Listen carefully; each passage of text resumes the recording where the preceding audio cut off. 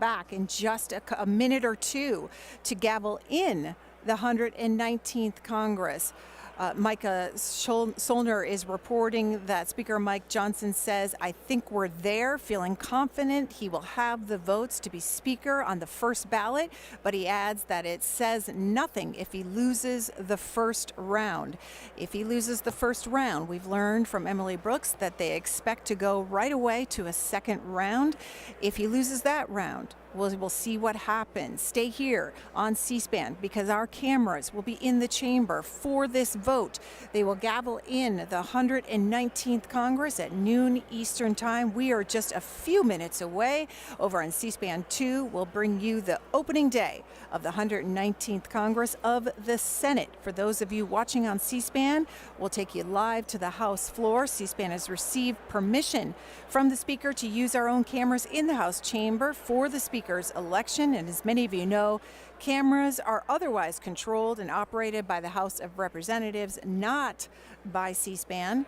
The major storyline of the day that we've been talking about all morning here on the Washington Journal, the election for House Speaker. President-elect Donald Trump endorsed current Speaker Mike Johnson last week, but Johnson still faces opposition within his own party to retain that post. Like last time, there could be multiple rounds of voting.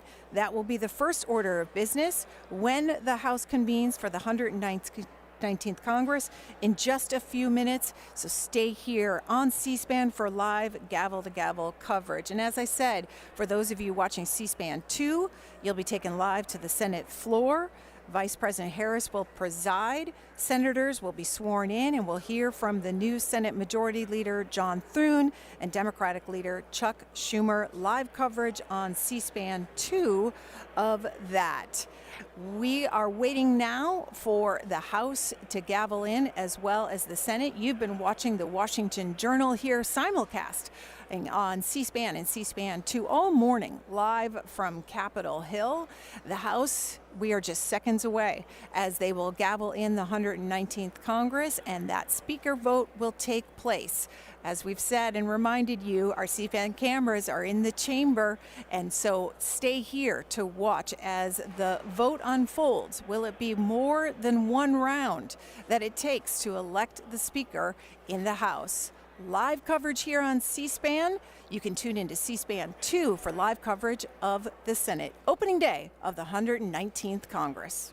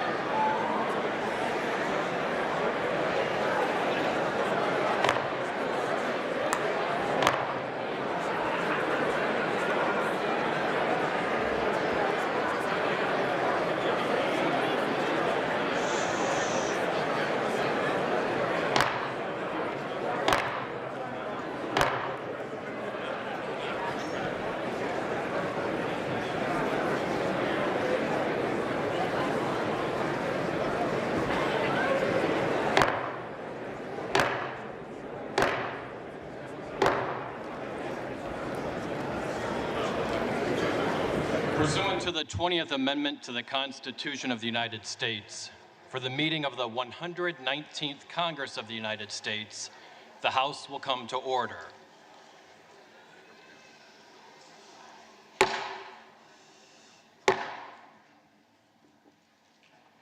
The prayer will be offered by Chaplain Kibben.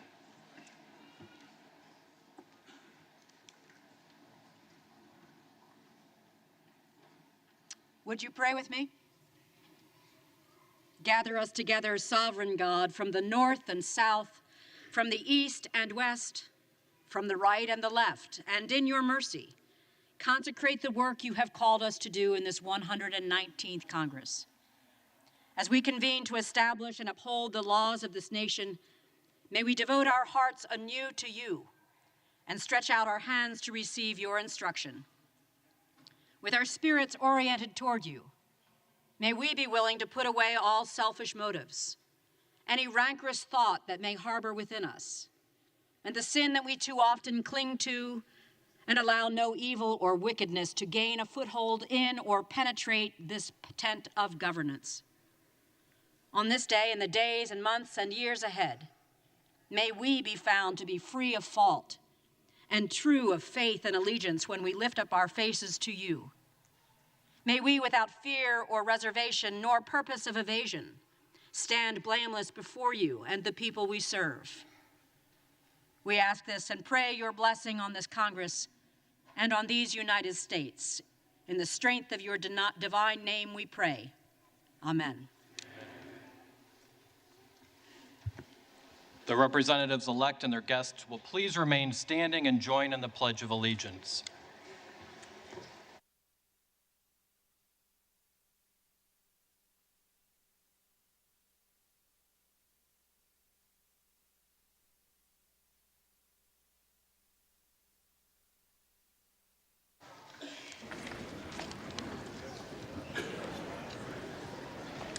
As directed by law, the Clerk of the House has prepared the official roll of the representatives-elect.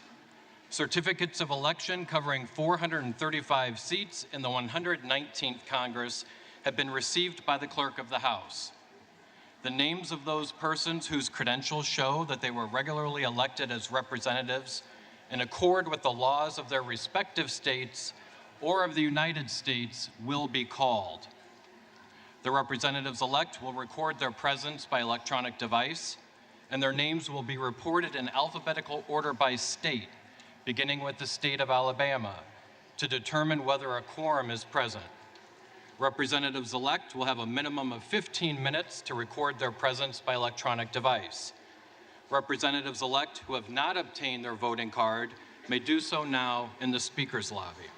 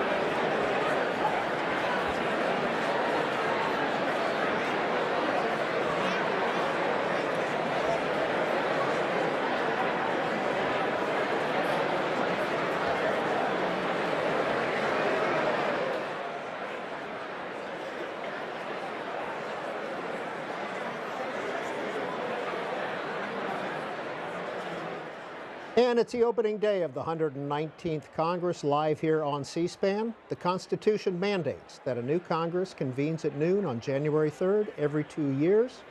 Here's the agenda for the day as planned. Right now on the House floor, a quorum call is taking place to find out how many members-elect are there. The members-elect record their presence by inserting their voting cards in the chamber's electronic voting machines today instead of a roll call vote. Then it's the election of the House Speaker, which is ordered by the clerk. The candidates for Speaker are nominated from the floor by their respective parties. We'll certainly hear Speaker Mike Johnson and Democratic leader Hakeem Jeffries' names being called shortly, and there could be other nominations as well. Now, once a new Speaker is elected, we'll hear remarks by the Speaker-elect, and that's followed by their swearing in by the Dean of the House. The Dean is the longest-serving member of the House, and that's now Hal Rogers, Republican of Kentucky, first elected in 1980 when Ronald Reagan was elected president. After that, the oath of office for the newly elected and re-elected members will be administered by the Speaker, and the last order of business is the adoption of the rules package for the 119th Congress. If you're seeing different shots today, that's because C-SPAN's cameras are allowed on the floor on opening day, so we will be live with our cameras, which are usually controlled by the House of Representatives. Well, joining us today to help set up what's going to happen this afternoon is Daniela Diaz. She is a congressional reporter with Politico. Daniela, going into today, what is the headline? Well, we're just going to see in just a few moments whether Mike Johnson will be re-elected as Speaker of the House. We are expecting several ballots to take place. He probably won't be able to clinch that nomination on the first ballot. Of course, the ballots being the roll call vote when all of the members say whether they support him for Speaker or not. But we do expect that to take place.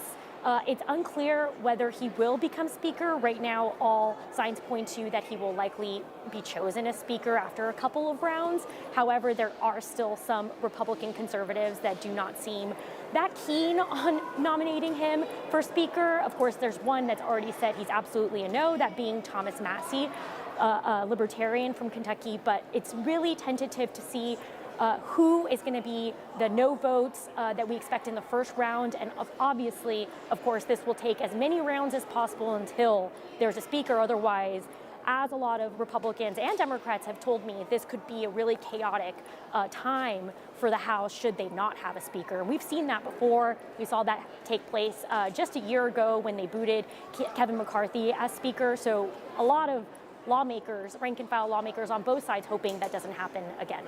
So, Daniela Diaz, besides Massie, has anyone else said no, a hard no yet? Speaker Johnson. Right, he's the only one so far. However, there are a lot of far-right conservatives, a lot of folks on the House Freedom Caucus who have said that they haven't decided where they stand on Mike Johnson. Now, this is a way for them to be able to have conversations with the Speaker, soon to be possibly Speaker-elect again for the 119th Congress.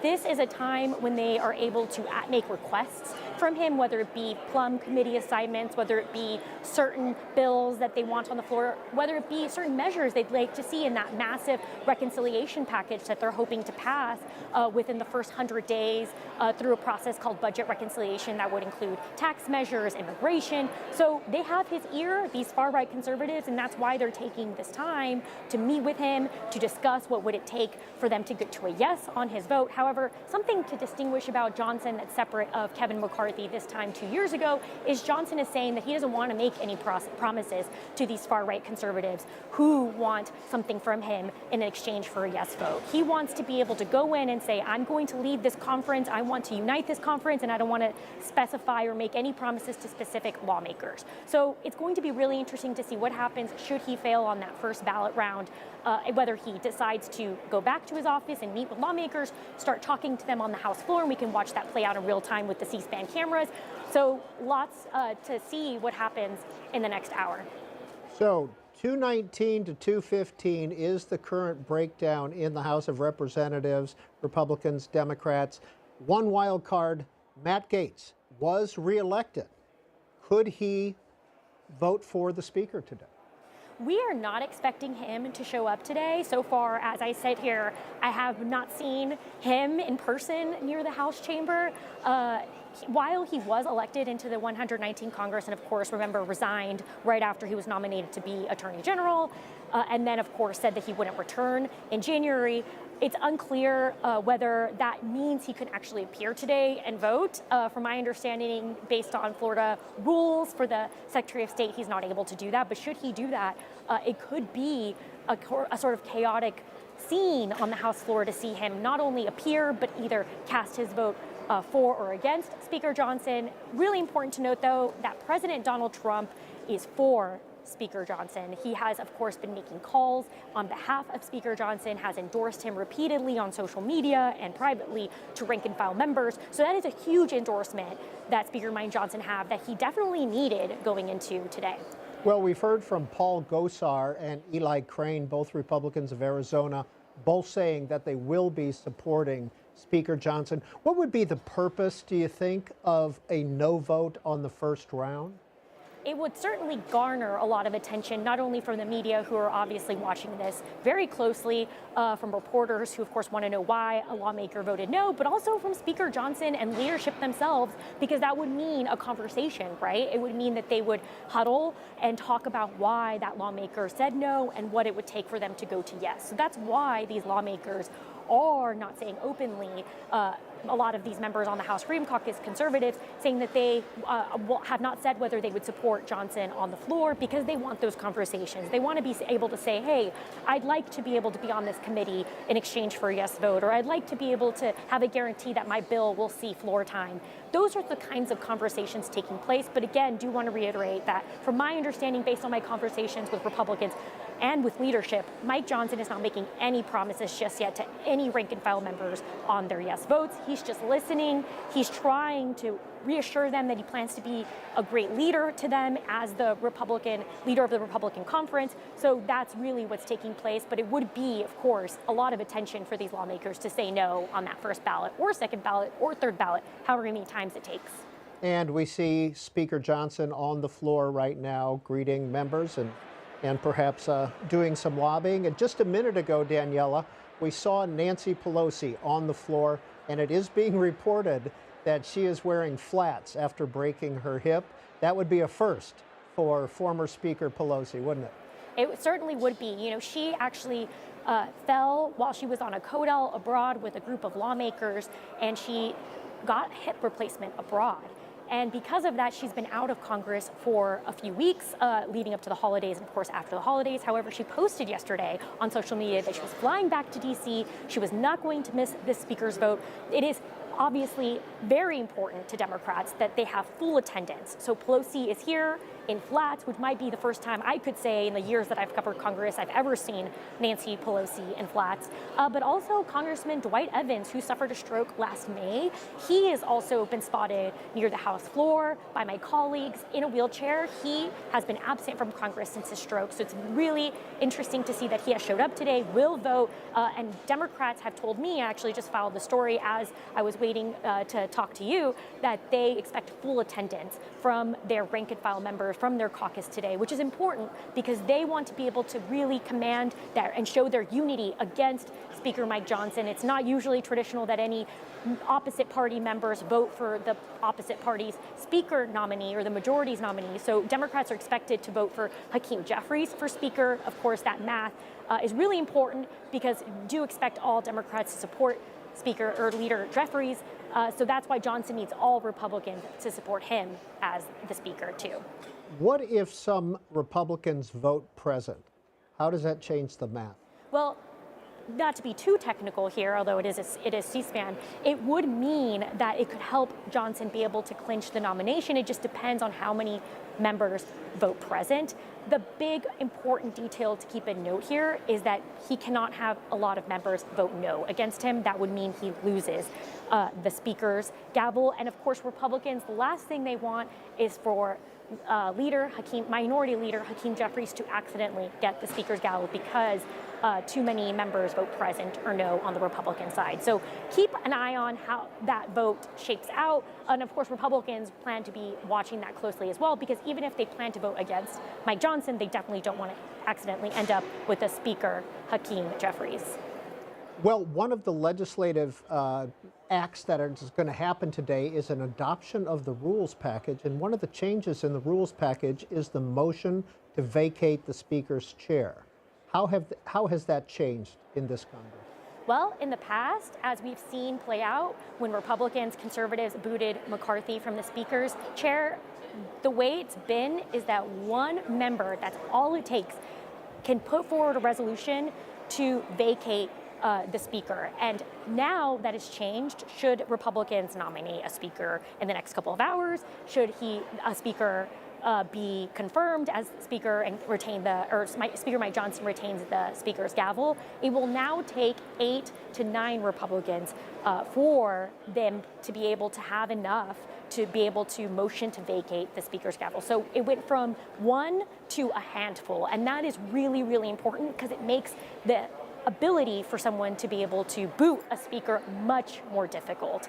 Now, that was a rules package that was negotiated by the Main Street Caucus, which is a group of more centrist Republicans in the House GOP conference that worked with the House Freedom Caucus to pass that measure.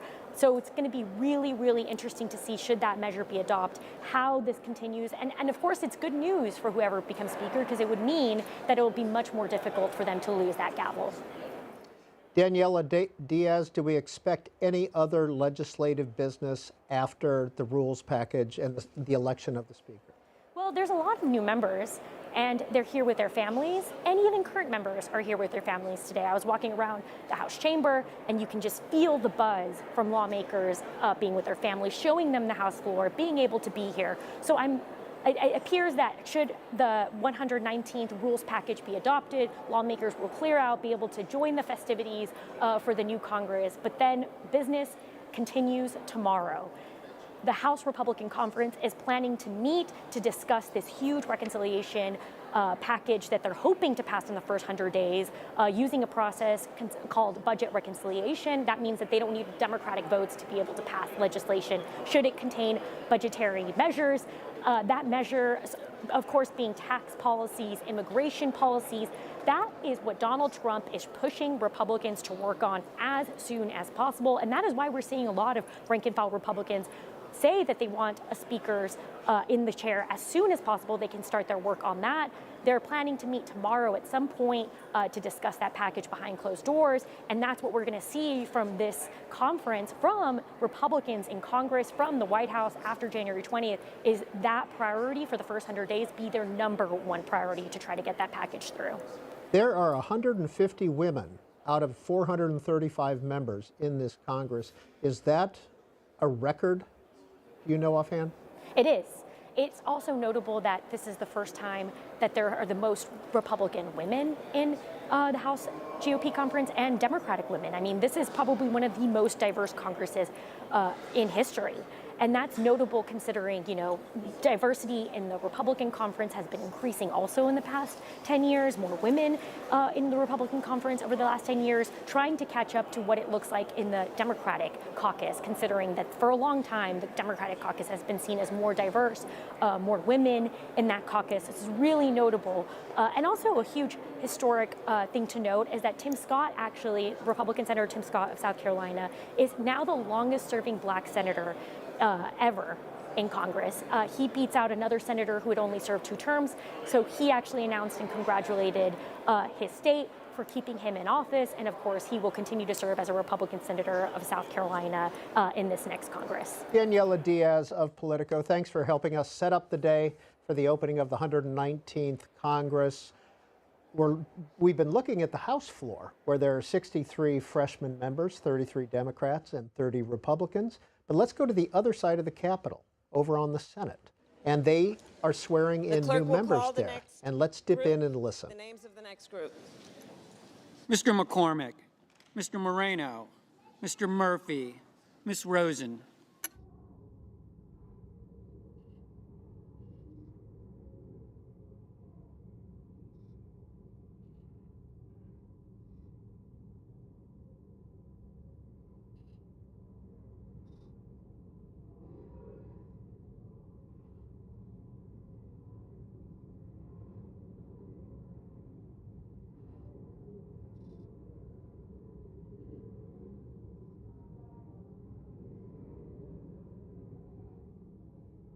Ready?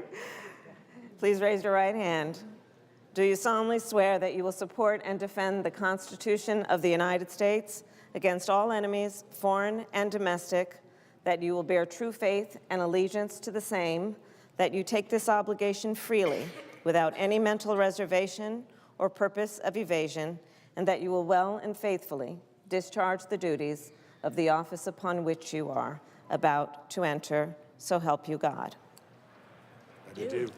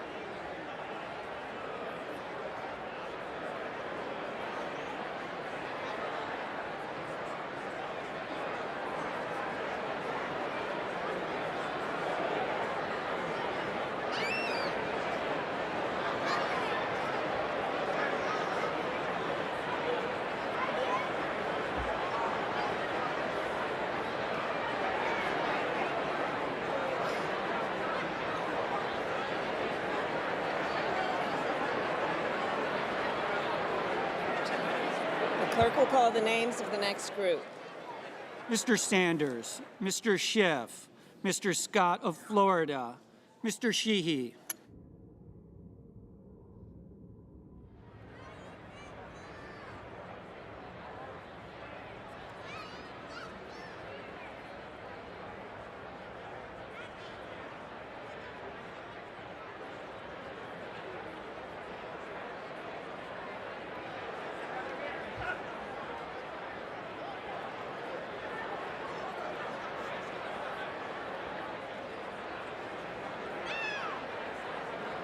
Raise your right hand.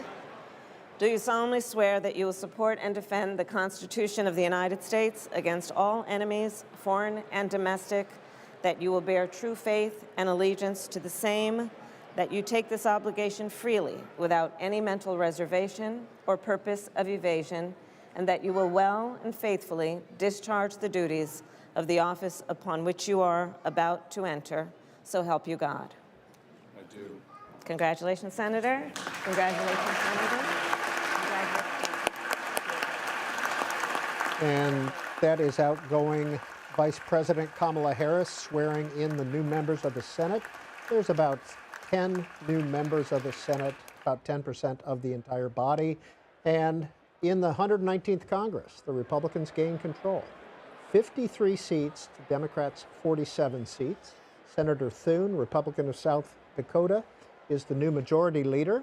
Senator Chuck Schumer of New York continues as the Democratic leader. And there are 12 new senators, as you can see, 6 from each party. It gets a little complicated in there, and we'll get into that in just a minute. But right now, let's go back to the House floor. You can see Speaker Johnson down there talking with his members. Let's dip in and watch for a minute.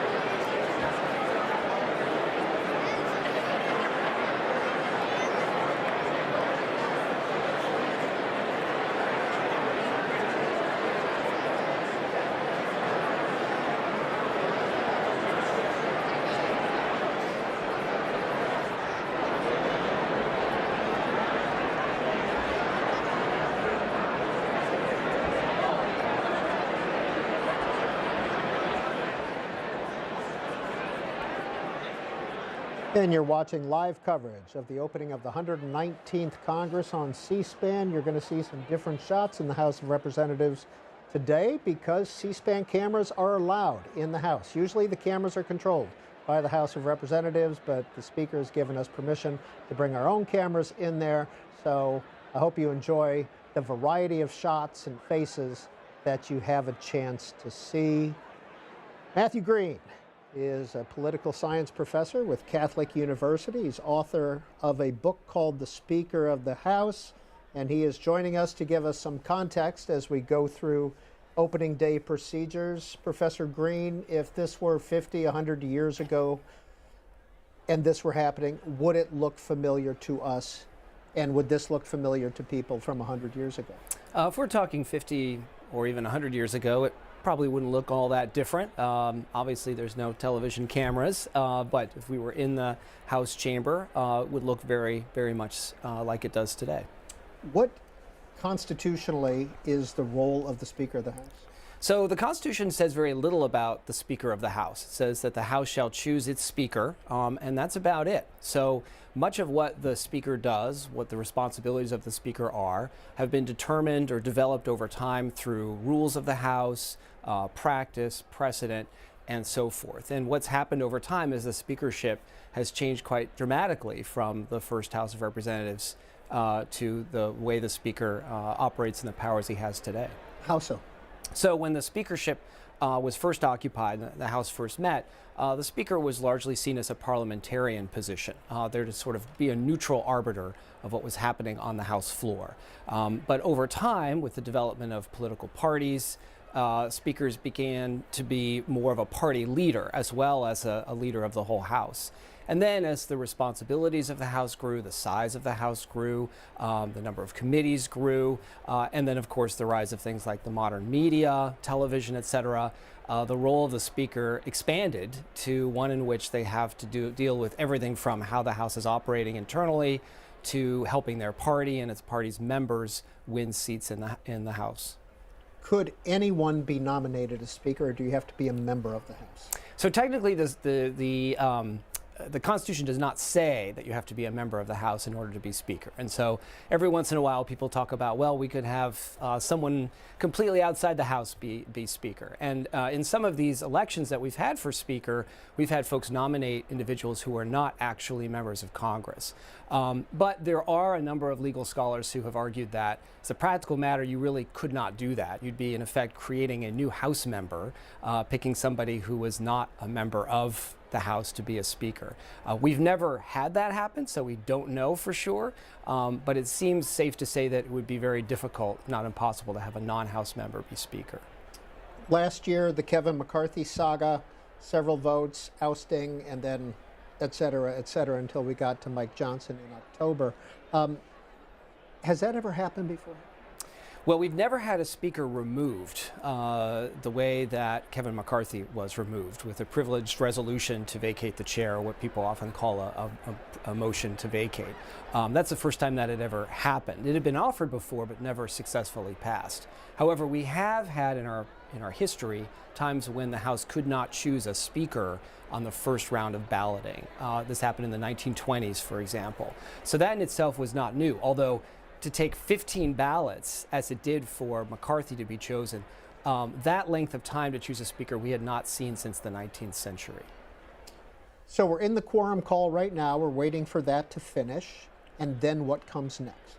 So after that, we're going to have the vote for Speaker. There will be nominations. Each party will nominate their candidate, and then we will proceed to a vote. And what makes the vote so much fun for those of us who like to watch the House floor is that it's not done electronically, as this quorum call is being done, but it's done alphabetically. And every member is called by their last name, and then they have to say whom they are voting for. And so it takes a good 30, 45 minutes, and as you're watching, you can look for folks you think might not vote for their party's nominee, whether they choose not to vote or vote for someone else. And just as we had that, and we saw that drama in 2015, and it could conceivably happen again today. As a political junkie, who are you watching today? In terms of folks, how they're going to vote, well, certainly Tom Massey of Kentucky is a Republican who has said pretty clearly he's not going to vote for Mike Johnson, even though Johnson is his party's nominee. And then we have about a half dozen to a dozen other Republicans, folks like Chip Roy from Texas, who have said they're not happy with Johnson. They haven't necessarily said they'll vote against him, but they have expressed varying degrees of dissatisfaction. And so what they do in this vote, which is coming up, will help determine whether or not we have a speaker in the first ballot, or if we have to have multiple ballots. What happens if 10 or so Republicans, again, 219 to 215 is the breakdown, 10 or so Republicans vote present? So this is a good question because the way a speaker is chosen, basically there's two things that you need in order to get chosen speaker. First, you have to have the most votes. But second, you have to have an absolute majority of all the votes that are cast for a named candidate. So it could be Johnson or Jeffries, or it could be anybody, but it has to be a name. So if you choose not to vote or you vote present, it's as if you're not voting at all, and it's not counted towards the denominator. So, for instance, a lot of people are talking about how Johnson can only afford one defection, which is true. If Tom Massey votes present, doesn't vote, or votes for someone else, Johnson will still have a majority. But when you start having more defections, then how they vote will matter. So, for instance, if there are two defections, two Republicans who choose either to vote for someone else or not to vote at all, or vote present, then the outcome depends on what their vote choice is. If they, for example, those two members decide not to vote at all, they're not counted. And then the threshold that you need to get elected is not 218 as it is now, but 217. And in which case, Johnson would lose 2 votes, but he would have 217. He would have the majority, he'd still be speaker. But if those two Republicans choose to vote for another named candidate, you still need the 218. And Johnson would have 217, so we wouldn't have a speaker chosen. So if everyone votes, 219, 215, Hakeem Jeffries does not stand a chance of being elected speaker if no Republicans vote for him, correct? If everyone votes for a name. But right, if Johnson loses 2, 3, or even 4 Republicans, he's okay. But once you have 5 or more, he gets into the danger zone, because at that point, he would only have at most 214 votes. And if every Democrat is there and votes for Jeffries, Jeffries has 215, which is more than 214. So then how those folks choose to vote, if at all, matters.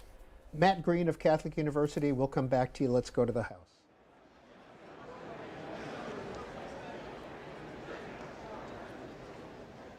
Are there additional representatives-elect in the chamber who wish to record their presence? If not, all time has expired. 433 representatives-elect have recorded their presence. A quorum is present. Credentials, regular and form, have been received showing the election of the Honorable Pablo Jose Hernandez Rivera as resident commissioner from the Commonwealth of Puerto Rico for a term of 4 years beginning January 3rd, 2025. The Honorable Eleanor Holmes Norton as delegate from the District of Columbia. The Honorable James C. Moylan as delegate from Guam. The Honorable Stacy E. Plaskett as delegate from the Virgin Islands. The Honorable Amua Amada Coleman Radawagan as delegate from American Samoa. And the Honorable Kimberlyn King Hines as delegate from the Commonwealth of the Northern Mariana Islands. The clerk is in receipt of a letter from the Honorable Matt Gaetz of the state of Florida, indicating that he will not serve in the House in the 119th Congress. Without objection, the letters relating to his resignation will be printed in the record.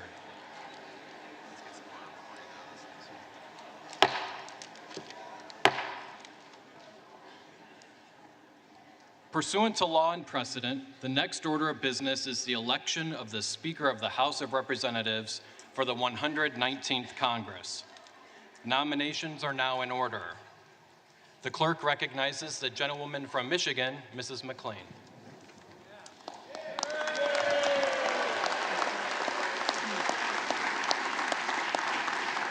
Thank you, Mr. Clerk, and thank you, colleagues. Mr. Clerk, as the chair of the Republican Conference, I am directed by the vote of that conference to present for election to the office of the Speaker of the House of Representatives for the 119th Congress the name of the Honorable Mike Johnson, a representative from the state of Louisiana.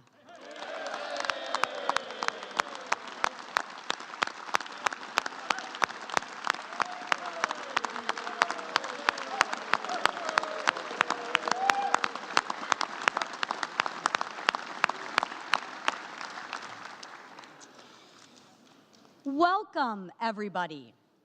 I am optimistic about our future. On November 5th, the American people gave us a great opportunity to get America back on the right track. They gave us an opportunity to get back to normal and to get back to the real issues that the country faces right now. People want the opportunity to take care of their families. They simply want to provide for their children and give them a prosperous future. And ladies and gentlemen, we have the opportunity today to do just that. We have an opportunity to take our country back. With Speaker Mike Johnson, Senate Majority Leader John Thune, and President Donald J. Trump in charge,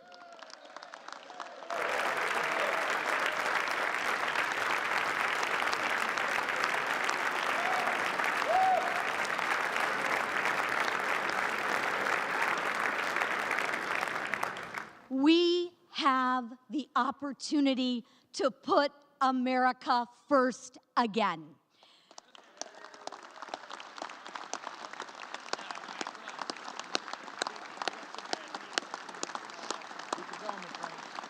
We have an opportunity to do something about crime. We have an opportunity to do something about the border. And we have an opportunity to take care of our veterans. We, and every single member in this chamber, and those of you watching at home and on TV, should be looking forward, knowing that America will be respected again. Our country is the last bastion of hope. If we fail, then who? This is why we are focused on the issues that the majority of Americans care about: God, family, country, faith, freedom, and traditional American values.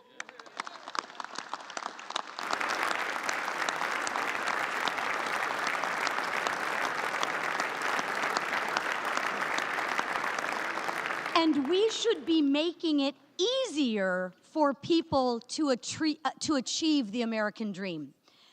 Over 14 months ago, Mike Johnson took on a daunting task. No speaker is perfect, and no one will ever be.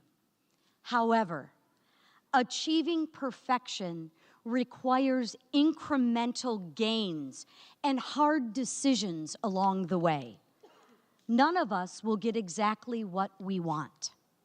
The fundamental collective goal of this body is to make progress for the American people in which we represent. And we have done just that under Mike's leadership. We should be celebrating and building upon his efforts, our efforts. Mike has remained the same kind and caring person as he was before he assumed this role. He's an honest broker. He shows you his true beliefs at face value. He is steadfast in his values of faith, family, and love of this country.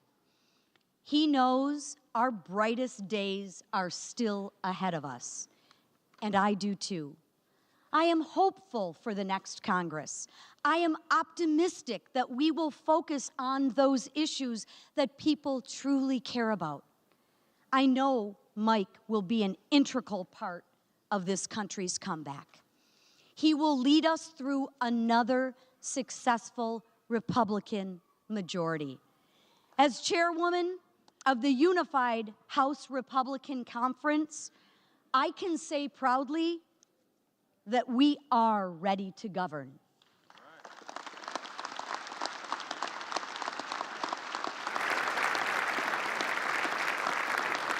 It is my honor to present our conference's nominee for the Speaker of the People's House, the Honorable Mike Johnson from the state of Louisiana.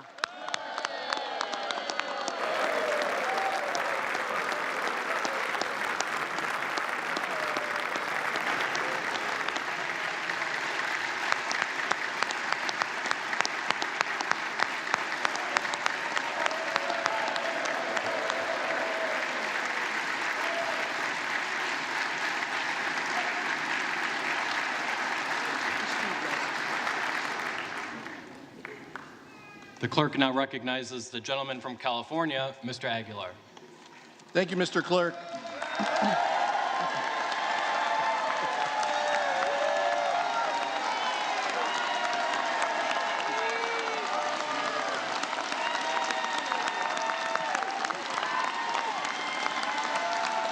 Thank you, Mr. Clerk. Thank you, Mr. Clerk. I've had a little bit of practice, and clearly my colleagues took notice. I rise to place a name in nomination, but first, I want to acknowledge my colleague from Michigan for her heartfelt and personal nominating speech. As someone who's given a few of these, I can say you served your conference well, Representative McLean.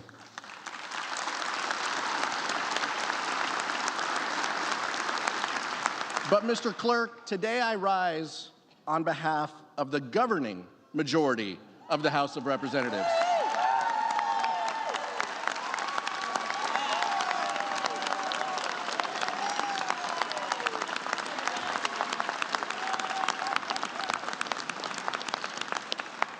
The American people have sent a strong message that they want their elected leaders working together to tackle the affordability crisis.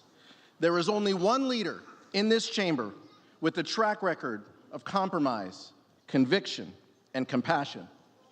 There is only one leader who understands the needs of the working people and has lived the American dream himself and is committed to ensuring its promise for future generations. There is only one leader who knows how to negotiate a bipartisan deal and then stick to that deal.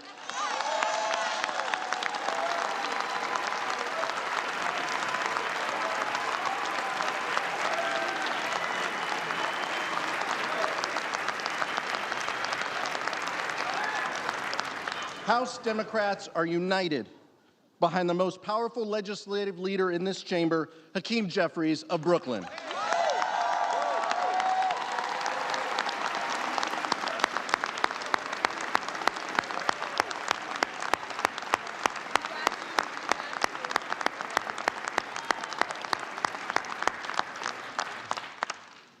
House Democrats, under the leadership of Hakeem Jeffries, are committed to bipartisanship and common sense solutions to America's most pressing challenges. In the face of chaos and dysfunction over the last 2 years, our caucus has kept the government funded, kept our allies protected, and the economy secured from the catastrophic default. In the 119th Congress, we will work with the incoming administration to make life better, safer, and more affordable for working families. And the incoming administration must also recognize that while my colleagues on the other side of the aisle are divided, and while compromise remains a dirty word for so many, Congress won't be able to keep the lights on, let alone pass anything of substance, without the buy-in and blessing of House Democrats and Hakeem Jeffries.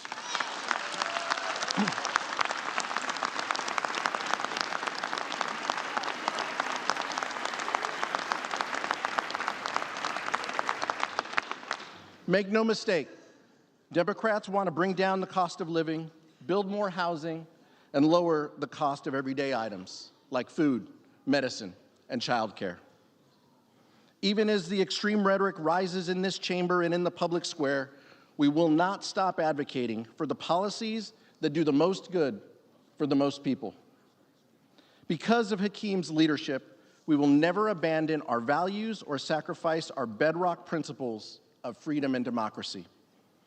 When America's enemies abroad threatened our democratic ally, Ukraine, when terrorists attacked our strongest ally, Israel, it was Hakeem Jeffries and House Democrats who delivered the votes and stood tall for America's national security.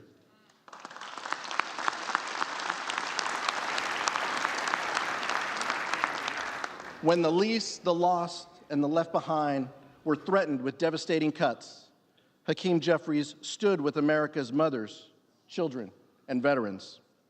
When the incoming administration wanted to raise the debt limit by trillions of dollars in order to finance tax cuts for the wealthy, the well-off, and the well-connected, leaving middle-class families to pay for the bill and leaving them high and dry, Hakeem Jeffries didn't just say no, he said, no. That's why there is only one true candidate today for Speaker. So, Mr. Clerk, I am honored to rise today at the direction of the House Democratic Caucus to place into nomination for election to the position of Speaker of the House of Representatives, the pride of Brooklyn, the gentleman from New York, Hakeem Jeffries.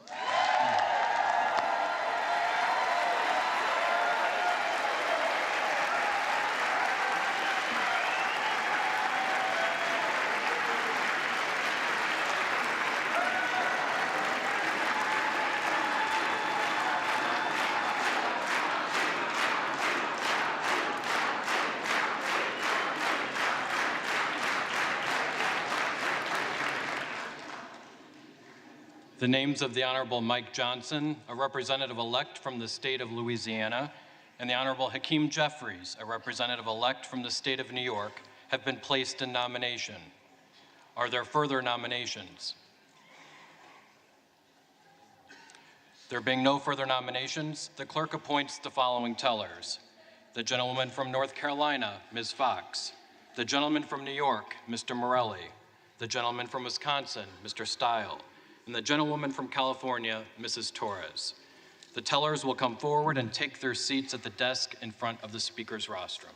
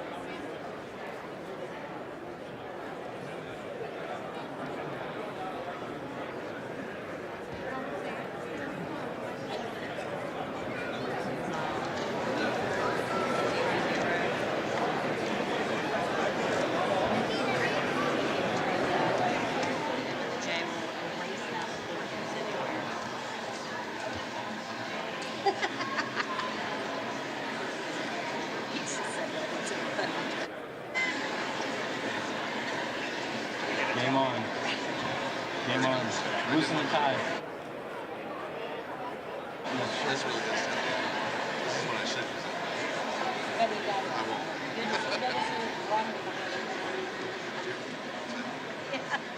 You'll hear that.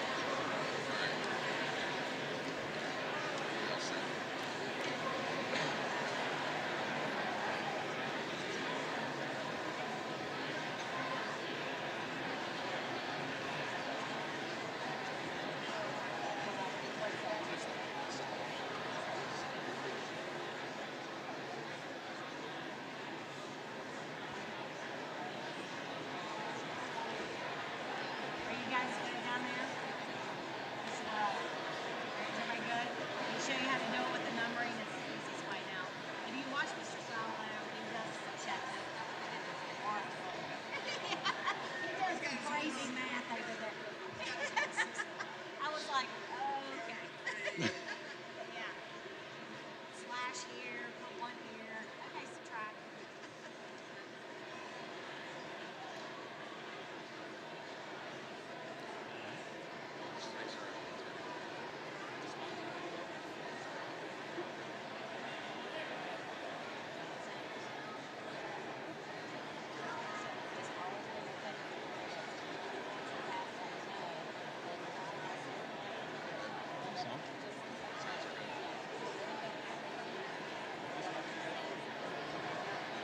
Anytime. This box is ready. Gavel. Yeah, okay, you gotta get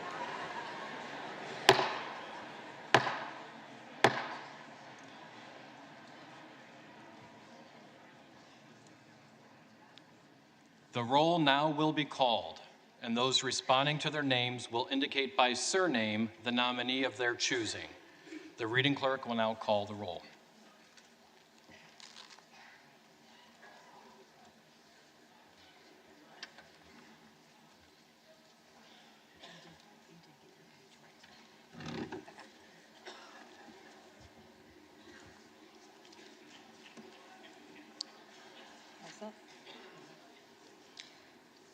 Adams. Jeffries. Adderholt. Johnson. Aguilar. Jeffries. Alford. Johnson. Allen. Johnson. Amo. Jeffries. Amode of Nevada. Johnson. Ansari. Jeffries. Arrington. Johnson. Auchincloss. Jeffries. Babin.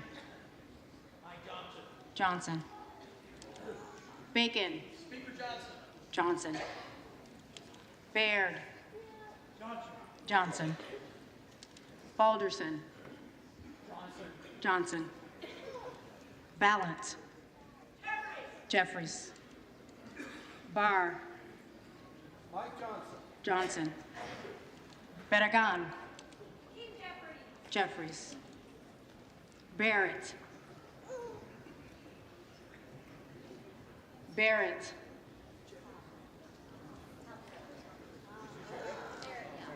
Baumgartner. Barrett Johnson. Barrett.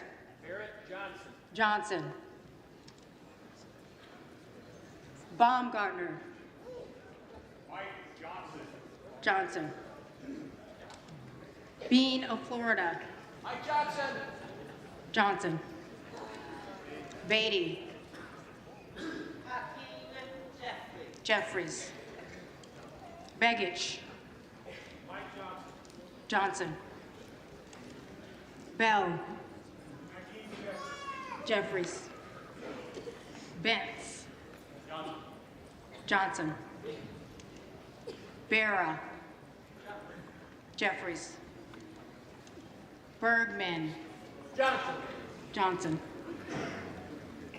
Beyer. Jeffries. Bice. Johnson. Biggs of Arizona. Biggs of Arizona.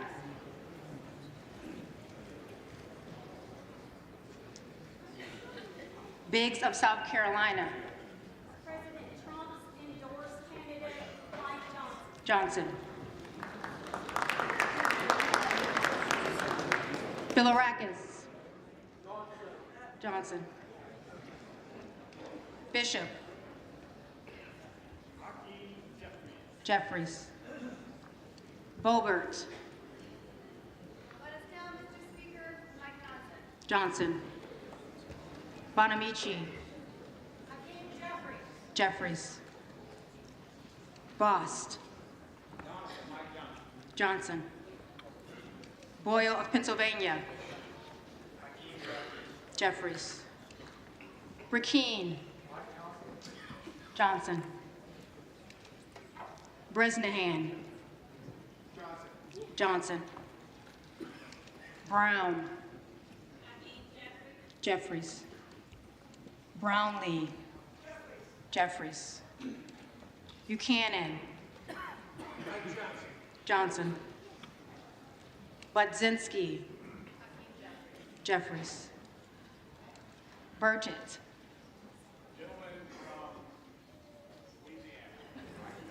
Johnson. Burleson. Johnson. Bynum. Jeffries. Calvert. Johnson. Kamick. Johnson. Carbajal. Jeffries. Carey. Johnson. Carson. Carson. Carter of Georgia. Mike Johnson. Johnson. Carter of Louisiana. Jeffries. Carter of Texas. Johnson. Kassar. Jeffries. Case. Jeffries.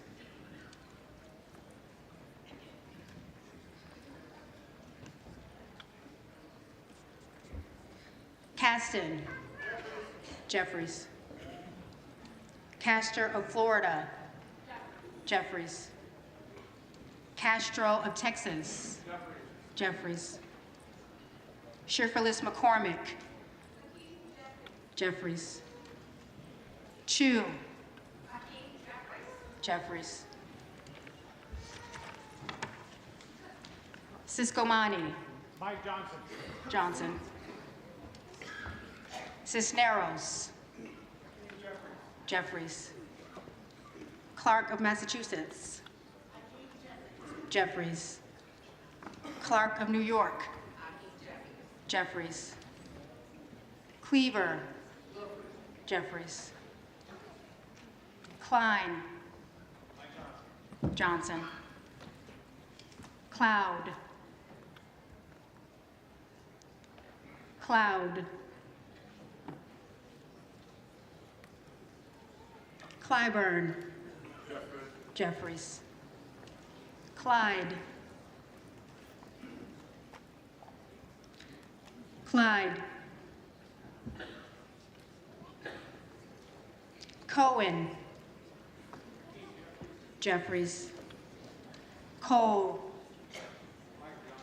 Johnson. Collins. Johnson. Comer. Johnson. Conaway. Jeffries. Connolly. Jeffries. Correa. Jeffries.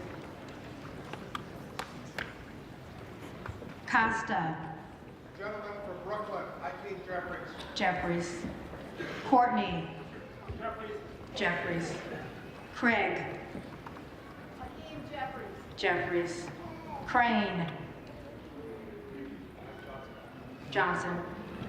Crank. Mike Johnson. Johnson. Crawford. Johnson. Johnson. Crenshaw. Johnson. Crockett. Jeffries. Crow. Jeffries. Quare. Jeffries. Davids of Kansas. Jeffries. Davidson. Johnson. Davis of Illinois. Jeffries. Davis of North Carolina. Jeffries. Dean of Pennsylvania. Jeffries. DeGette. Jeffries. De La Cruz. Mike Johnson. Johnson. DeLauro. Jeffries. Del Bene. Jeffries. DeLuzio. Jeffries. DeSaulnier. Jeffries. Desjardins. Johnson. Dexter. Jeffries. Diaz-Balart. Johnson. Dingle. Jeffries. Doggett. Jeffries. Donalds. Johnson. Downing. Mike Johnson. Johnson. Dunn of Florida. Johnson. Edwards. Mike Johnson. Johnson. Elfreth. Jeffries. Elsie. Johnson. Emmer. Johnson. Escobar. Jeffries. Espaillat. Jeffries. Estes. Mike Johnson. Johnson. Evans of Colorado. Mike Johnson.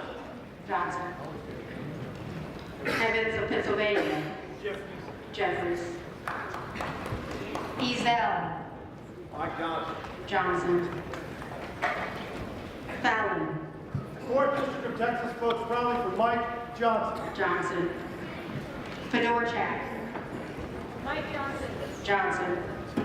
Feenstra. Johnson. Johnson. Fields. Jeffries. Figures. Jeffries. Finstad. Johnson. Johnson.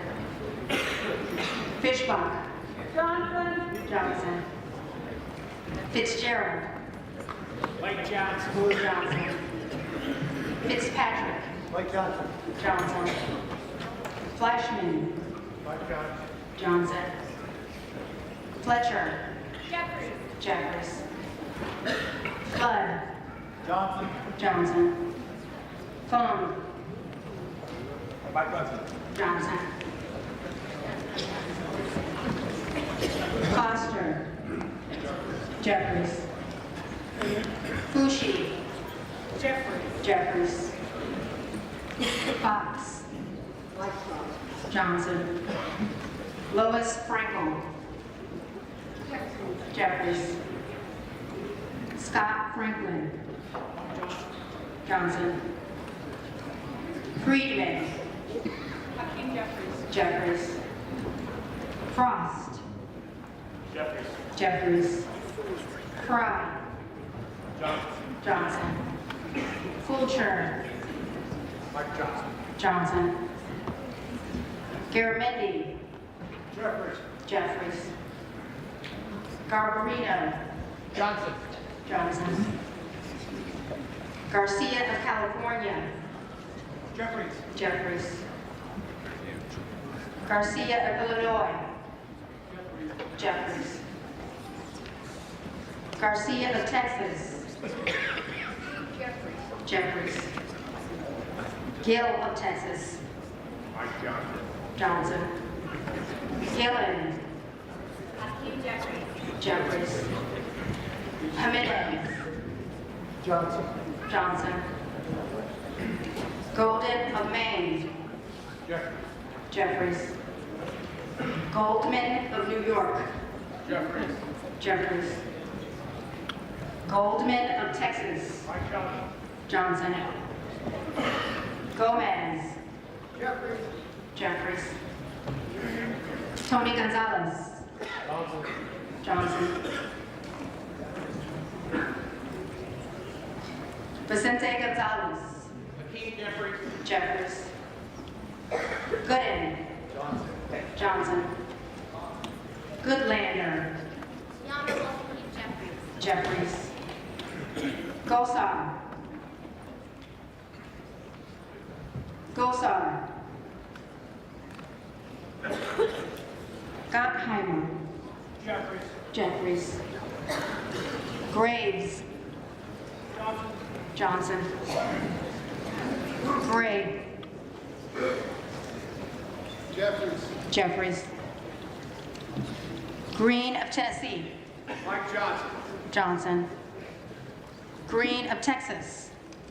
And still I rise for the preferred candidate of liberty and justice for all, the hope and dream of his brave order.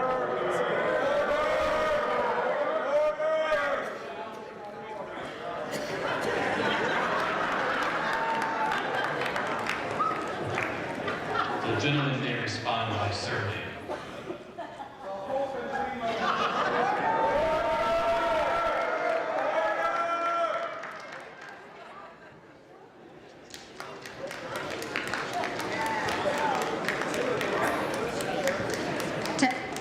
Green of Texas, Jeffries. Green of Georgia, Johnson. Griffith. Johnson. Grijalba. Jeffries. Grothman. Johnson. Guest. Johnson. Johnson. Guthrie. Johnson. Johnson. Hageman. Mike Johnson. Johnson. Hamadeh of Arizona. Johnson. Johnson. Harder of California. Jeffries. Herodopoulos. Johnson. Johnson. Harrigan. Johnson. Johnson. Harris of Maryland. Harris of Maryland. Harris of North Carolina. Mike Johnson. Johnson. Harshbarger. Johnson. Hayes.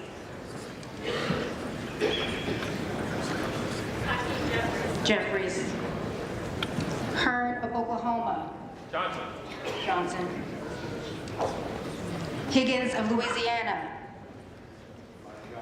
Johnson. Hill of Arkansas. Johnson. Johnson. Himes. Jeffries. Jeffries. Henson. Mike Johnson. Johnson. Horsford. Jeffries. Jeffries. Houchin. Johnson. Houlihan. Jeffries. Hoyer. Jeffries. Jeffries. Hoyle of Oregon. Jeffries. Hudson. Mike Johnson. Johnson. Huffman. Jeffries. Jeffries. Huizinga. Johnson. Johnson. Hunt. Johnson. Hurd of Colorado. Mike Johnson. Johnson. Isa. Speaker of the House. Speaker Mike Johnson. Johnson. Ivy. Jeffries. Jeffries. Jack. Mike Johnson. Johnson. Jackson of Illinois. The Honorable Hakeem Jeffries. Jeffries. Jackson of Texas. Mike Johnson. Johnson. Jacobs. Jeffries. James. Mike Johnson. Johnson. Jayapal. Jeffries. Jeffries. Jeffries. Jeffries.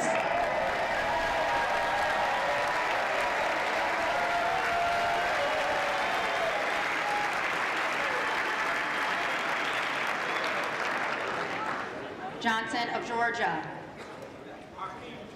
Jeffries. Johnson of Louisiana. Johnson.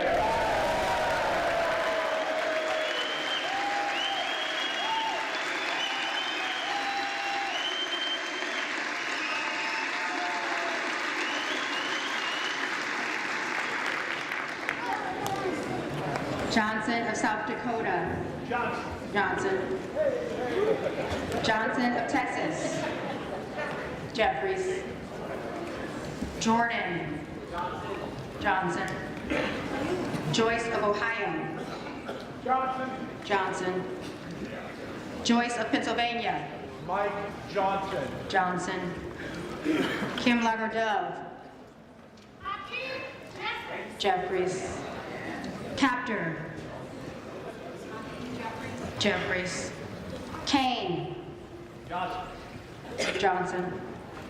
Keating. Jeffries. Kelly of Illinois. Jeffries. Kelly of Mississippi. Johnson. Kelly of Pennsylvania. Johnson. Kennedy of New York. Jeffries. Kennedy of Utah. Johnson. Kana. Jeffries. Kiggins of Virginia. Johnson. Kiley of California. Johnson.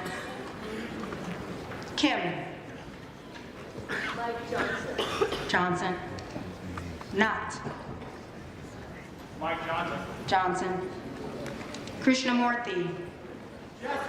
Jeffries. Kustoff. Johnson. LaHood. Johnson. LaLota.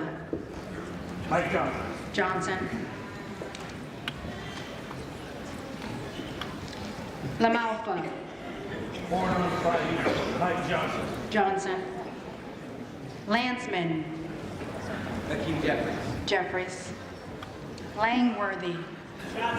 Johnson. Larson of Washington.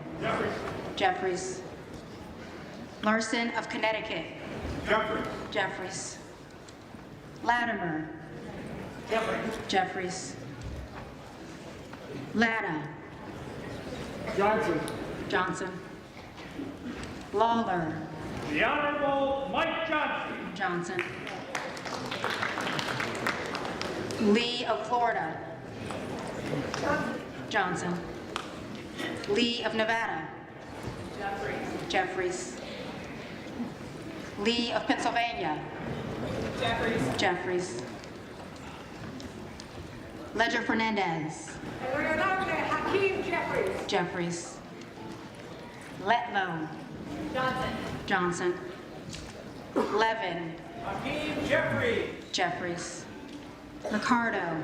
Hakeem Jeffries. Jeffries. Lou. Hakeem Jeffries. Jeffries. Lofgren. Jeffries. Loudermilk.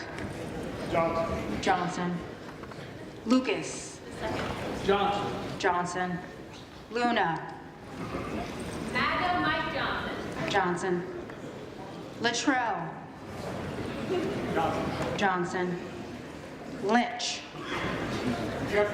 Jeffries. Mace. Johnson. McKenzie. Mike Johnson. Johnson. Magaziner. Hakeem Jeffries. Jeffries. Maliotakis. Johnson. Malloy. Johnson. Mann. Mike Johnson. Johnson. Mannion. Hakeem Jeffries. Jeffries. Massey. Tom Emmer. Emmer.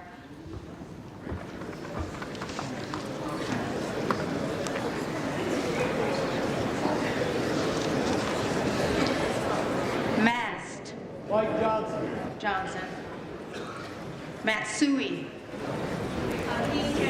Jeffries. McBath. Jeffries. McBride. Jeffries. McCall. Johnson. McLean. Mike Johnson. Johnson. McLean Delaney. Jeffries. McClellan. Hakeem Jeffries. Jeffries. McClintock. Johnson. McCollum. Jeffries.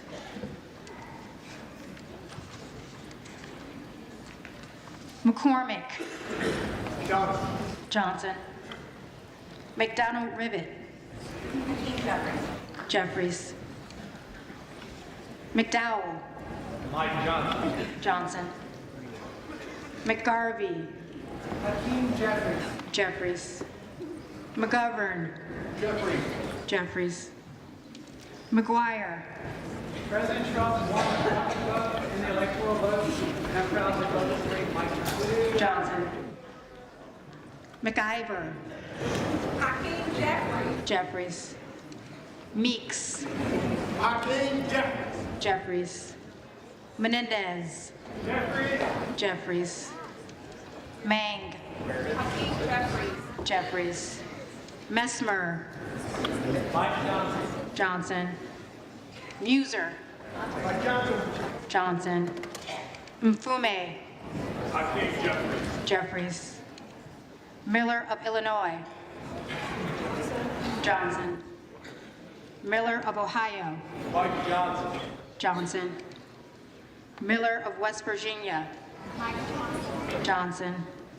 Miller Meeks. The Honorable Representative and Speaker of the House, Mike Johnson. Johnson. Mills. Johnson. Min. Jeffries. Molinar. Johnson. Moore of Alabama. Johnson. Moore of North Carolina. Johnson. Moore of Utah. Johnson. Moore of Wisconsin. Jeffries. Moore of West Virginia. Johnson. Moran. Johnson. Morelli. Jeffries. Morrison. Jeffries. Moskowitz. Moskowitz. Jeffries. Moulton. Jeffries. Mervan. Jeffries. Mullen. Jeffries. Murphy. Johnson. Nadler. Jeffries. Neal. Jeffries. Nagoose. Jeffries. Nails. Johnson.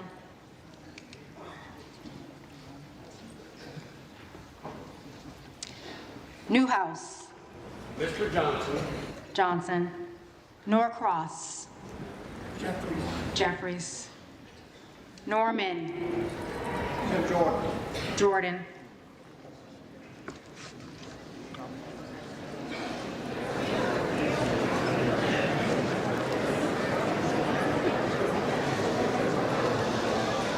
None of Iowa. The Honorable Mike Johnson. Johnson. Obernolte. Mike Johnson. Johnson. Ocasio-Cortez. Jeffries. Ogles. Mike Johnson. Johnson. Olszewski. Jeffries. Omar. Jeffries. Onder. Mike Johnson. Johnson. Owens. Johnson. Pallone. Jeffries. Palmer. Palmer. Johnson. Panetta. Jeffries. Pappas. Jeffries. Pelosi. The Honorable Jeffries.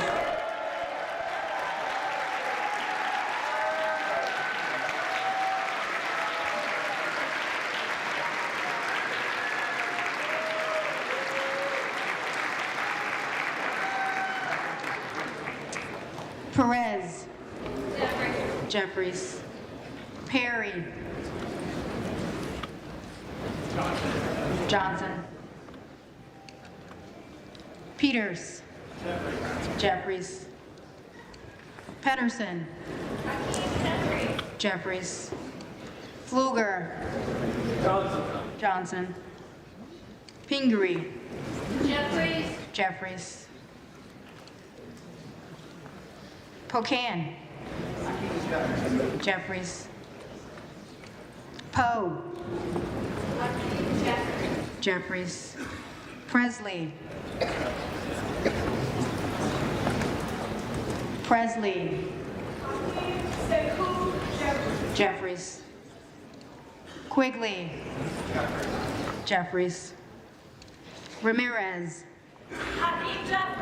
Jeffries. Randall. Jeffries. Raskin. Jeffries. Reschenthaler. Johnson. Riley of New York. Jeffries. Rivas. Jeffries. Rogers of Alabama.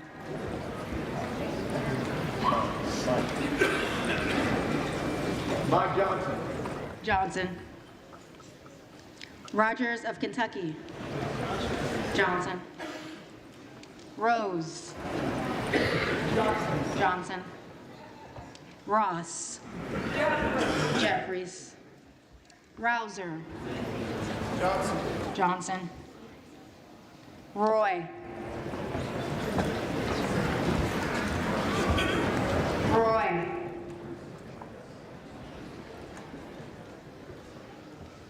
Ruiz. Jeffries. Ruley. Johnson. Rutherford. Johnson. Ryan. Jeffries. Salazar. Johnson. Salinas. Jeffries. Sanchez. Sanchez. Jeffries. Scalise. Johnson. Scanlon. Jeffries. Schakowsky. Jeffries. Schmidt. Johnson. Schneider. Jeffries. Skolton. Jeffries. Schreier. Jeffries. Schweikert. Johnson. Austin Scott. Johnson. David Scott. Jeffries. Scott of Virginia. Jeffries. Self. Donalds.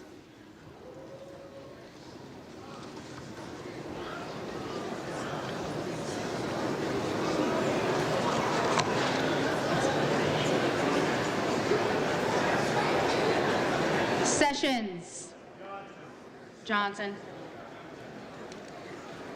Sewell. Jeffries. Sherman.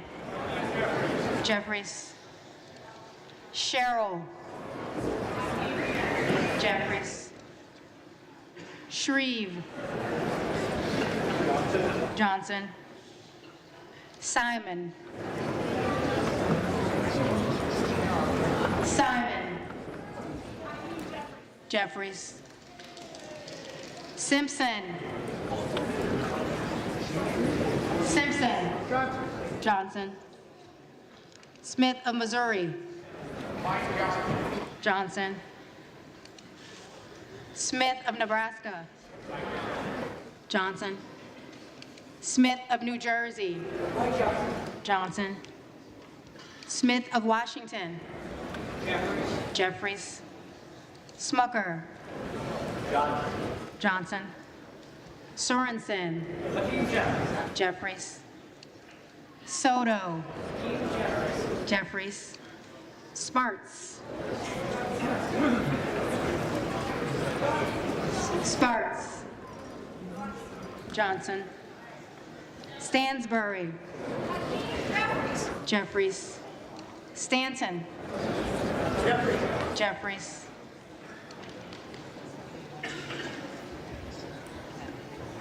Stauber. Johnson. Stefanik. Johnson. Style. Johnson. Stubbe. Johnson. Stevens.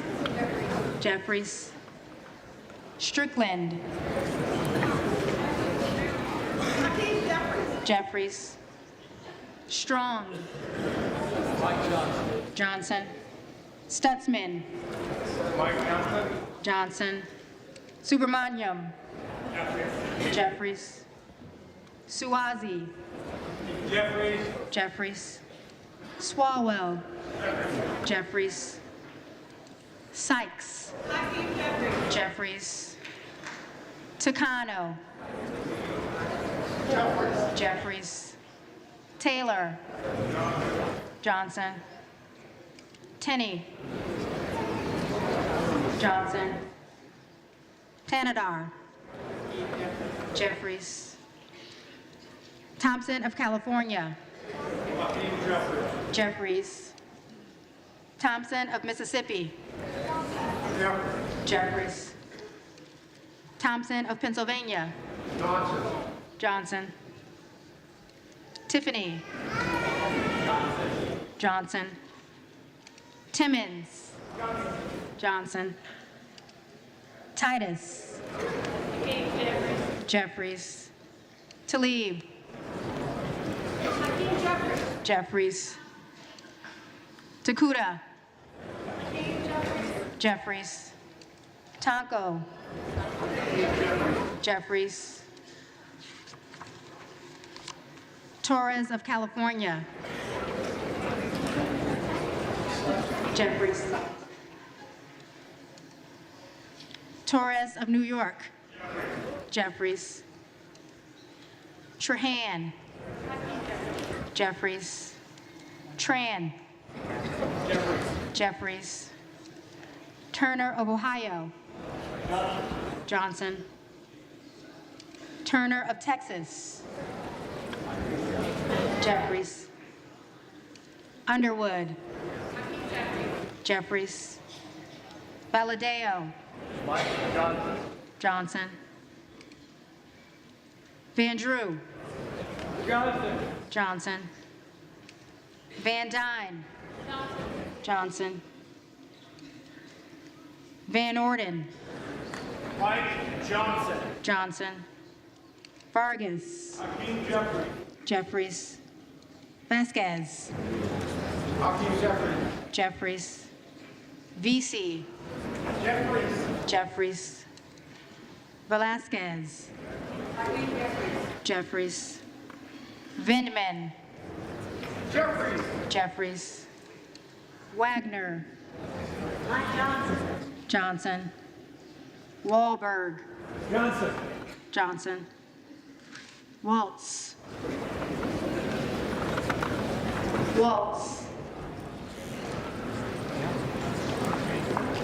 Wasserman Schultz.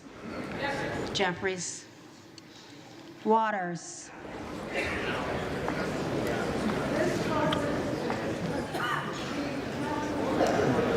Jeffries. Watson Coleman. Jeffries. Weber of Texas. James Michael Johnson, Louisiana's favorite son. Johnson. Webster of Florida. Johnson. Westerman. Johnson.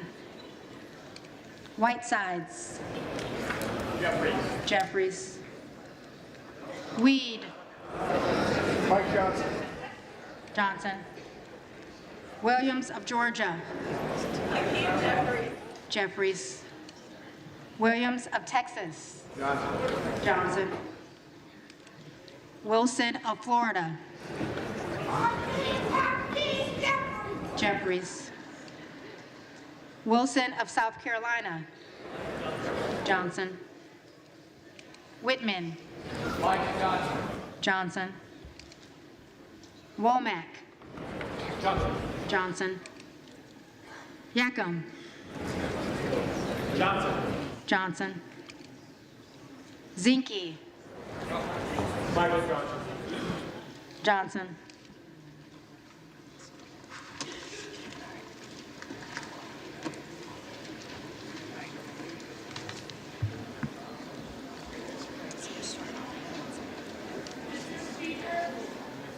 For what purpose does the gentlelady from the Virgin Islands seek recognition? Speaker, I have a parliamentary inquiry. I note that the names of the representatives from the Americas Samoa, Guam, Northern Mariana, Puerto Rico, the Virgin Islands, and the District of Columbia were not called, representing collectively 4 million Americans.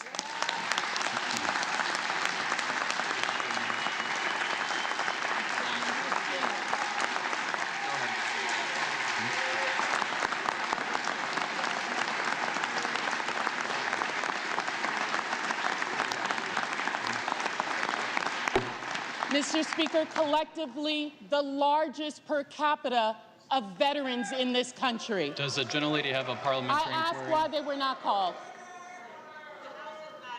Have some respect. It's not going to take...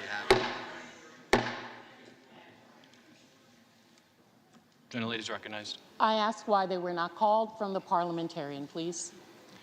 Delegates-elect and the resident commissioner-elect are not qualified to vote.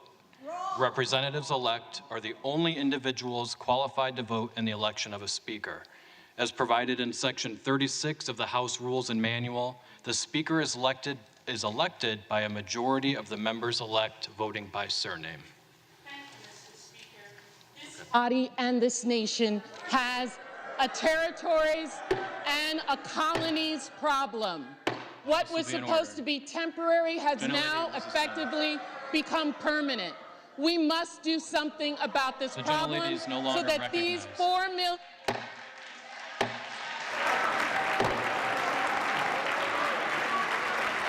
But I have a voice, and...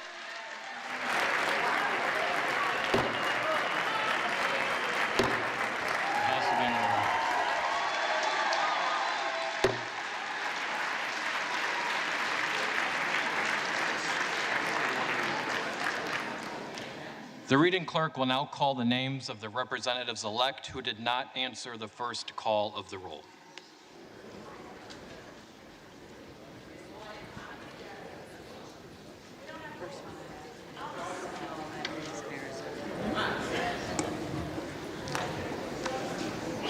Biggs of Arizona. Johnson.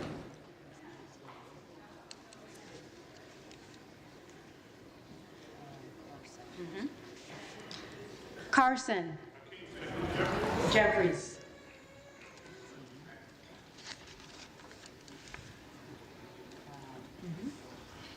Cloud. Johnson.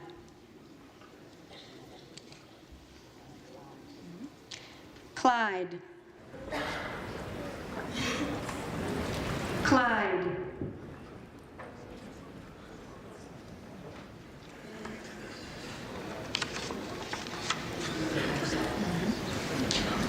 Gosar.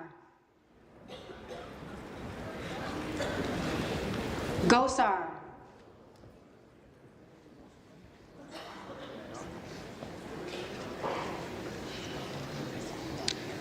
Harris of Maryland. Johnson.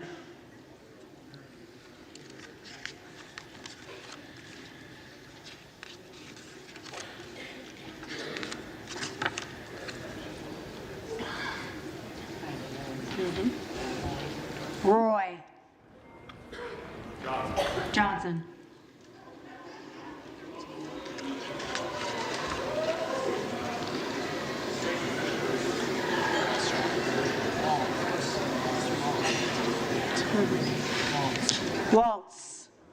Johnson. Johnson.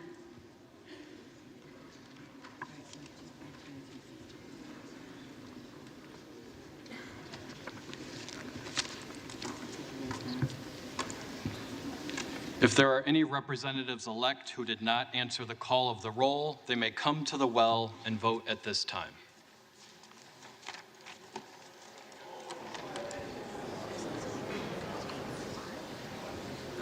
Just stand right there. Just say Clyde.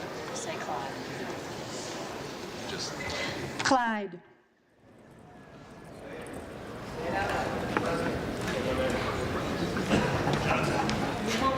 Clyde.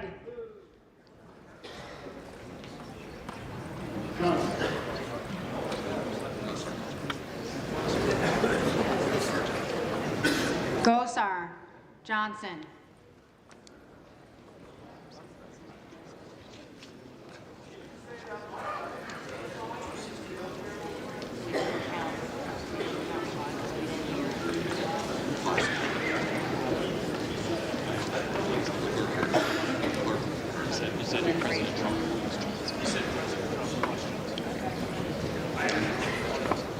Clyde.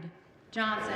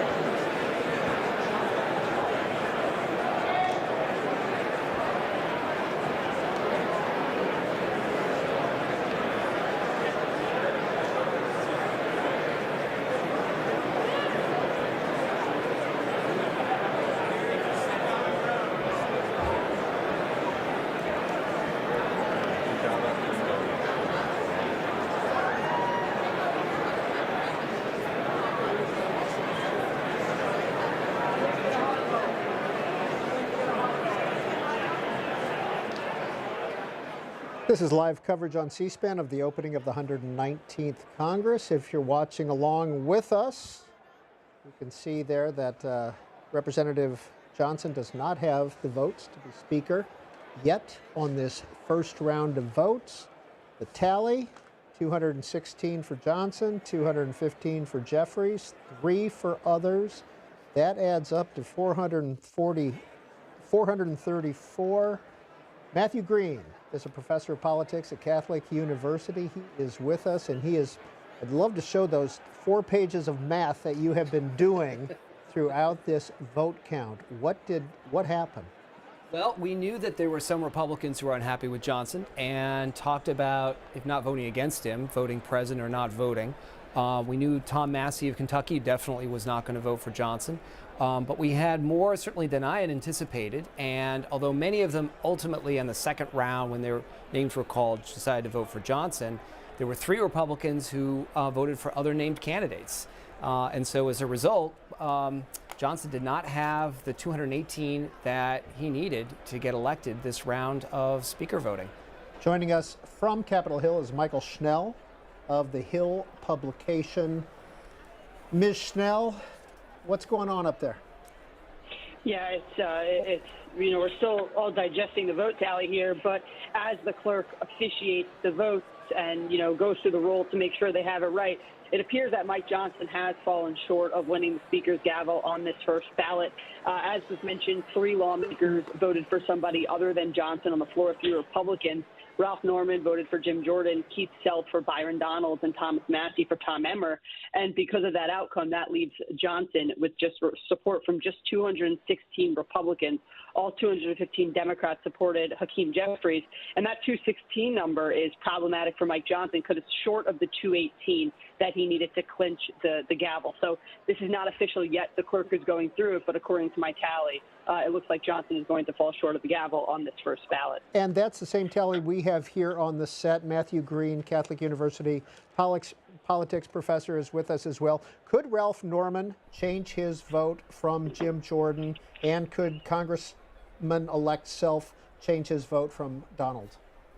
I mean, theoretically, they can all change their vote. The 3 of them can change their vote if they want to. It's possible that the lawmakers who voted for Johnson could change their vote on the second ballot. Anything is possible here, but it's definitely going to require a whole host of conversations, perhaps some negotiations, to get Johnson the amount of support that he needs to clinch the gavel.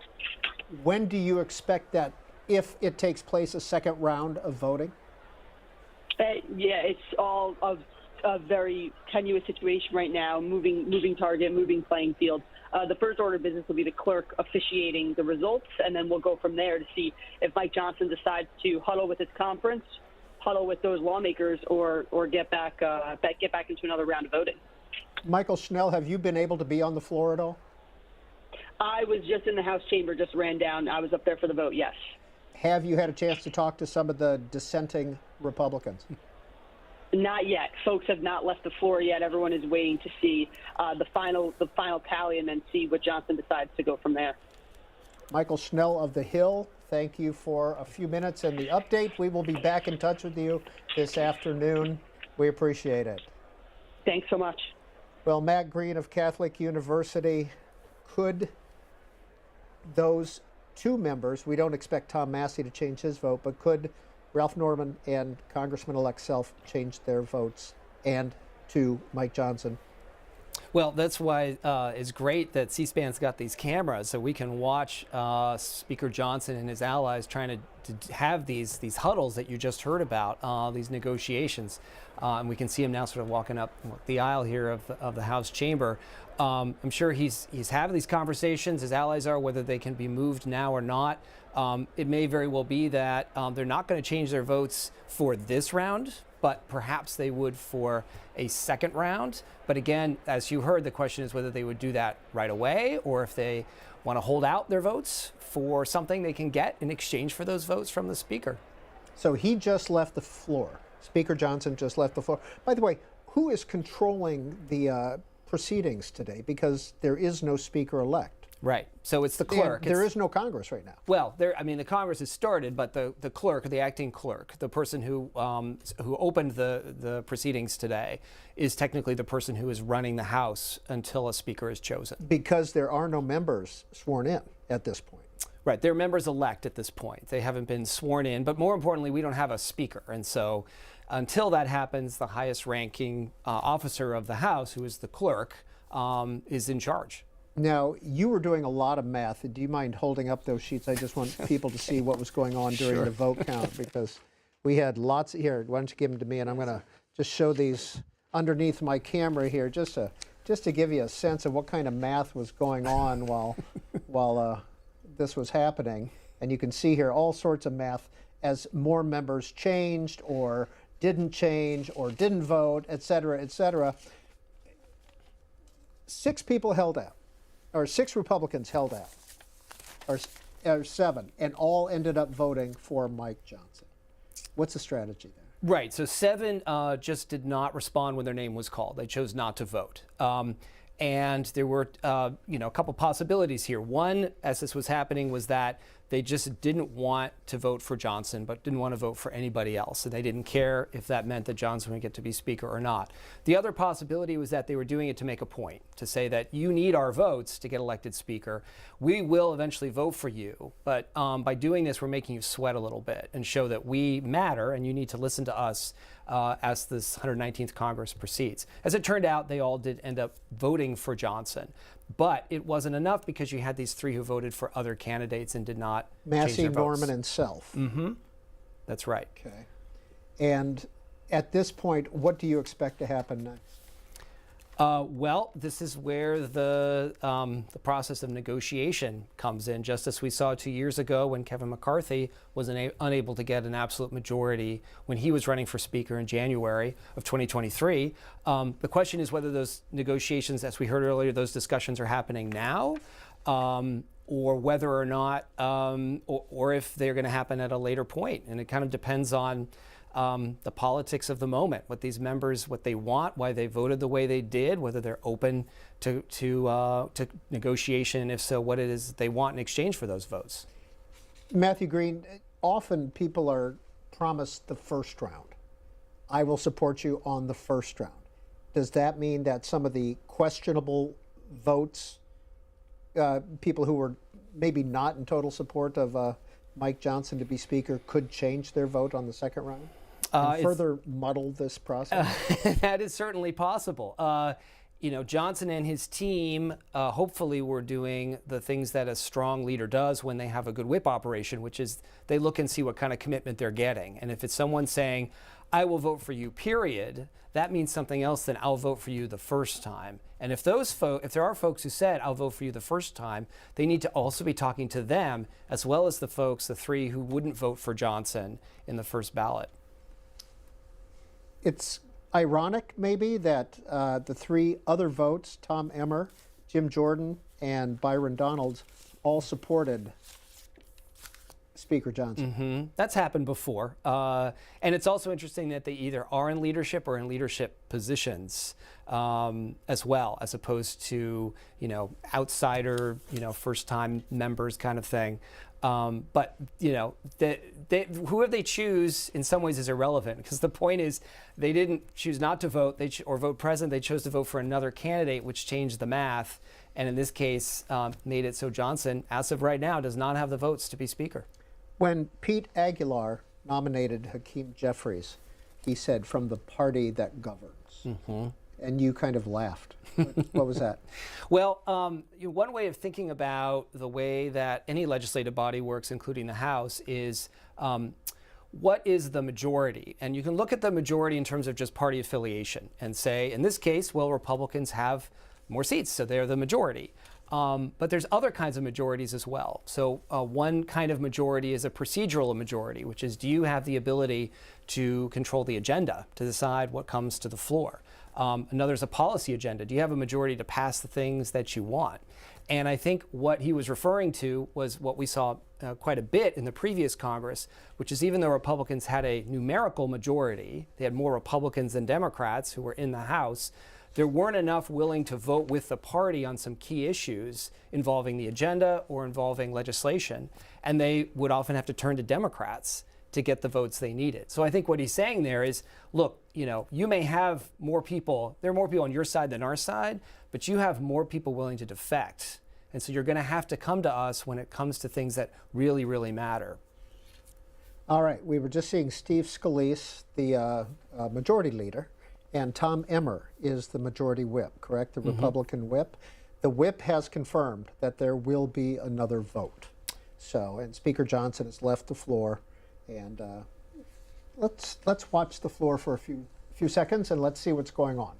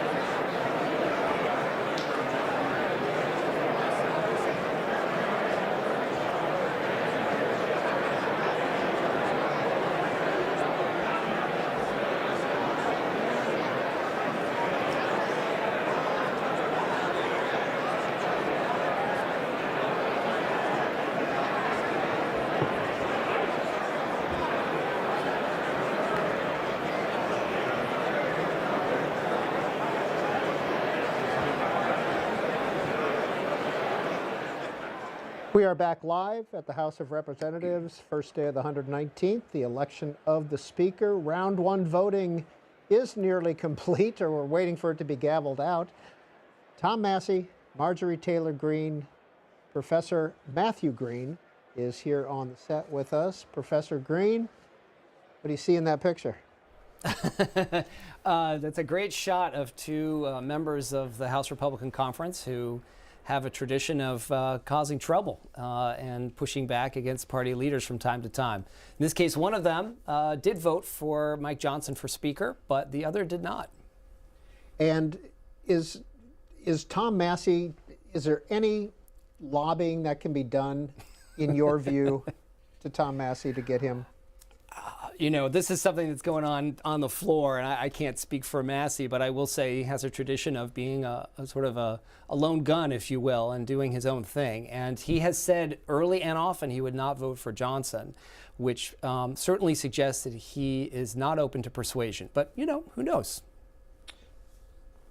The fact that this is happening after the last Speaker election, Kevin McCarthy, 15 rounds or so before he got elected.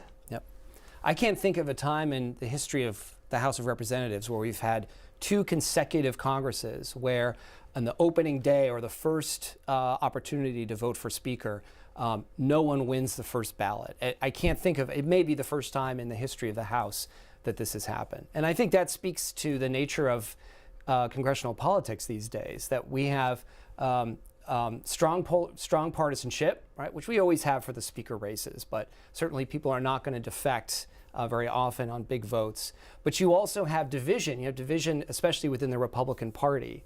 And in fact, really since 2011, with one exception, we have had every vote for Speaker has had at least one defector from one or both of the parties. The only exception to that was the election for Johnson in the fall of 2023.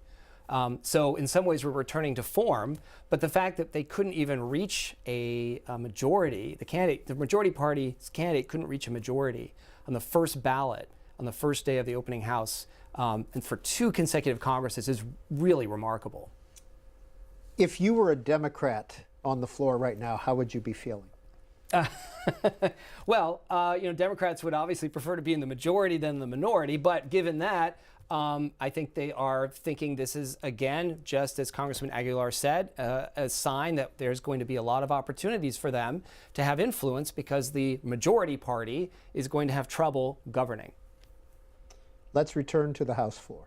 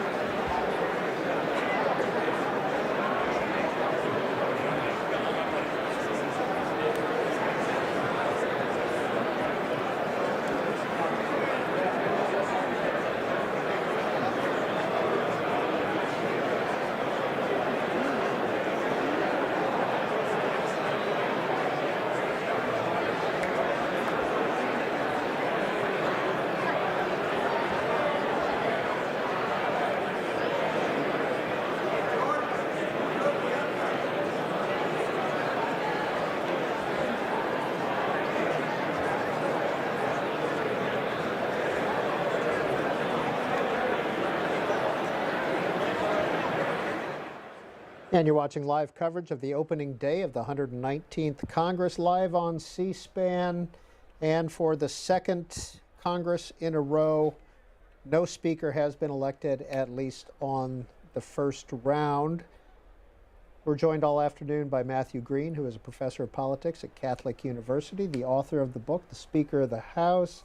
Professor Green, 3 members did not vote for Speaker Johnson. He has 216 votes. There are 219 Republicans in the House. We talked about Tom Massey voting for Tom Emmer, Ralph Norman, Jim Jordan, Keith Self, Byron Donalds. This vote has not been called yet, though. Could they change their mind? Right. Well, I mean, I suppose that could be part of the conversation that's happening in the cloakroom or somewhere in the Capitol, that maybe get them to change their votes. But it seems more likely to me that they would just have a second round of voting, and in some ways, it's not really much of a difference either way, right? Either they call this and say you didn't get chosen on the first ballot, but if they can persuade them to vote differently on the second ballot, he'll still be speaker, and eventually people may even forget about this. But right at this moment, though, there's certainly a lot of pressure, I am sure, on those 3 members to change their votes, because without a speaker, it's very difficult for the majority party to do much of anything. And this first vote, has not been called yet, correct? As far as I can see, that's right. It has not been called. What does that mean? What's the significance of that? It's hard to say. I don't really know what's happening at this point. Could just be that they're triple checking their numbers. It could be that there is some expectation that someone will change their vote. 2 of these 3 will change their vote. I don't know, to be honest. Well, it was 2 years ago that we went 15 rounds and a couple of days. Now, January 6th is the counting of the accreditation of the electoral votes in Congress. Is there any chance that that could push if there is no speaker elected? Well, they have to do that. They have to do the count on that day. They're required to do so. That's January 6th is the day that it has to happen. Constitutionally to do it then. So on the one hand, that puts that really endangers. That puts a lot of pressure on the speaker elect, hopefully for Johnson to be speaker, because without him as speaker, it gets very difficult to do that. But it's not clear that we would not have a president if Johnson fails to become speaker by then. I honestly think that he will find the votes before then. But even if he doesn't, there are other ways possibly to go through the process of counting the electoral the electoral vote, the electoral ballots. All right. College ballots. Tully McManus of Politico tweets out, reminder, if Republicans need to regroup before starting a new ballot, there is just one option on the table: adjourn the House. Without House rules in place, the chamber cannot recess, subject to the call of the chair. They'd need to adjourn with a certain day and time for reconvening. Do you agree with that procedure? So let me get this straight. This is saying that you can see it right over here on the screen. If Republicans need to regroup before starting a new ballot, there is just one option on the table: adjourn the House. Oh, I see.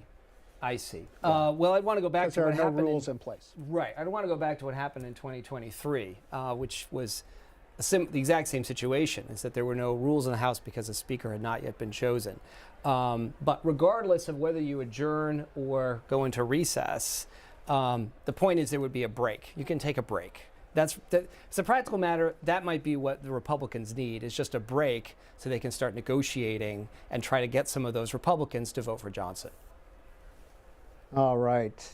That's an update from the House floor. I want to remind you that if this drama is not enough for you and you want to watch the Senate being sworn in, that procedure is going on C-SPAN 2 in the Senate. There are 12 new senators who will be in the Senate, and a new majority leader, John Thune. But we're sticking with the House here on C-SPAN. We'll be back shortly.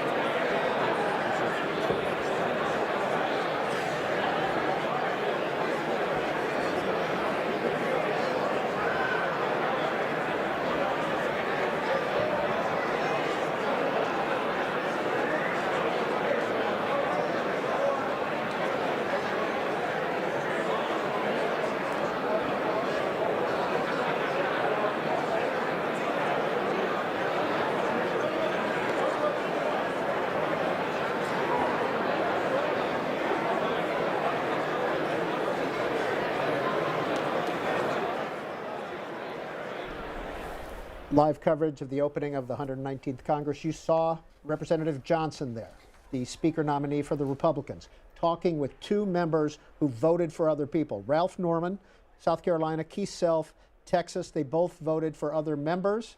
They're gathered there in the corner. Matt Green, Catholic University professor, what does this mean? These are the conversations that have to happen for Johnson to get the votes he needs. He needs these 2 votes to win, doesn't he? Right. Assuming he can't get Massey, he needs those 2. He's not going to get Massey. I think we can probably call that off the table. It seems extremely unlikely, yes. There he goes with Keith Self and Ralph Norman, the 3 of them, right? There they go. Okay. That's Ralph Norman in the lead, who was not expected to not vote for Mike Johnson. And Keith Self was kind of a bit of a surprise too, wasn't he? He wasn't on our list of to watches. They're leaving the floor with the speaker, right? Yep. There they go. All right. And again, to remind viewers, the gavel has not come down on the first vote. So it is still open. These 2 could change their mind, and he needs both of their votes. The vote count is currently 216 for Mike Johnson, 215 for Hakeem Jeffries, 3 for others. Tom Massey, Ralph Norman, Keith Self, all voted for another individual, and Mike Johnson needs 2 of 3 of those to be elected Speaker on the first vote. Am I correct in my math? I believe that's correct. He needs 218. And he's at 216. Right. If those 3 who voted for someone else will vote for a named candidate in the next round, then it's still 218, so he'll need 2 of those 3. And we just saw the 3 gentlemen, Ralph Norman, Keith Self, and Mike Johnson, walk off the floor. Mm-hmm.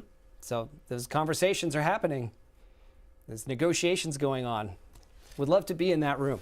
Well, I'll tell you, the reason we have are able to get some of these shots that we're getting is because C-SPAN cameras are on the floor. The Speaker is allowed C-SPAN cameras to be at the opening of the Congress. Usually we do not control the cameras. They're controlled by the House of Representatives. But today we have that option. There's Tom Massey and Marjorie Taylor Greene chatting on the floor as well. Tom Massey, is there any chance that he would change his vote? I see he is not part of the group of 3 that went off the floor. Well, I suppose that's pretty telling. He's not in the conversation. So it doesn't bode well for him changing his vote. Again, anything is possible, but it seems, again, based on what he said publicly for quite some time, he is a hard no on Speaker Johnson. Thanks for sticking with us. We're going to be here and throughout this vote and potentially into the next one. And at the end of all this, we hope to hear from you and get your views on the opening day of the 119th Congress. Live coverage on C-SPAN.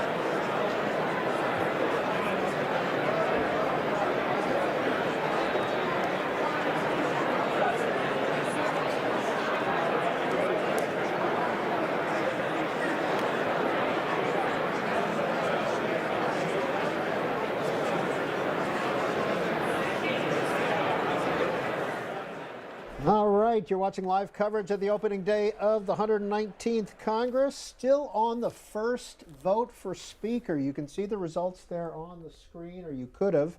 It was 216 for Mike Johnson, 215 for Representative Jeffries.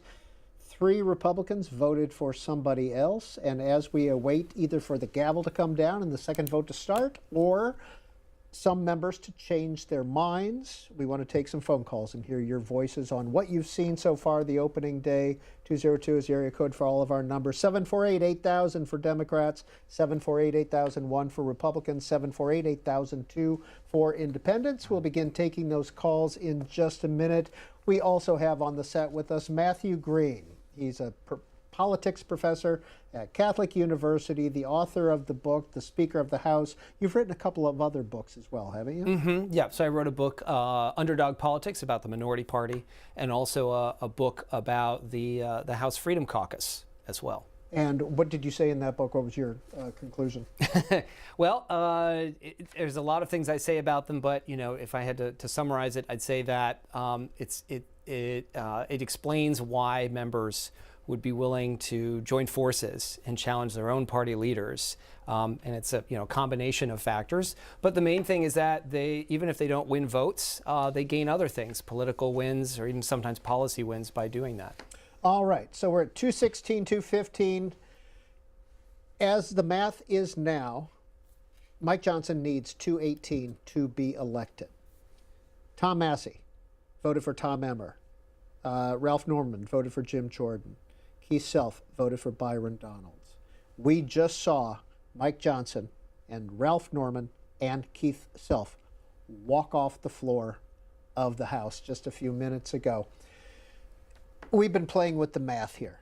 All right, what's the latest scenario that you came up with? So remember that to be Speaker, you need more votes than anyone else, which is what Johnson has. But you also need an absolute majority of all the votes cast for a named individual.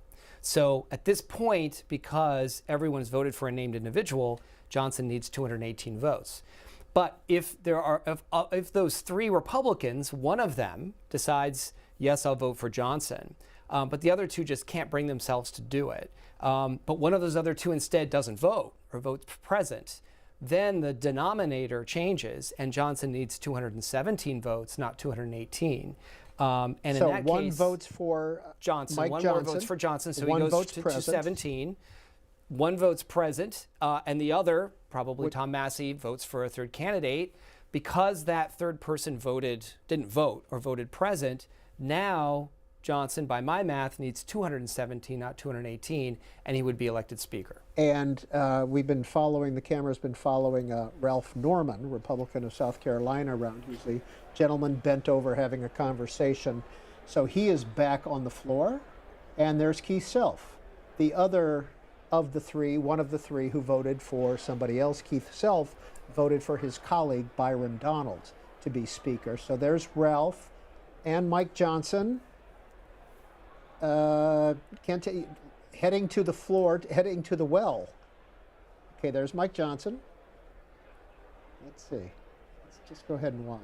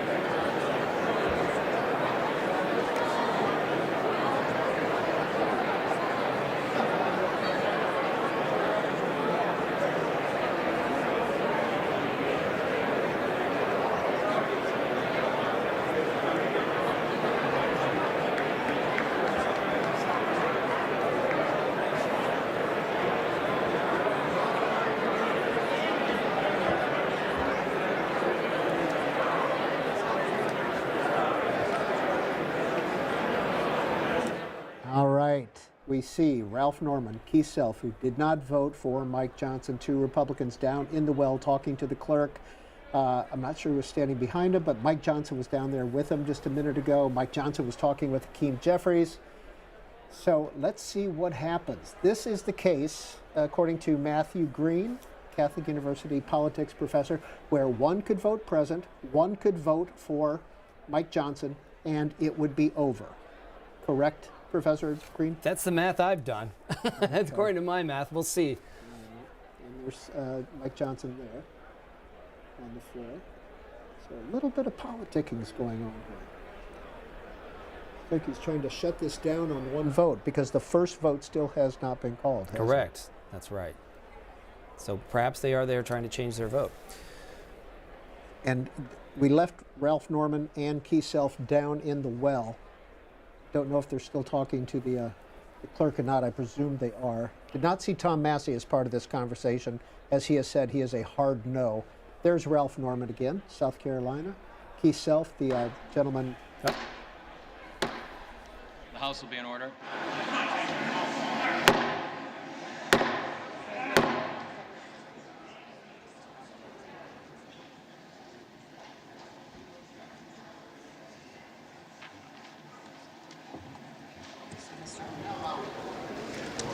Mr. Norman is recorded as Jordan.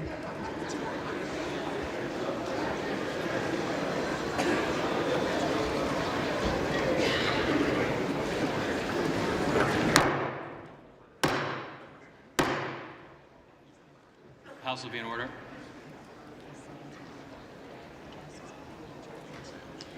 Mr. Norman, Johnson.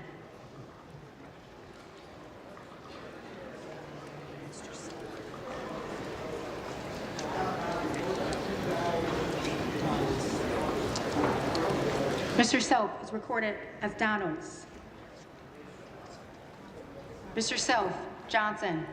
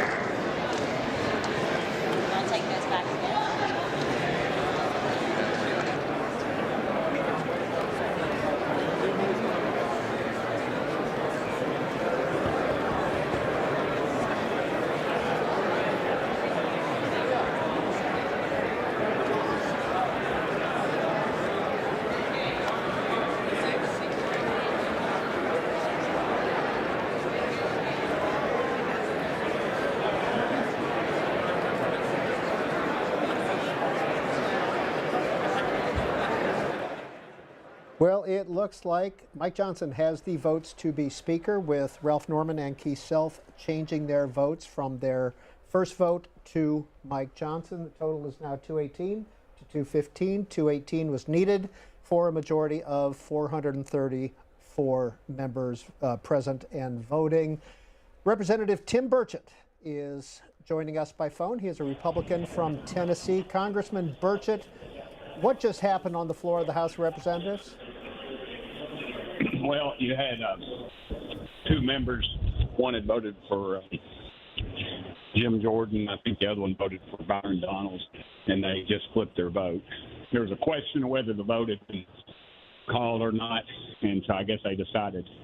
The parliamentarian said they had not called the votes, but now Speaker Johnson is Speaker Johnson once again. On the first vote, we saw Mike Johnson, Keith Self, and Ralph Norman walk off the floor together in a trio. What was that conversation about? Do you know, Mr. Burchett? I would say it was where they wanted to be philosophically, and what they needed to get that vote. Now, you were on the list of questionables for Mike Johnson. I hate to characterize you, okay. but No. is that a fair characterization? That's a very fair characterization. I And prayed you, about it, and I figured out what I needed to do. why did you support Mike Johnson on the first ballot? Because he's never lied to me, and I know where he's at philosophically. We just need to support him more in the conservative causes. And I think he's going to be a great speaker. Tim Burchett, Republican of Tennessee, we appreciate your spending a minute with us. The House is back in session. Of which the Honorable Mike Johnson of the state of Louisiana has received 218.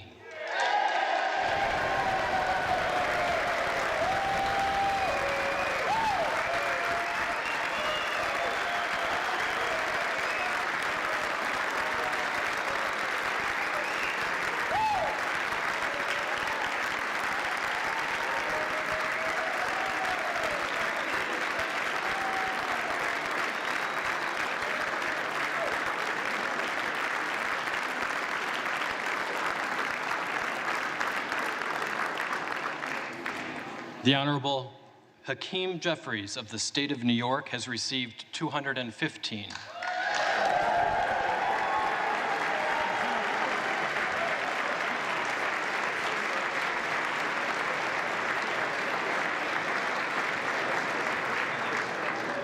And the Honorable Tom Emmer of the state of Minnesota has received 1.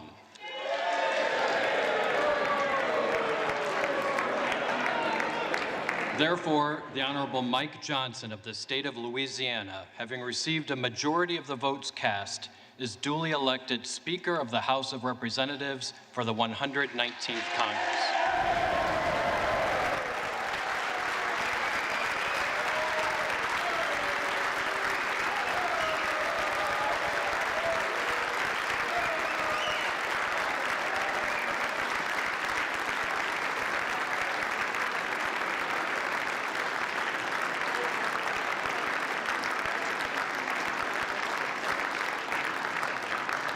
The clerk appoints the following committee to escort the Speaker-elect to the chair. The gentleman from Louisiana, Mr. Scalise. The gentleman from New York, Mr. Jeffries. The gentleman from Minnesota, Mr. Emmer. The gentlewoman from Massachusetts, Ms. Clark. The gentlewoman from Michigan, Mrs. McLean. The gentleman from California, Mr. Aguilar. The gentleman from North Carolina, Mr. Hudson. The gentleman from California, Mr. Liu. The gentleman from Oklahoma, Mr. Hearn. The gentleman from Colorado, Mr. Neguse. The gentleman from Utah, Mr. Moore. The gentlewoman from Washington, Ms. Delbene. The gentlewoman from Indiana, Mrs. Houchin. The gentleman from New York, Mr. Morelli. The gentleman from Pennsylvania, Mr. Reschenthaler. The gentlewoman from Michigan, Mrs. Dingell. And the members of the Louisiana delegation, Mr. Higgins, Ms. Letlow, Mr. Carter, and Mr. Fields. The committee will retire from the chamber to escort the Speaker-elect to the chair.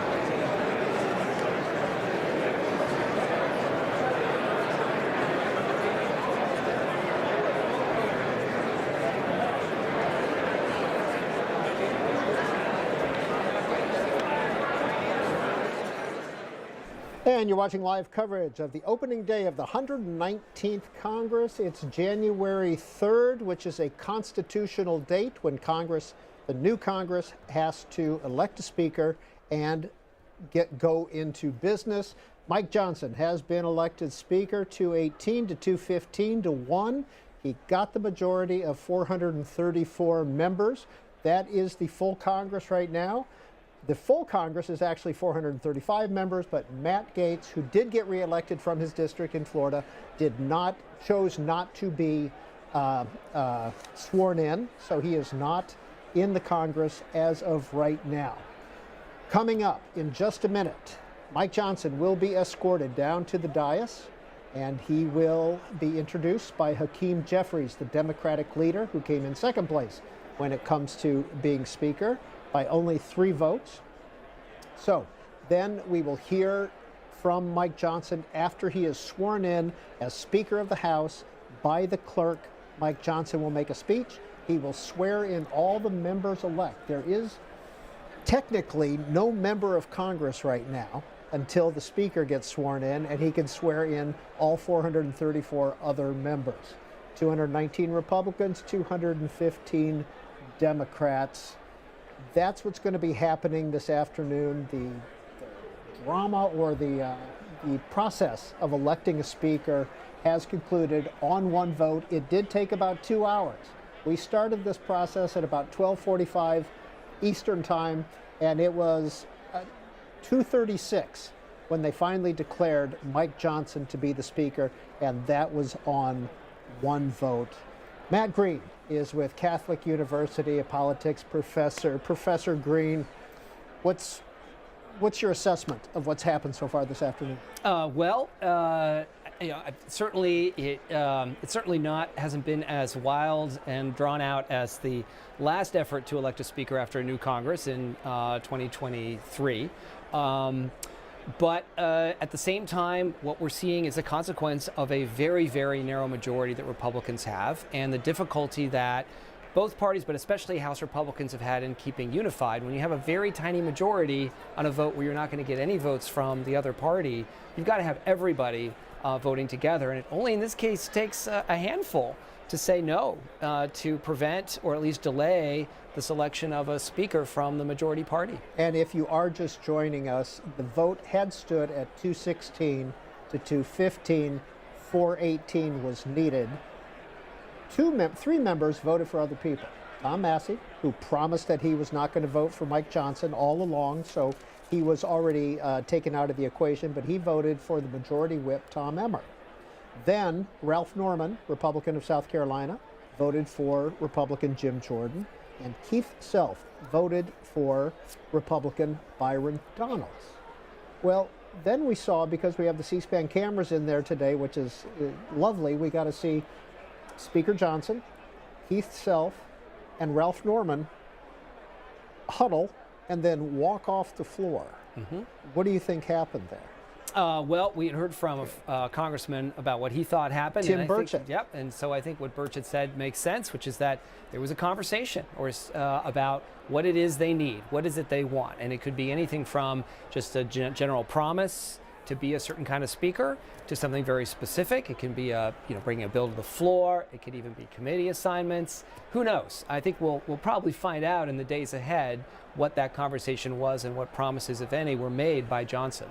But Ralph Norman and Keith Self had to walk down to the well, didn't they, to change their votes publicly? Right, and that's a very important point, because we also had, I think, 7 Republicans choose not to vote at all. When their name first came up, which meant they would be called again. And so when their names were called again, they then said, I'll vote for Speaker Johnson. But because those 3 had voted, well, 2 of the 3, Massey never changed his vote, but the other 2 voted for a named candidate, they needed to go to the well and ask the clerk to change their vote, which is in some ways just a routine process. But if you watching on C-SPAN, they had to walk down, the clerk had to say what their names were, how they originally voted, how they were going to change their vote. So it takes a bit more of an effort, and that's why Johnson had to go to the back room and have a conversation with them. I remember, and maybe you are too young to remember this, but it was in '94, I believe it was. Bill Clinton was president, Marjorie Margolis Mizvinsky, cast a vote on a budget tax bill. And she was basically sent down. They left, the Democrats were in control. They left the floor open, and she had to walk down to change her vote, and did not win re-election after she changed her vote in support of this tax bill. So it's a very public way to cast a vote, isn't it? It is a public way, yeah. So that was that 1993 budget vote, and when she voted for the bill as a whole, after waiting a long time as a holdout, the Republicans basically chanted, bye-bye. You're leaving after the next election. You do remember that. Right. So these two Republicans who switched their vote, they may have made their party in the House happy, the conference happy, but if they have constituents who didn't want them to vote for Johnson, they're going to have to explain why they chose to go to the well and actually change their vote. And so that's why, I think you generally don't want to do that if you can avoid it, because it does put a great deal of attention, a spotlight on why you chose to change your vote. And both Keith Self and Ralph Norman, as well as Tom Massey, at least historically, are from very, very safe districts. Yes, but the politics that we have now, safe means safe from the other party, but not necessarily safe in a primary election. So that is where you still have to worry as an incumbent that you could lose re-election. Who was the longest serving speaker? Do you know offhand? The longest serving speaker was Sam Rayburn, who first became speaker in 1941 and then served off and on until his death in 1961. Democrat, Texas. Democrat from Texas. What was his special power? What was his ability? Well, he had a lot of special powers, but he was a very good fit for the nature of the House and the Democratic caucus at the time. He was very good at negotiating. He was very good at sort of balancing the different wings of his party. He had a northern liberal wing and a southern conservative wing. Part of that was discussions and conversation. Part of it was making sure that the southern wing had sufficient influence in terms of sitting on committees and being chairs of committees. It also meant keeping certain things off the House floor that would divide his party, particularly civil rights, until, not in his entire speakership, but for much of his speakership, trying to avoid the kind of public fights that would divide the party and give the minority Republicans leverage. There was a speaker in the 1920s who was married to Alice Roosevelt Long. Mm-hmm. Joseph Long. Mm-hmm. Buildings named after him, right? Nicholas Longworth. Nicholas Longworth, right. Yes. Was he an impactful speaker? He was. He didn't serve as long as folks like Rayburn, or I should mention also Pelosi, also served as speaker for quite a long time. But in terms of his ability to govern the House, he was fairly adept at it. He also, interestingly, was part of negotiations for a protracted battle for speaker in the 1920s. Not his race for speaker, but for, I believe it was Gillette was the Republican nominee, and there were a progressive bloc in the Republican conference who didn't want to vote for him. So he was part of the negotiations to try to get them successfully to vote for the Republican nominee. Well, there are 3 House buildings on the other side of the Capitol. We've talked about Mr. Rayburn. He has a building named after him, Mr. Longworth, and then Mr. Cannon. We'll find out about Mr. Cannon a little bit later.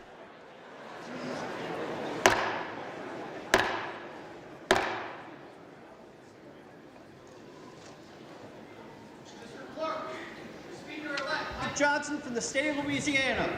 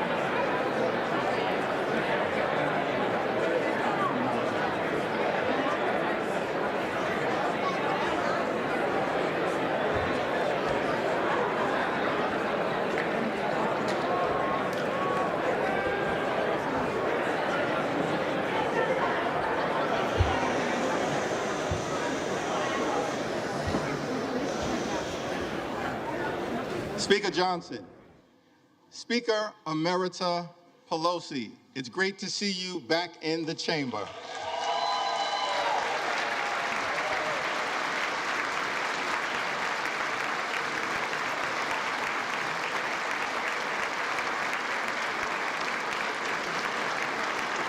Whip Clark, Chairman Aguilar, thank you for your kind and generous words of nomination.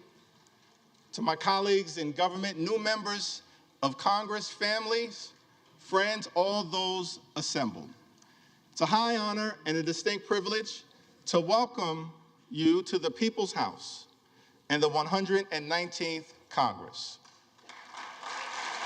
The Bible teaches us in Ecclesiastes, the 3rd chapter, 1st verse, that for everything there is a season and a time for every matter under heaven. It's fair to say that in a democracy, there's a time to campaign and a time to govern. The election is over. This is a new Congress.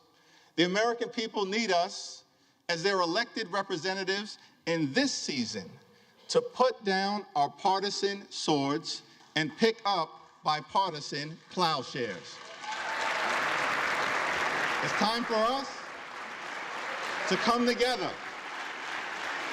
not as Democrats or Republicans, but as Americans, to get things done for the people. In that spirit, House Democrats will work hard to find bipartisan common ground with our Republican colleagues in the incoming administration on any issue, whenever and wherever possible, in order to make life better for everyday Americans. For far too long in this country, the cost of living has gone up, but the size of the middle class has come down. Housing costs are too high. Grocery costs are too high. Childcare costs are too high. Insurance costs are too high. Utility costs are too high. America is too expensive. There are far too many people in this great country who for decades have been struggling to live paycheck to paycheck. That is not acceptable in the wealthiest country in the history of the world. We need to build an affordable economy for hard-working American taxpayers, and we need to build it now. It's time for us to come together and finally lower the high cost of living in the United States of America once and for all.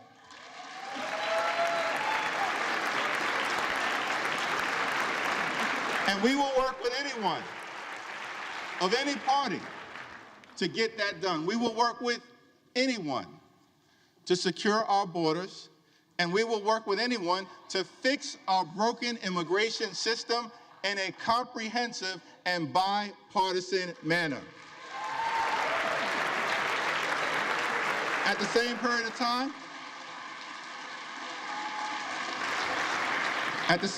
time, we will push back against far-right extremism whenever necessary. So let me be clear. Social Security and Medicare are not entitlement programs. They are earned benefits. Hard-working American taxpayers pay in to Social Security and Medicare every day, every week, every month, every year throughout their entire adult life.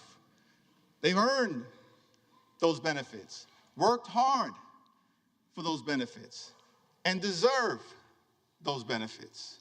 So as Democrats, our promise to the American people is that we will fight hard to make sure that no one in this town takes away Social Security or Medicare from the American people. Not now, not ever.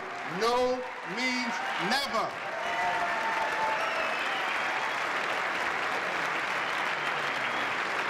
Our position is that it is not acceptable to cut Social Security, cut Medicare, cut Medicaid, cut veterans' benefits, or cut nutritional assistance from children and families in order to pay for massive tax breaks for billionaires and wealthy corporations. House Democrats will fight hard to protect working class Americans and the things that matter to them, not the wealthy, the well-off, and the well-connected. Keep your hands off Social Security and Medicare.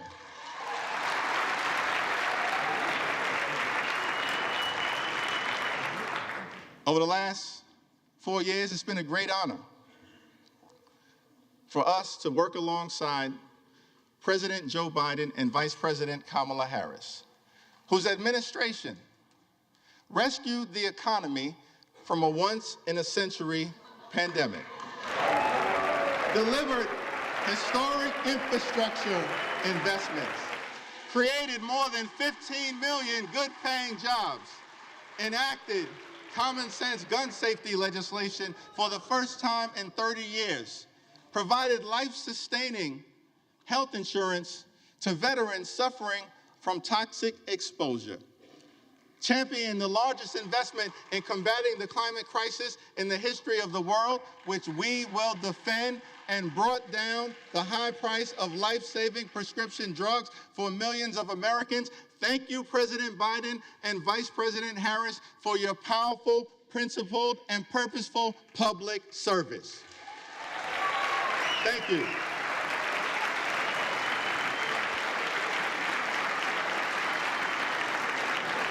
Two months ago, the American people elected Donald Trump as the 47th President of the United States of America.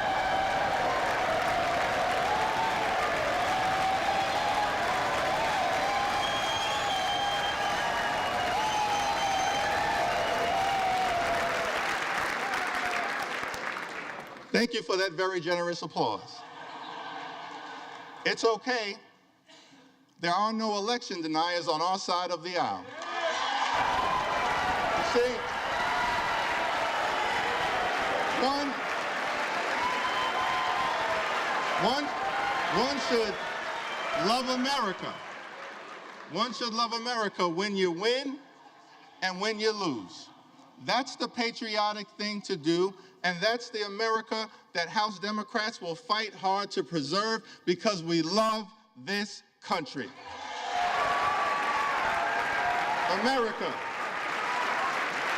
is bigger than any one campaign, any one election, or any one individual. America, the land of the free and the home of the brave. Let us never forget that our country is free, not simply because we are strong. America is strong because we are free. That freedom is now under assault.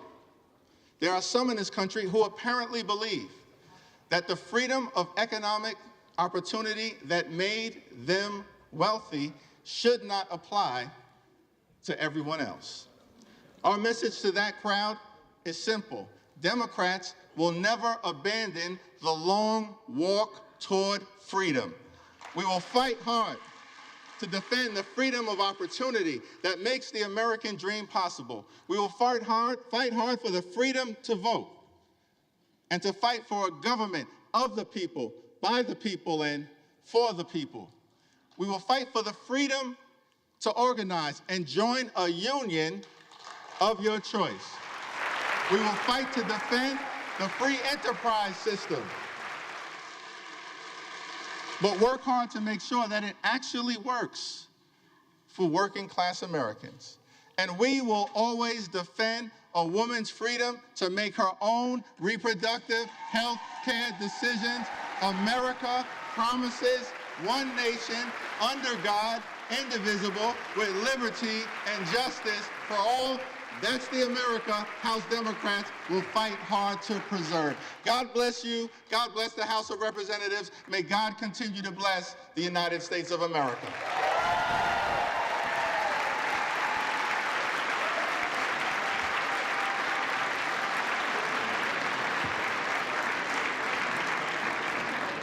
It is now my responsibility to present the gavel to the gentleman from the great state of Louisiana, the son of a firefighter, a God-fearing man, a husband, and a loving father of four, the 56th Speaker of the United States House of Representatives, the Honorable Mike Johnson.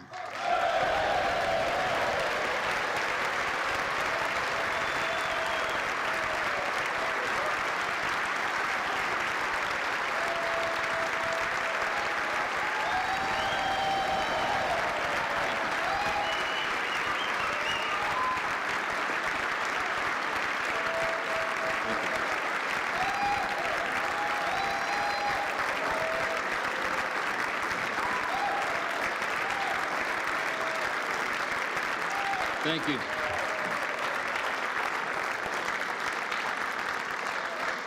Thank you so much. Thank you, Leader Jeffries, all of our treasured colleagues here in the House. I'm grateful for this nomination. I'm grateful for this election, for the confidence this chamber has placed in me. It is the great honor of my life to serve this body with all of you. Of course, these are difficult days in our home state of Louisiana, where I come from. We all know about the terrorist attack in New Orleans, and it's really shaken our state. People are reeling from that attack. It took the lives of 14 innocent people, and it injured dozens more. And I wanted to begin appropriately today. If we could, I'd ask you all to join me in a moment of silence for the victims of this horrific act.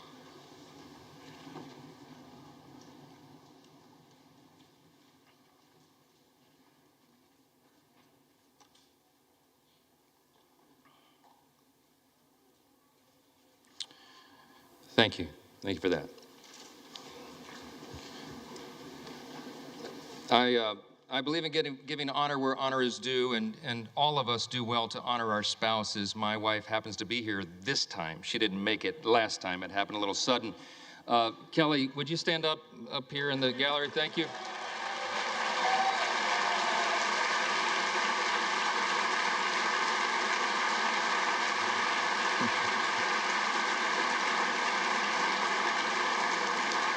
And we have our four children here, Hannah, Abby, Jack, and Will. We all stand up just really quickly. Come on.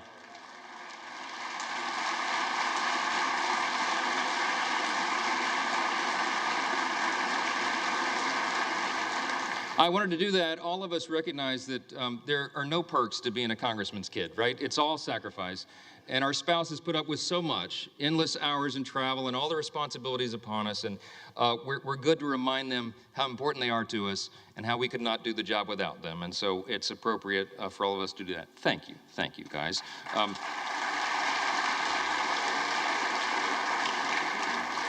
This is a momentous time in the history of our nation. It really is. And as members of the 119th Congress, we are stewards of the great American Revolution that began almost exactly now 250 years ago, 1775 and 1776.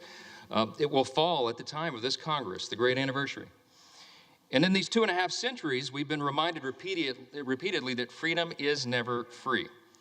And we have stood tall as the greatest nation on the face of the earth. It is without debate. We are the freest, the most powerful, most benevolent nation that has ever been in the history of the world. And it's not by happenstance. We're the ones who settled the West. We're the ones who ended slavery, who laid the transcontinental railroad, who gave women the right to vote, who won 2 world wars, who landed on the moon, and who won the Cold War. Throughout our history, we have done what no one thought was possible. And still, at 250 years old, our nation is actually a young nation. This past fall, I had opportunity to go to the G7 speakers meeting. It was held in Italy. It's the only international trip I took as speaker over the last 14 months because I didn't have time to do it, but it was a quick 3-day jaunt, and met with my colleagues, the speakers of the other parliaments, the great governments around the world. And we talked about that, how really special America is, how unique we are in our place on the globe, and how important it is for us to maintain that. And as I talked to these colleagues from around the world, I thought, our closest allies, who recognize how important we are, how important this body, this House is. I thought about how is it that such a young country has become so exceptional, so singular in its importance, that today stands as the world's leader in liberty and the economy and culture.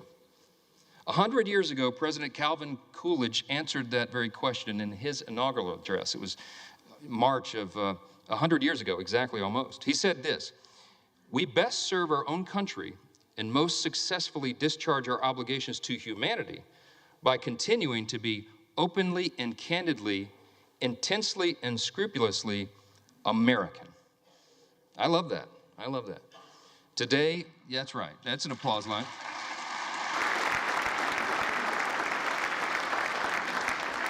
Today, my friends, our nation is the envy of the world. Why?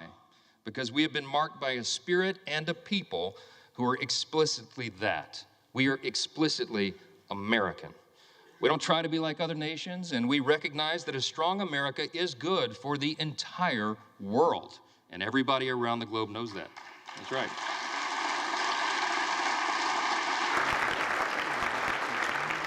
We also recognize that the core principles that made America what we are must still be preserved today. The principles, I call them the 7 core principles of American conservatism, but it's really the 7 core principles of the nation itself. Individual freedom, limited government, the rule of law, peace through strength, fiscal responsibility, free markets, human dignity. These are the ingredients, the things that made us who we are. And in America, we know that human flourishing is best achieved by adherence to time-tested truths. We could list a number of those simple truths. Here's a couple. It's better to give a hand up than a hand out. That innovation thrives when bureaucracy dies.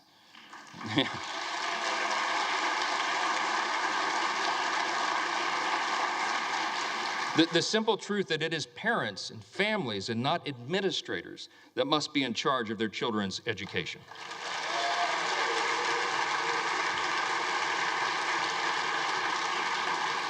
The path of prosperity has long been paved with policies that put America and Americans first. And that is what we will champion in the 119th Congress.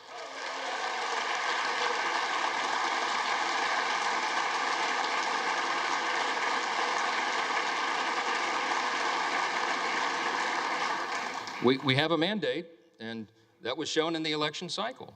The people want an America First agenda. They do. Sadly, for the past 4 years of divided government, too many politicians in Washington have done the opposite. Open borders and overregulation have destroyed our cities and stifled innovation. Inflation and weak leadership have left Americans poorer, and they have placed our country in a perilous position. That's right. But in recent months, we've witnessed something happening, something that's really remarkable, a political moment in our modern history, a groundswell of Americans from every state, race, and religion who now demand that we put the interest of Americans first again, and we will, and we will.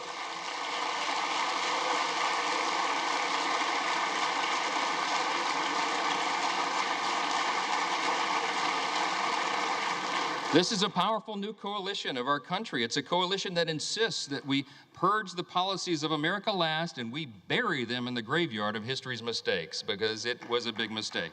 To that end, this Congress will renounce the status quo and we will listen to the voices of the people. We will act quickly and we will start by defending our nation's borders. That's the #1 priority. Yes.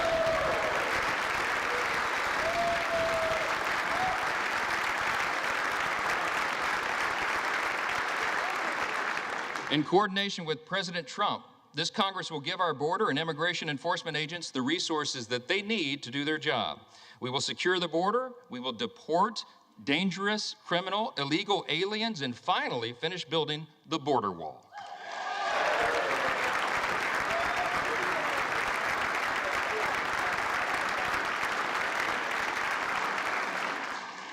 You said you'd work with us on that, Hakeem. I'm counting on it. After 4 years of high inflation, we have a big agenda. We have a lot to do, and we can do it in a bipartisan fashion. We can fight high inflation, and we must. We'll give relief to Americans, and we'll extend the Trump tax cuts.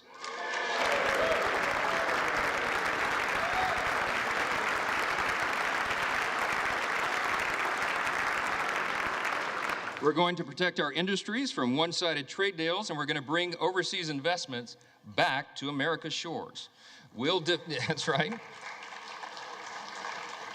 We'll defeat the harmful effects of inflation, and we'll make life affordable again for America's hardworking people.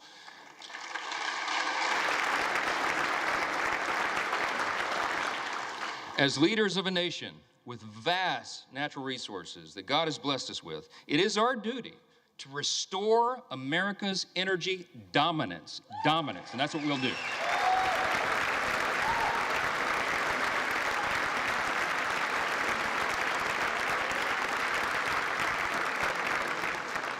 We have to apply common sense. We have to stop the attacks on liquefied natural gas, pass legislation to eliminate the Green New Deal, that funding.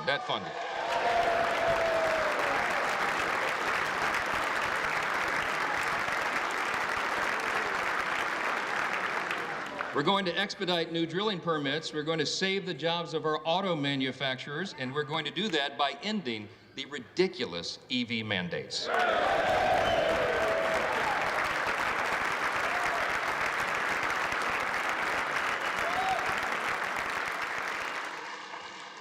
And as heirs to the American Revolution and the descendants of patriots who defied tyranny, in the coming months, we are going to pass legislation to roll back the totalitarian fourth branch of government known as the administrative state.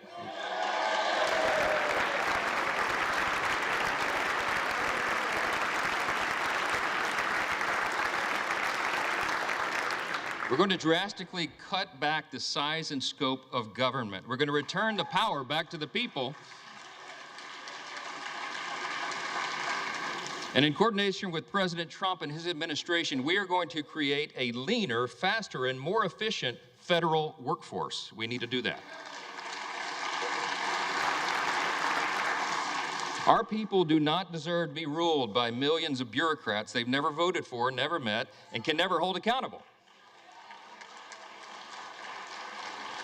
They deserve a government that is led by those they've elected to lead. That is how Article 1 is supposed to work. That was the idea of the Congress, and we will return to that principle. The American people have called on us to reject business as usual and throw out the status quo. We must and we will heed their call.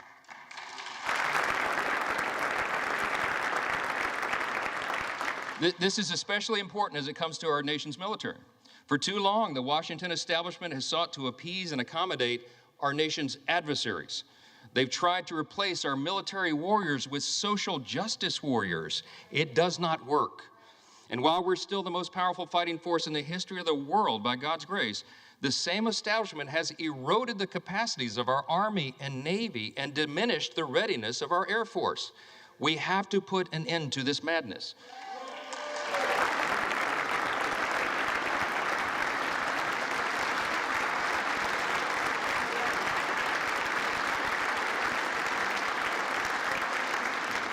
My friends and my colleagues, I think we should all unite in this idea. It is time now to reinstate fear in our enemies, refocus our mission on lethality, and realign our commitment to peace through strength right now.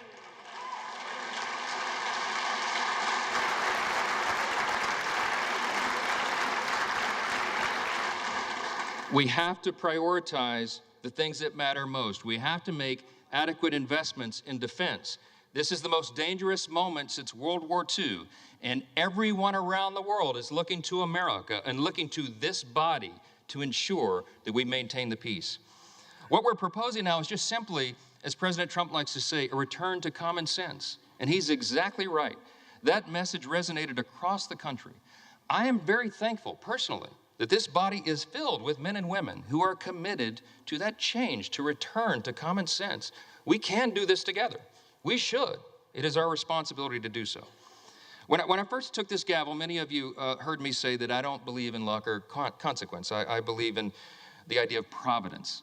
And this morning, I participated with many of you early this morning in the 119th Congress Interfaith Prayer Service. It was held at St. Peter's Catholic Church. Many of you were there. It was an ecumenical service and a bipartisan service, which was great. My good friend Hakeem Jeffries began by reading with the Old Testament. He read out of Deuteronomy 10. And then I was asked to provide a prayer for the nation. I offered one that is quite familiar to historians and probably many of us. It said right here in the program, it says right under my name, "It is said each day of his 8 years of the presidency and every day thereafter until his death, President Thomas Jefferson recited this prayer." I wanted to share it with you here at the end of my remarks, not as a prayer per se right now, but as a reminder of what our third president and the primary author of the Declaration of Independence thought was so important that it should be a daily recitation. Let me just read you that prayer. It goes like this. Thomas Jefferson's Prayer for the Nation, it's entitled. "Almighty God, who has given us this good land for our heritage, we humbly beseech thee that we may always prove ourselves a people mindful of thy favor and glad to do thy will. Bless our land with honorable ministry, sound learning, and pure manners. Save us from violence, discord, and confusion, from pride and arrogance, and from every evil way.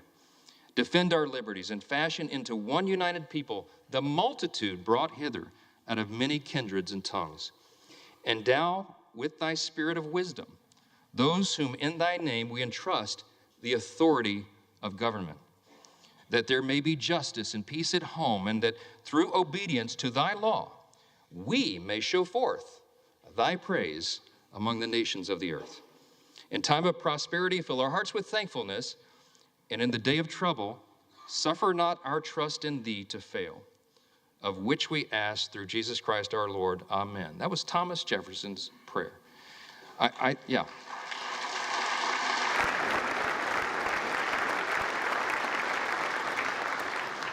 Suffer not our trust in thee to fail. We will not fail. We cannot fail. We are all in this together. Our nation is counting on us to band together and solve these problems and get this done. I've said before that I believe God has elevated each one of you, that's just my belief, to your positions of leadership. And it's an act of providence that you've all been placed in your specific roles in this specific moment at this historic time, at the 250-year inflection point of the greatest nation in the history of the world. It is no small thing. We're also witnesses to the providence that spared our incoming president, President Trump, from the assassin's bullet, remarkable as that was, and to the new coalition of Americans that has risen from every creed, color, and cul-de-sac who want us to put America first. Our people are asking for a thriving economy and a rebuilt middle class and strong borders and a strong military, and we can deliver that. See, these objectives and these aims don't have an R or a D behind them. They have a USA. That's what we're about.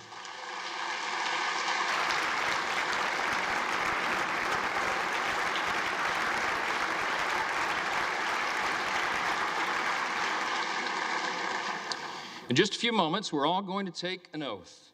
It is the same one oath for one nation and under the banner of one great American flag. This is an opportunity for us to protect our shared American heritage, to maintain the conditions needed for self-government, and to defend what Hakeem said earlier, the rights to life, liberty, and the pursuit of happiness. Working together, we have the potential to be one of the most consequential Congresses in the history of this great nation, so long as we work together, we do the right thing, and we put America first. As we think about all we've accomplished in the past 250 years, we can only imagine what life will be like 250 years from now. Whatever the future may look like, if we do our jobs now, we can help ensure that our civic virtues will endure. that this nation will still be an example to all the world for its greatness and its example of self-government, and that in spite of our great challenges and even our disagreements and our healthy debates, this extraordinary institution, the People's House, will still be standing strong. Thank you all so much, and God bless America.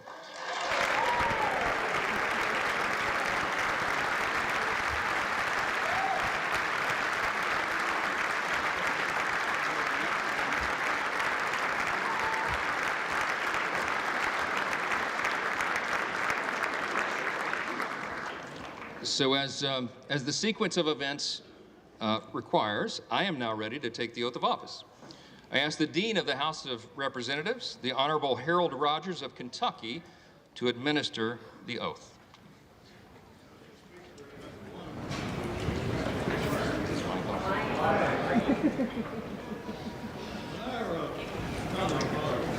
Hold just a second, Dean. We don't have the microphone on yet.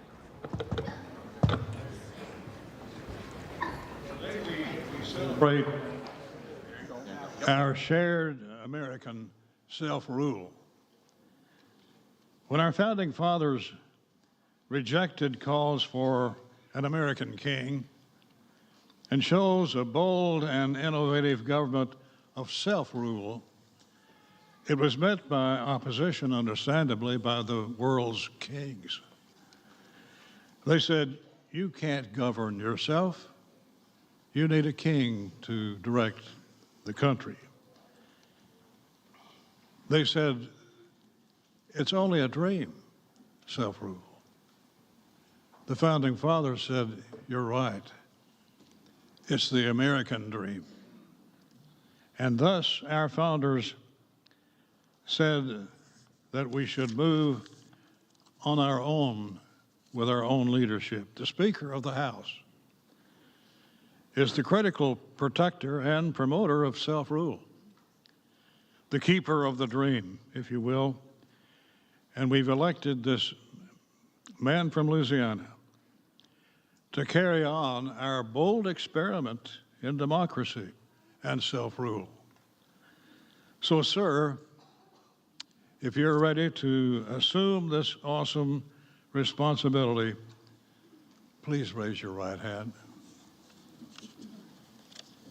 Do you solemnly swear that you will support and defend the Constitution of the United States against all enemies, foreign and domestic, that you will bear true faith and allegiance to the same, that you take this obligation freely, that you take this obligation without any mental reservation or purpose of evasion, and that you will well and faithfully discharge the duties of the office on which you're about to enter, so help you God? I do. Congratulations, Mr. Speaker. Well done. Thank you.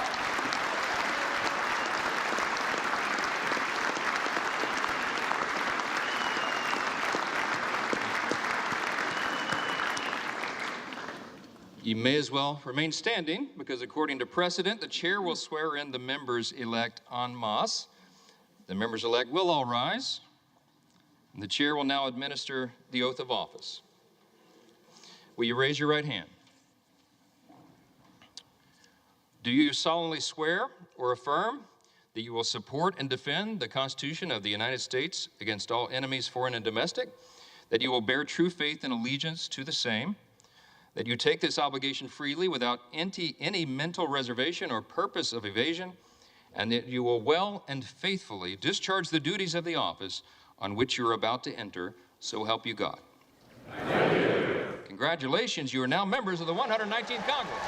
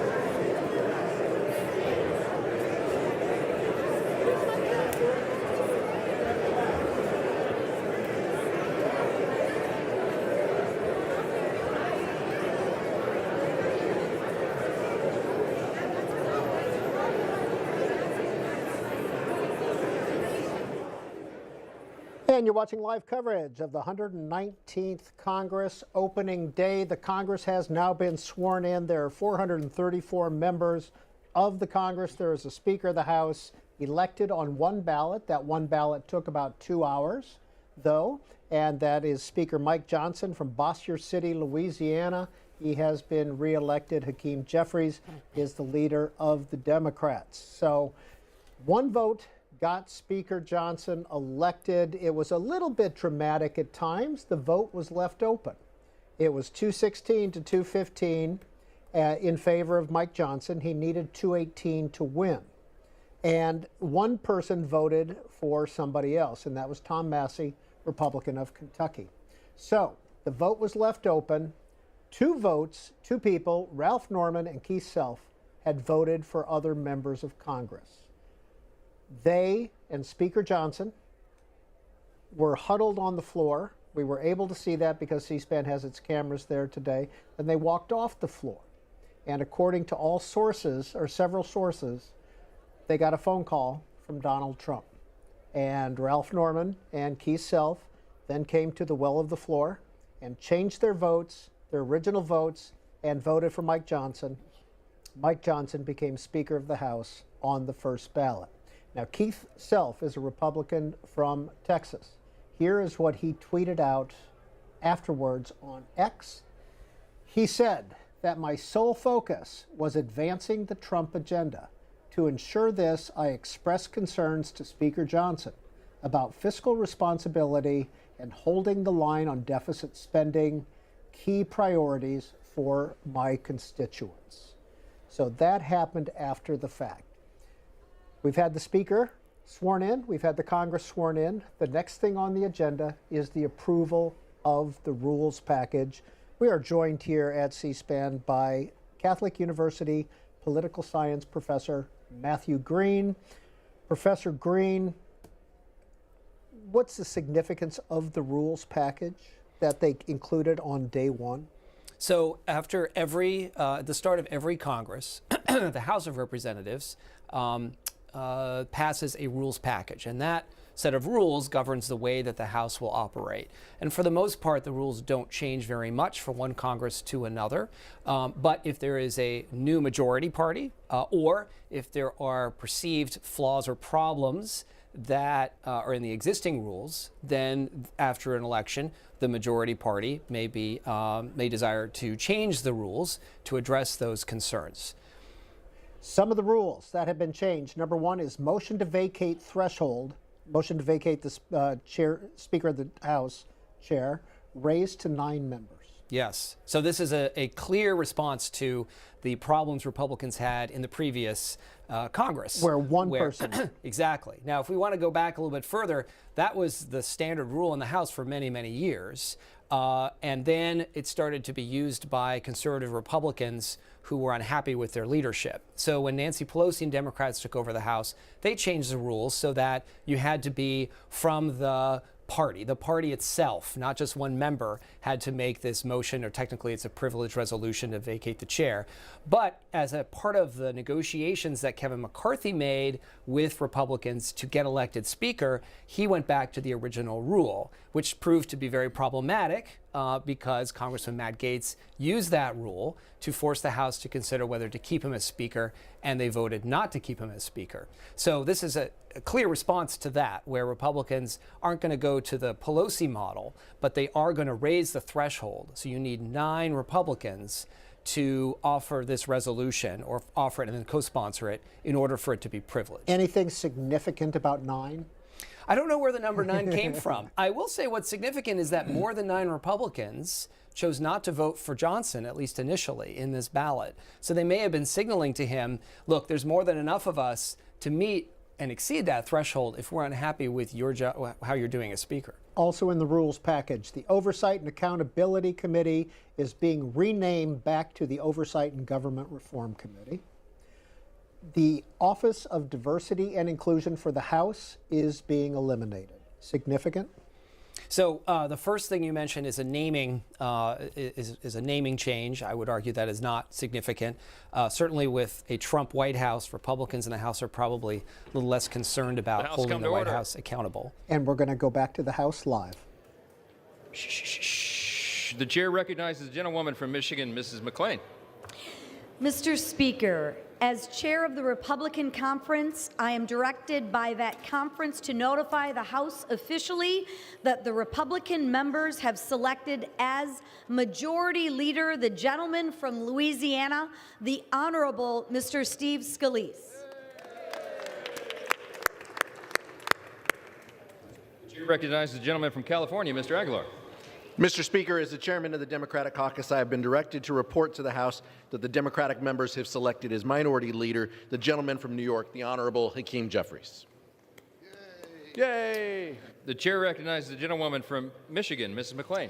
Mr. Speaker, as chair of the Republican Conference, I am directed by that conference to notify the House officially that the Republican members have elected as Majority Whip the gentleman from Minnesota, the Honorable Tom Emmer. The chair recognizes the gentleman from California, Mr. Aguilar. Mr. Speaker, as the chairman of the Democratic Caucus, I have been directed to report to the House that the Democratic members have selected as Minority Whip the gentlewoman from Massachusetts, the Honorable Catherine Clark. The chair recognizes the gentlewoman from Michigan, Mrs. McClain. Mr. Speaker, I offer a privilege resolution and ask for its immediate consideration. The clerk will report the resolution. House Resolution 1, resolved that Kevin McCumber of the state of Illinois be and is hereby chosen Clerk of the House of Representatives, that William McFarland of the state of Maryland be and is hereby chosen Sergeant-at-Arms of the House of Representatives, and that Catherine Spindor of the Commonwealth of Virginia be and is hereby chosen Chief Administrative Officer of the House of Representatives. The gentlewoman from Michigan. Speaker, I yield to the gentleman from California, Mr. Aguilar, for the purpose of offering an amendment. Mr. Speaker, I offer an amendment to the resolution offered by the gentlewoman from Michigan. The clerk will report the amendment. Amendment offered by Mr. Aguilar of California, that Jamie Harrison of the state of South Carolina be and is hereby chosen Clerk of the House of Representatives, that Becky Cornell of the state of New York be and is hereby chosen Sergeant-at-Arms of the House of Representatives, and that Brooks Scannell of the state of Massachusetts be and is hereby chosen Chief Administrative Officer of the House of Representatives. The question is on the amendment offered by the gentleman from California. Those in favor say aye. Those opposed? No. The noes have it. The amendment is not agreed to. The question is on the resolution offered by the gentlewoman from Michigan. All those in favor say aye. Those opposed? No. The ayes have it. The resolution is agreed to, and without objection, the motion to reconsider is laid on the table. Pursuant to the provisions of Section 208A of the Legislative Reorganization Act of 1946, the chair appoints Reverend Dr. Margaret Gruen Kibben of the Commonwealth of Pennsylvania to act as and to exercise the duties of the chaplain of the House of Representatives effective today. The chair will now swear in the officers of the House.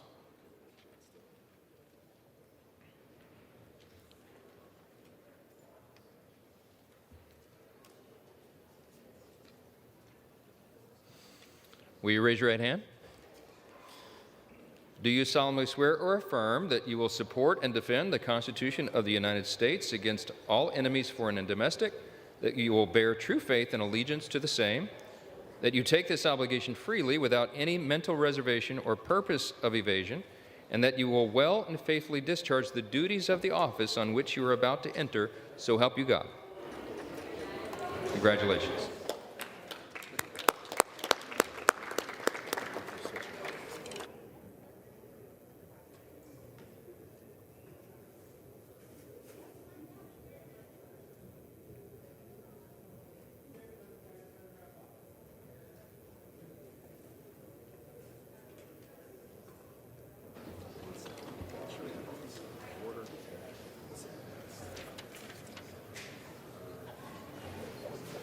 Here.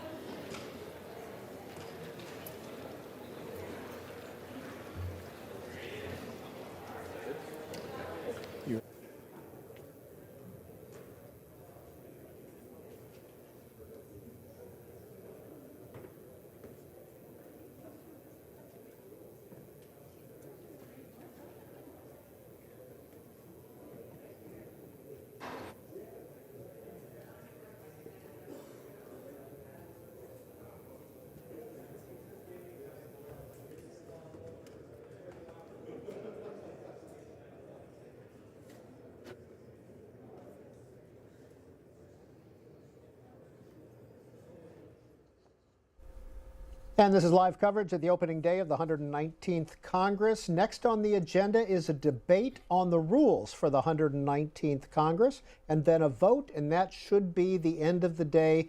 There may be some 1-minute speeches, etc., at the end of the day, but we do want to let you know that Donald Trump has tweeted out that congratulations to Speaker Mike Johnson for receiving an unprecedented vote of confidence in Congress. Mike will be a great speaker, and our country will be the beneficiary. The people of America have waited 4 years for common sense, strength, and leadership. They get it now, and America will be greater than ever before. Debate on the House rules. Representative from the state of Louisiana has been elected Speaker, and that Kevin McCumber, a citizen of the state of Illinois, has been elected Clerk of the House of Representatives of the 119th Congress. Without objection, the resolution is agreed to, and the motion to reconsider is laid on the table. For what purpose does the gentleman from Louisiana seek recognition? For a privileged resolution and ask for its immediate consideration. The clerk will report the resolution. House Resolution 3, resolved that a committee of 2 members be appointed by the Speaker on the part of the House of Representatives to join with a committee on the part of the Senate to notify the President of the United States that a quorum of each House has assembled and Congress is ready to receive any communication that he may be pleased to make. Without objection, the resolution is agreed to, and the motion to reconsider is laid on the table.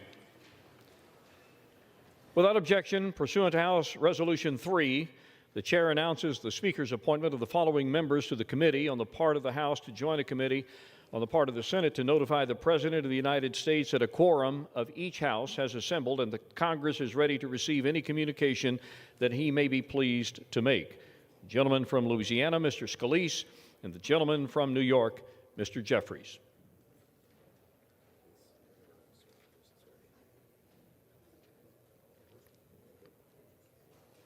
For what purpose does the gentleman from Kentucky, Mr. Rogers, seek recognition? Mr. Speaker, I offer a privileged resolution and ask for its immediate consideration. The clerk will report the resolution. House Resolution 4, resolved that the clerk be instructed to inform the President of the United States that the House of Representatives has elected Mike Johnson, a representative from the state of Louisiana, as Speaker, and Kevin McCumber, a citizen of the state of Illinois, as Clerk of the House of Representatives of the 119th Congress. Without objection, the resolution is agreed to, and the motion to reconsider is laid on the table.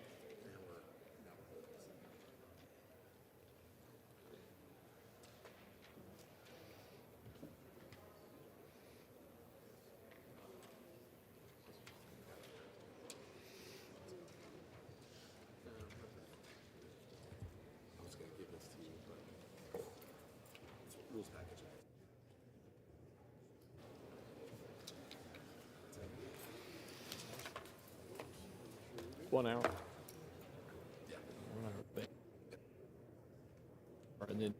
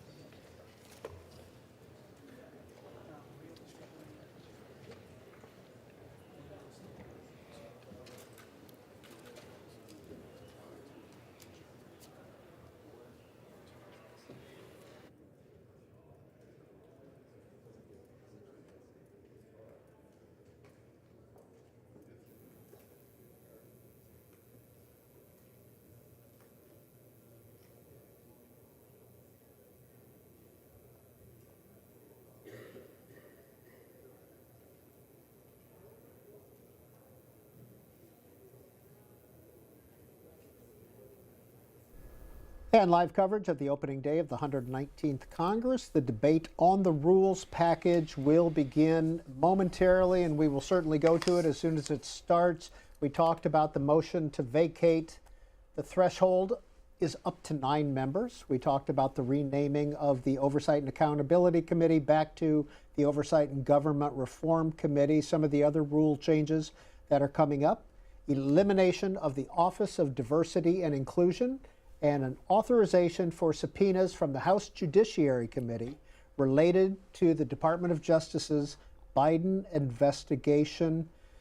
Matthew Green is a professor of politics at Catholic University here in Washington, D.C. He is with us. Professor Green, the DEI elimination and the subpoenas elimination, are those significant rule changes? I guess it depends on your perspective. I think the DEI certainly reflects the view of the Republican Party at large. We're skeptical of DEI initiatives. So, whether that is a good or bad thing, I think it's not surprising that the Republicans would do that. As far as the DOJ, this certainly suggests that the House Republicans are going to continue their investigation into Biden, the Biden family, how the Biden family was investigated. Whether that's sustained or not is unclear, because technically Republicans have majority in the House, majority in the Senate, and the White House. And so whether they want to focus on that as opposed to other issues that might be important to the Republican Party with unified control government, it's hard to say. When we were talking during the break, you mentioned that there was another rule about privileged resolutions that was significant to you. What was that? Right. So one of these rules changes is that instead of one member being able to offer a privileged resolution to vacate the chair, or a motion to vacate as people call it, that threshold's been raised to 9. But in addition, it only applies to members of the majority party, meaning it's before any member, Republican, Democrat, could offer a privileged resolution to vacate the chair, and it would be privileged. It would have to come to the floor. But this new rule says only Republicans, because they're the majority party, can offer a privileged resolution. So if 9 Democrats want to remove Johnson, they have to offer a resolution under the regular order, and that resolution would go to a committee where it could be killed or could die. They can't force the House to vote on it. This is the first time, I think, in the history of the House that the ability to remove a speaker under special rules, if you will, or a privileged process, applies only to members of one party. That debate on the rules package will begin momentarily, and that should be the end of business for the House of Representatives today. They will be back on Monday. Monday is a significant day, January 6th as well. What's going to happen Big day. Monday? Well, that is the electoral college votes are counted, and that's when they're tallied up, and then whoever has the most electoral college votes becomes the president of the United States. And does the Speaker have a role in that? So the Speaker does preside over the House during that process, which was why a number of people were concerned that if Johnson did not win this vote today, the House would not be able to proceed with its constitutional duty to count the ballots and determine who the winner was. That probably was not the case, but that's one of the things that made this vote so significant for Speaker. In the counting of the ballots, does the Senate have a role? So the members are there, the House and Senate, and actually it is a bicameral process. So Senate it's not comes just over to the House. Right, exactly, yeah. So there is a formal process, and I believe if I remember correctly, the Vice President is there who's counting the ballots. So Vice President Harris will be presiding over the counting of the ballots.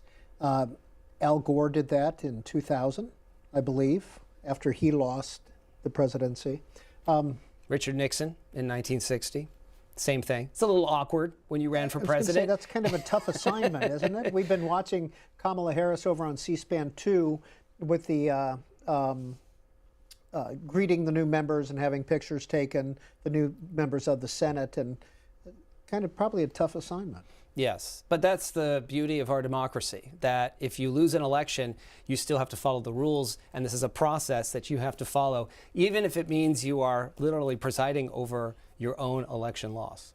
12 new senators, 63 new members of the House of Representatives out of a total of 435 seats, 15% or so. I hope I did my math almost correct, about 15% turnover in the House of Representatives. 33 new Democrats, 30 new Republicans. There are 150 women in the House of Representatives, again, 435 total, which we learned from a reporter earlier is a record. And there's a record number of Republican women. There's also over 100 veterans in the current Congress. So just want to share those tidbits with you as we go. We're going to return to the House of Representatives and the rules package debate to begin momentarily.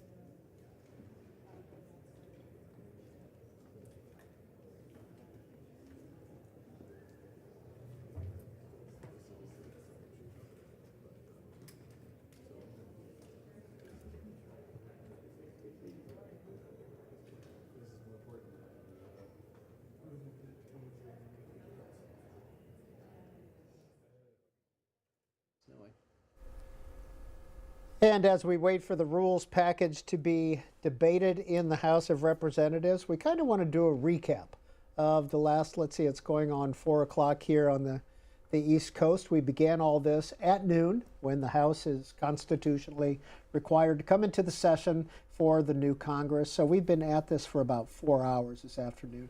House has been doing all the heavy lifting. We've just been adding commentary. And I'm glad you've been with us. And it's always fun on opening day and big events like this when we get to put our own C-SPAN cameras and our own C-SPAN crews on the floor of the House, because then we get some different angles and different shots that you don't always see. And for the most part, the cameras, for the all part, the cameras are controlled by the House of Representatives except on these special days. So we appreciate the Speaker allowing us to put our cameras in there, and I hope you have noticed that we're getting some unique and fun shots.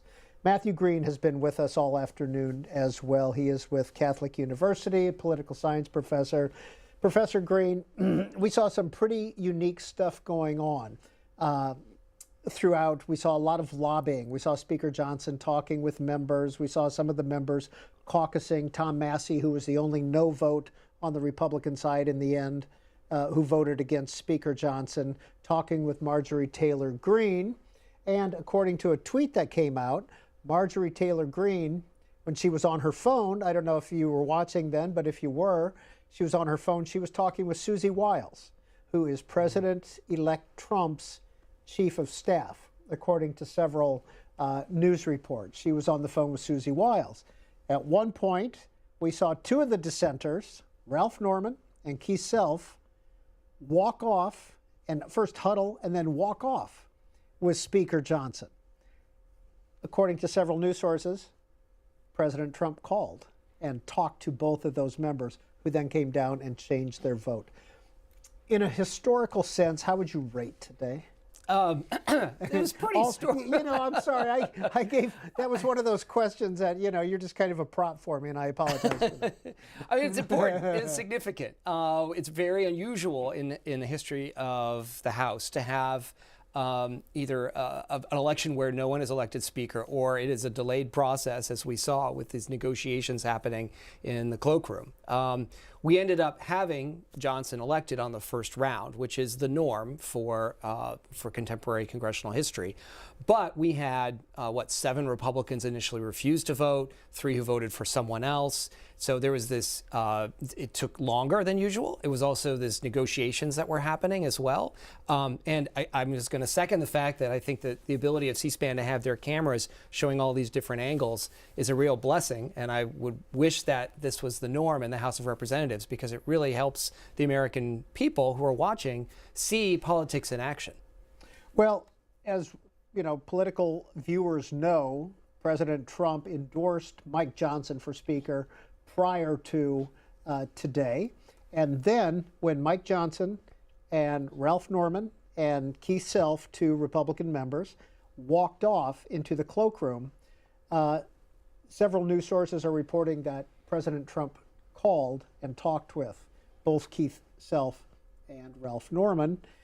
This is after the Speaker election was finally finished. The result was 218 for Speaker Johnson, 215 for Hakeem Jeffries, the Democratic leader, and 1, Tom Massey's vote, for the Republican whip, Tom Emmer of Minnesota. Here is the Truth Social post by Donald Trump. Congratulations to Speaker Mike Johnson for receiving an unprecedented vote of confidence in Congress. Mike will be a great speaker, and our country will be the beneficiary. The people of America have waited 4 years for common sense, strength, and leadership. They'll get it now, and America will be greater than ever before. Professor Green, would it be safe to say that the House of Representatives is the strongest scene or place for the Democrats to push their own agenda? Well, they have a large minority in the House of Representatives. That's right. It's a very, very tiny majority for Republicans. And we heard Congressman Aguilar say earlier on the floor that we have the procedural majority. So in some ways, Democrats will have, because of their size, considerable leverage. But the question is, what is that leverage for? So it may be hard for them to have positive agenda control or positive legislative influence, meaning what they would like to see enacted it may not really happen or not happen very often, but preventing things from happening because House Republicans may be divided, that is more likely. But there could also be these sort of must-pass bills, appropriations bills, things like that. Republicans have to get them enacted. And that's where Democrats might be able to negotiate, at least on the margins, and get some things in those bills that they would want in exchange for their votes. In the first round of voting, well, the only round of voting that we had, several Republicans did not vote at all. We talked about the 3 dissenters who voted for other people, but there were 7, 8 Republicans who did not answer when their names were called. What was their strategy? It's hard to say what they were thinking, but my guess at this point is that they were demonstrating to the Speaker that their votes were needed and that he could not get elected Speaker without their votes. In fact, in theory, if enough of them had chosen not to vote, Jeffries could have been elected Speaker. And they weren't going to let that happen, obviously. But by doing that, they're signaling to the Speaker, we matter, we're important, you need to listen to us. This is a report out by a reporter from ABC. A bleeding Representative Virginia Fox is currently receiving medical attention. Holding her nose as she receives aids, appears to have fallen down marble stairs on the west side of the House. Lots of blood, but officer tells me she's okay. As press is cleared from the area, she is conscious and talking. Virginia Fox, a Republican from North Carolina. She was sitting right behind Lisa McClain when Lisa McClain of Michigan introduced or nominated Mike Johnson. Gray hair, glasses. She's been up there for a long time. Western North Carolina is her home district. Speaking of falling down marble steps, we also saw somebody else on the floor of the House who had fallen down marble steps in Luxembourg. I'm sorry, you're referring Nancy to... Pelosi. Oh, yes, okay. And broke a hip.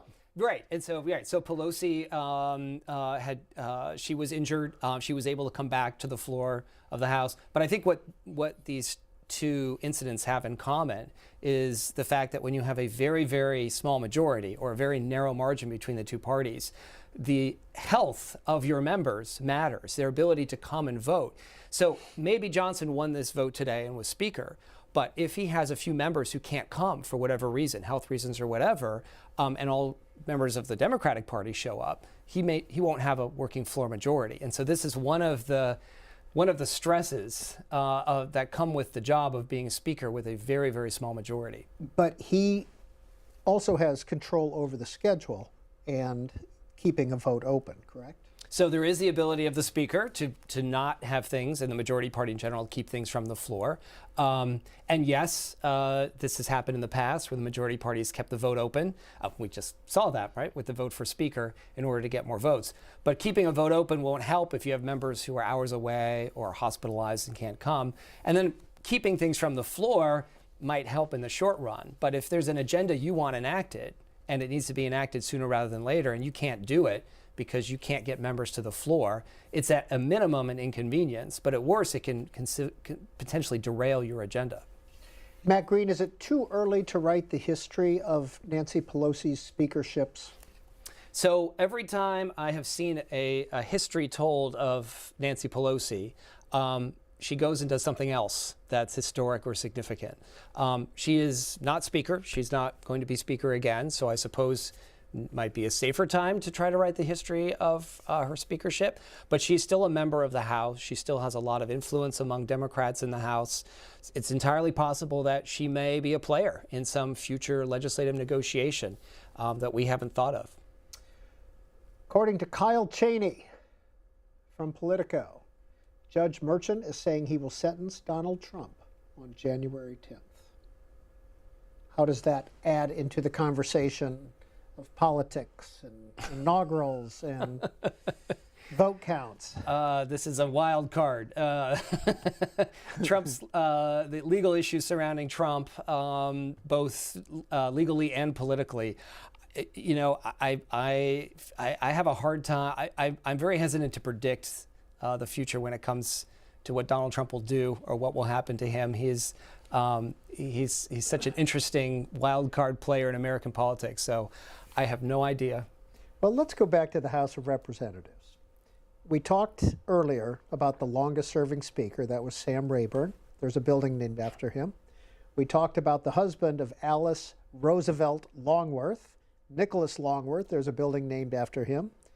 There's a third building on the House side named the Cannon Building. Who is that named after, and how was he as a speaker? So that was named after Joseph Cannon, who was Speaker of the House. He was from Illinois. He served from, I believe, 1903 to 1910 as Speaker, though he'd been a House member before and after, actually. And he was probably one of the, if not the strongest speakers in terms of procedural power that we've had in our history. He controlled the agenda. He determined committee assignments by himself, not with other members. And his sort of iron grip over the House gave him and Republicans a lot of power, but it also became a political liability as Democrats started to call him Czar Cannon and say that he was an autocrat who was keeping things from coming to the floor. And it ended up hurting him among progressives in his party who felt that he was blocking their agenda. And that actually, his speakership was the first one in which the House recognized a privilege resolution to vacate the chair, his ability to remove a chair. He was not removed, but the House did, by a bipartisan vote, weaken his power. He then called for a privilege resolution or a motion to vacate his position as Speaker, which he won, so he remained Speaker. But the Republicans lost majority in the House after 1910, and Democrats deliberately adopted a model of a speakership that was less centralized than the Cannon model. We haven't talked about Speaker Newt Gingrich in a while. Elected in 1994, the Republicans came in 1994. He was Speaker from 95 to 98, something like that. Mm-hmm. What was his impact? His impact was pretty significant, actually.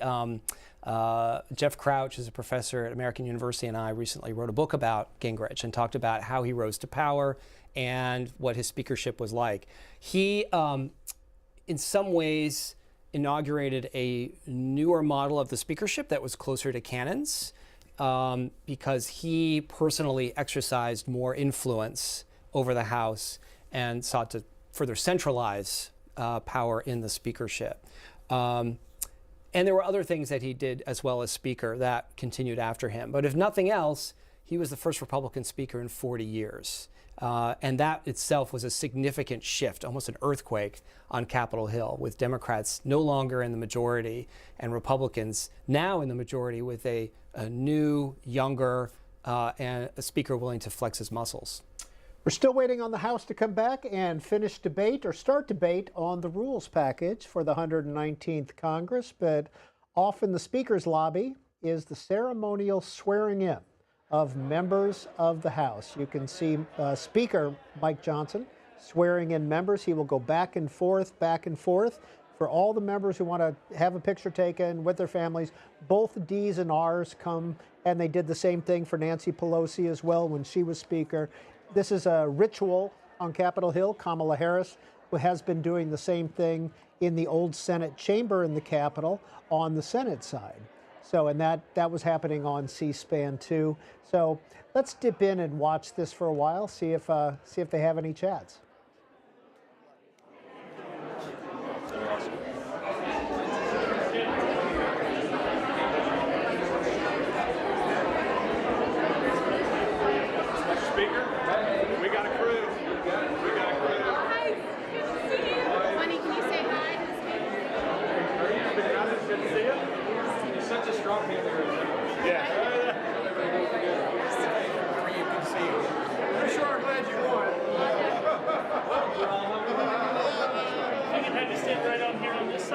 Right there.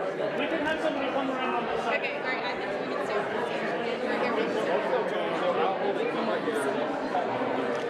There you go. All right. Tell her, look. Can you look at the camera? We're going to have you look at this camera. Ready? Right here. 1, 2, 3. Smile, honey. Thank you. Appreciate you. Yes, sir. We got a lot of work. We did. Yes, sir. Thank you. Thanks, y'all. Thank you. Hey, there he is. Oh, yeah.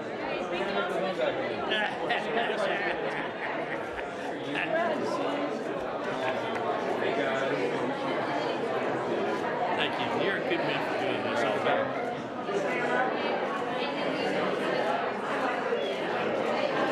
Got it? Oh, we're still on.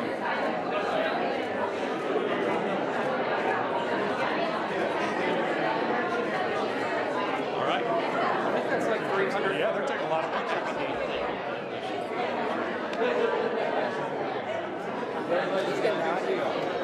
Congratulations, sir. Congratulations.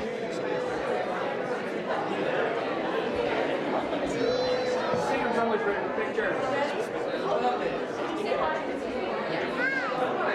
Already voted.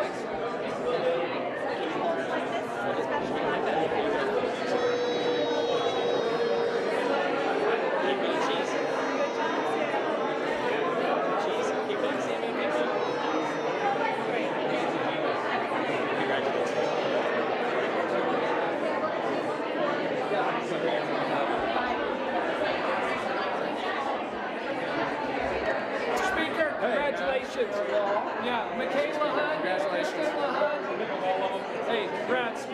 All right. Long road. Yes, indeed. All right.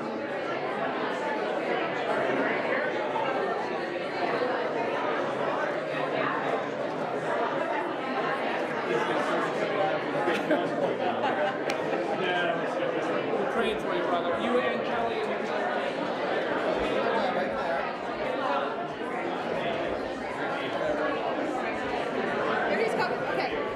Congratulations. All right.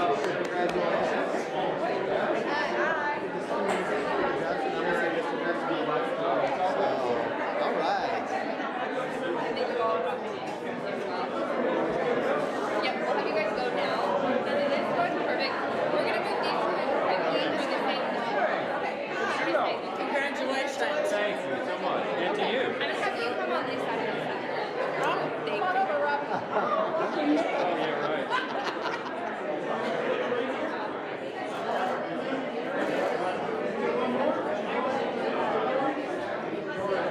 All right. Thank you. Super talented.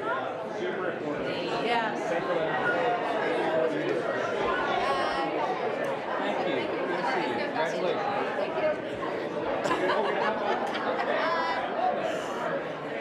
Wow, this is a big group. My staff. That's awesome.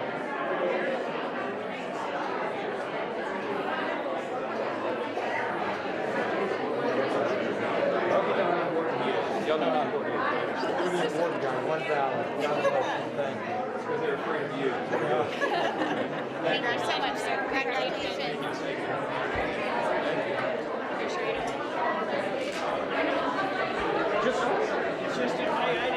I've seen this movie before, so I didn't.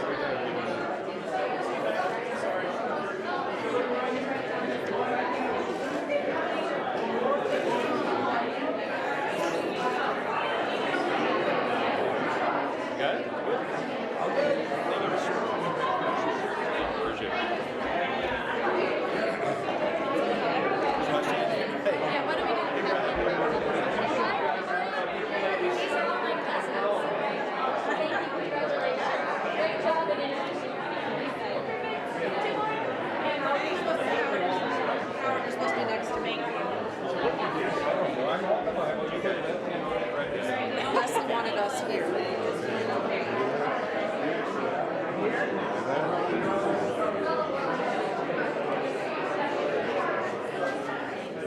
So real quick. Okay. Thank you. I got a nod.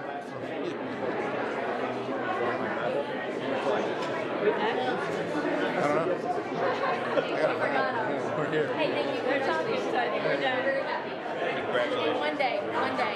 Thank you.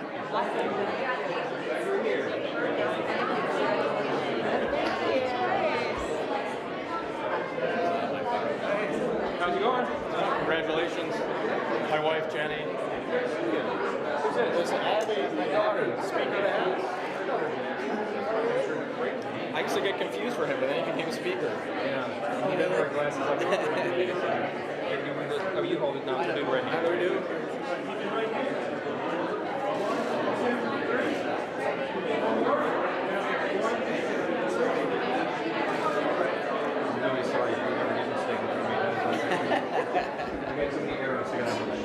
Congrats. Thank you. All right, brother.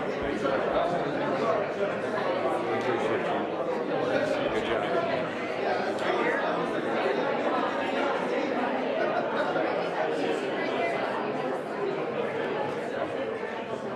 Got it? Give me some. We will. Thank you. Rhode Island. Congratulations. I appreciate it. Even though, how do we do this? Okay. So even though I'm from Rhode Island, I've been losing it for 3 years. And all that says,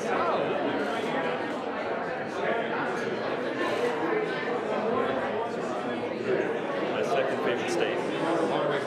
Yeah, appreciate it. Good to see you. Thank you. You're doing double duty, sir. Well, this was one that was my son's Bible, and then I used it when I got sworn in as a state senator. And they're not here for 3 different reasons. So now I'm sorry they're not around. Right, I'll hold it.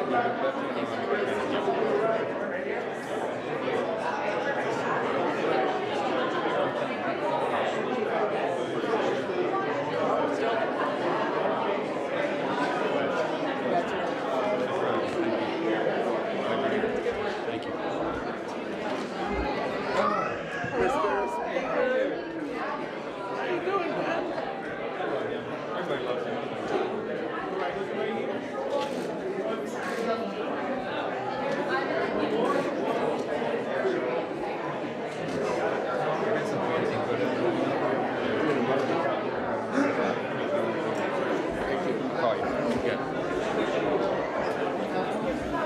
Hey, Baker. How are you, sir? Never a doubt. Oh, thank you. Emotional support. We're going to raise it right here.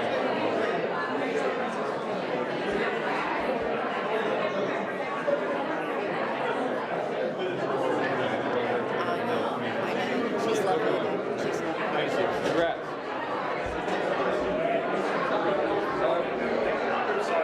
Sorry about that.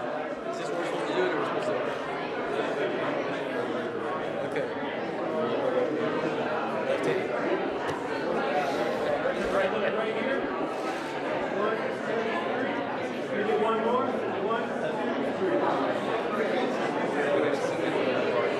He knows. I love this thing. So thanks, man. Congratulations. The speaker is going to stand right there, and then so if you can just smile it around.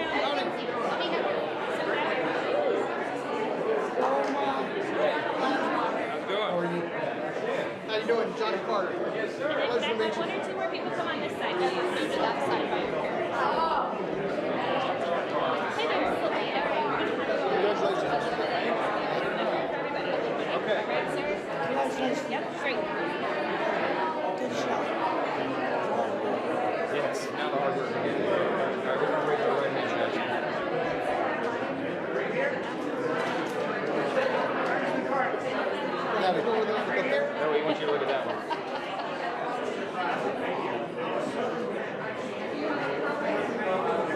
confusing with 500 people. Yes. Thank you. Congratulations. You too. Thank you. Congratulations. Congratulations. Thank you. Appreciate it. It's not a meeting. Yeah, it's not a big deal. Praying for my family. Hey, so y'all. How's it going? I'm Abby. Speaking to it, see my son who's army right here. So, yeah. What do we do? How do we do it? Take the Bible and we raise our right. Okay, right there. Here we go. All right, good. All right.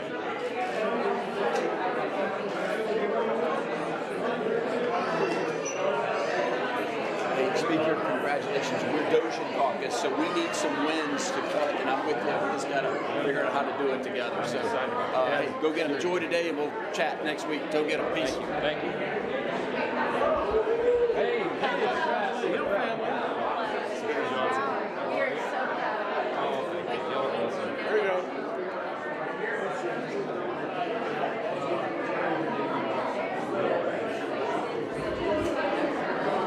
God bless America.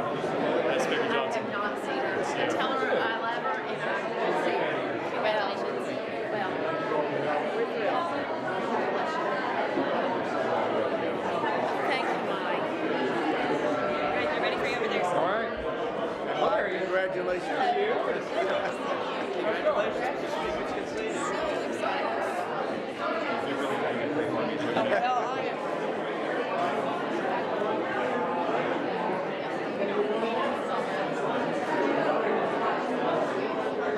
We will. You like my little defense line in my speech? You got a fun defense? Trust me. Yeah, I know. I was paying a lot of attention.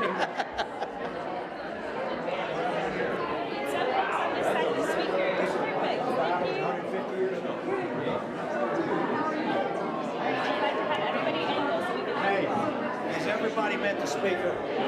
Hey, guys. Oh, hey. Introduce yourself. Yes? Hey, congratulations, sir. Thank you. Congratulations. Hey, sir. Avery, congratulations.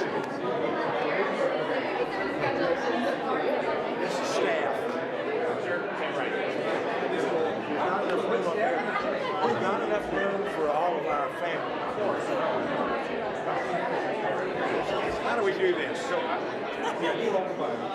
Left hand on there, we raise our right. Okay. I'll take these glasses off. Yeah, glasses.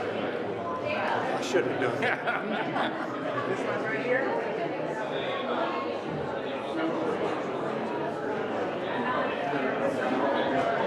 Got it? Do y'all know how important he is and how important he is to me? I mean, he's like a steady, faithful,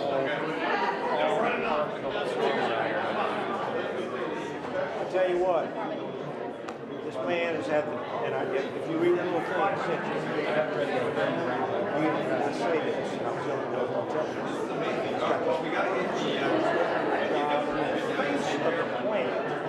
He says that all the time. One more. Oh, okay.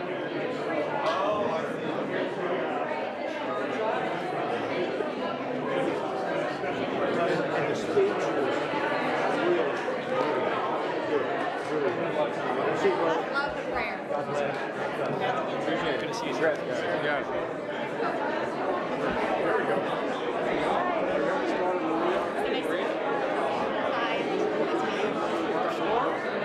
Congratulations. Yeah, it's backwards.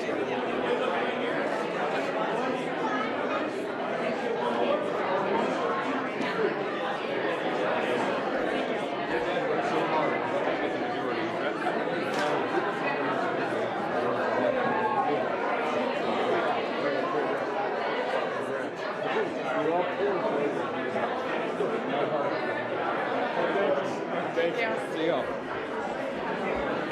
What's up, Mike? Yay! Thrilled? You thrilled? Congratulations. So excited for you. I got a million people coming through. Yeah, they're going to make you run.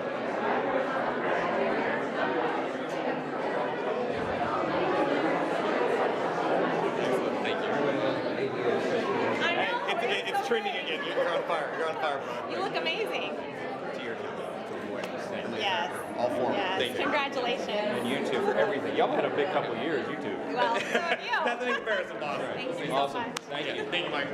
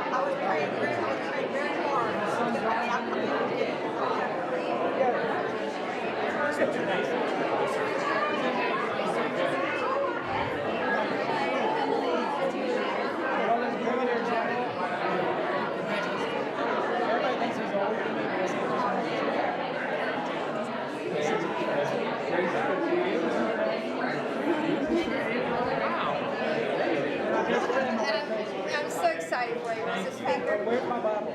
Right here. Bible ain't the front Bible, no less. Stand on this side right here. All right, you've done this before. Yep. Sure. Can I have that, Bill? He's got to be in this too, right? He's going to make his way in there. He's going to find his way in there.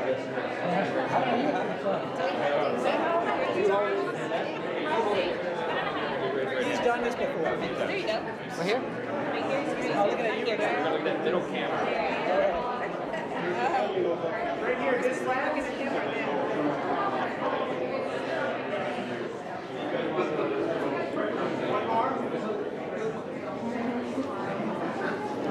So glad. So excited. So I think keep moving. Keep moving. Keep moving. We done? Thank you so much. Thank you, Mr. Speaker. God bless you. Congratulations. Thank you for all you do.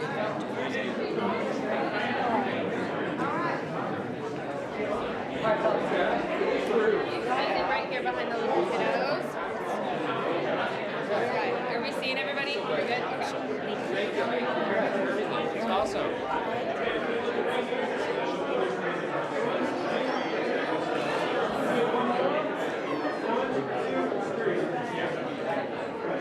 Pretty good. That's key. Parents. Oh, great.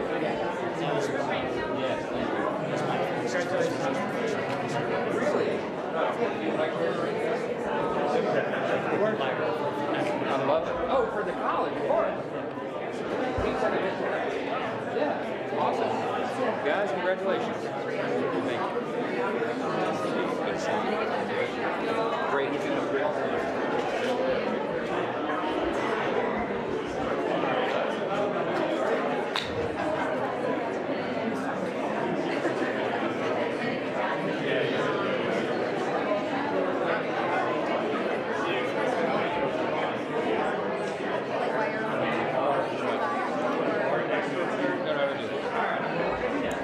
Thank you.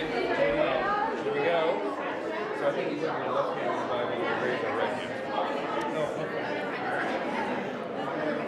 Right here.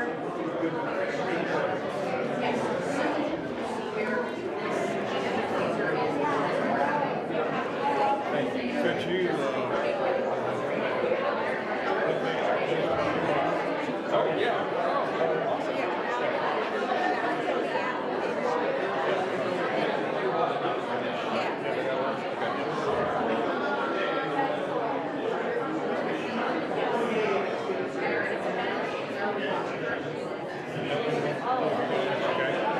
He administered my oath. So.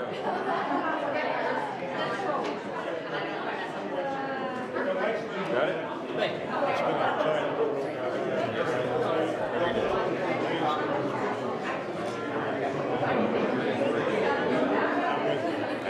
Thank you.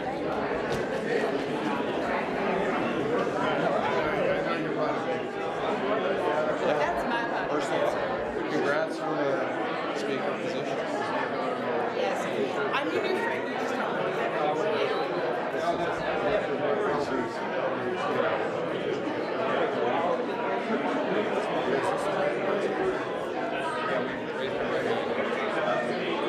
Well, they're taking my selfie instead of your photo for some reason.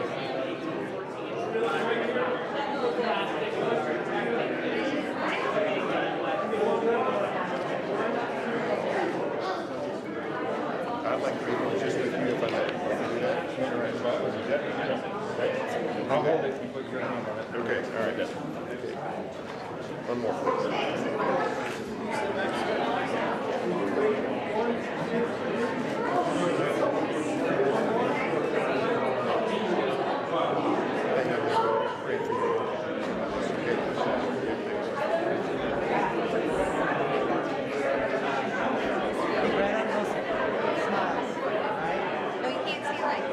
looks. Fix your hair. I'd run your hair. Fix it how you want to fix it. Trust me. Perfect. Shake it out. Look at this crew.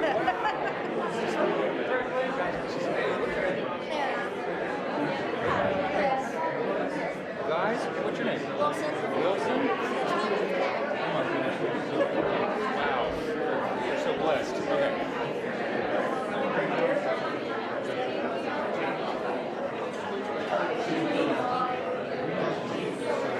Ready?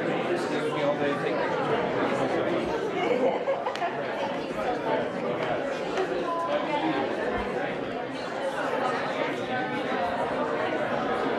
All right, good man. Hey, congratulations. Stand up straight. It's awesome.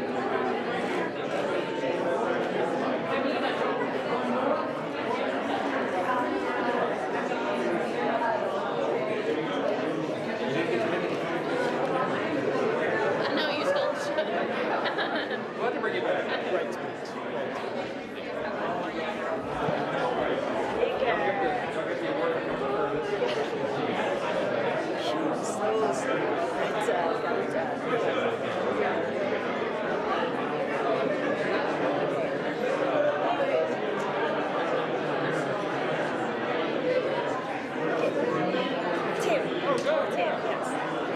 That's awesome. Yes, how are you?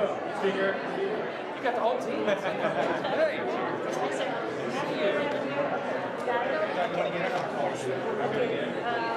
Yeah, let's do that again. Yes, okay. Yep.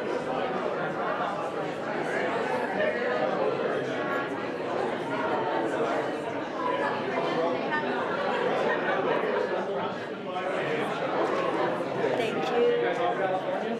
From everywhere.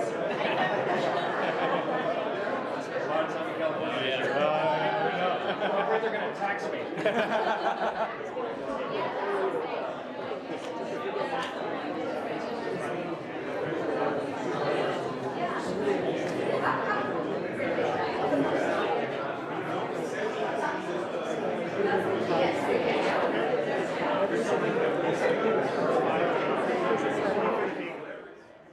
And C-SPAN's live coverage of the opening day of the 119th Congress continues. You can see Speaker Johnson there doing the ceremonial swearings-in with all the new members and old members, 434 of them. So he goes from spot to spot. All the speakers in the past have done this, but this is Mike Johnson's first time doing this because he was elected October 2023 in the middle of a session, so he has never had the chance to do this ceremonial swearing in. It's always fun to watch, and it will continue to air on C-SPAN 2 once the House of Representatives, on the right side of the screen, comes back into session to debate the rules package, and that's what we're waiting on right now.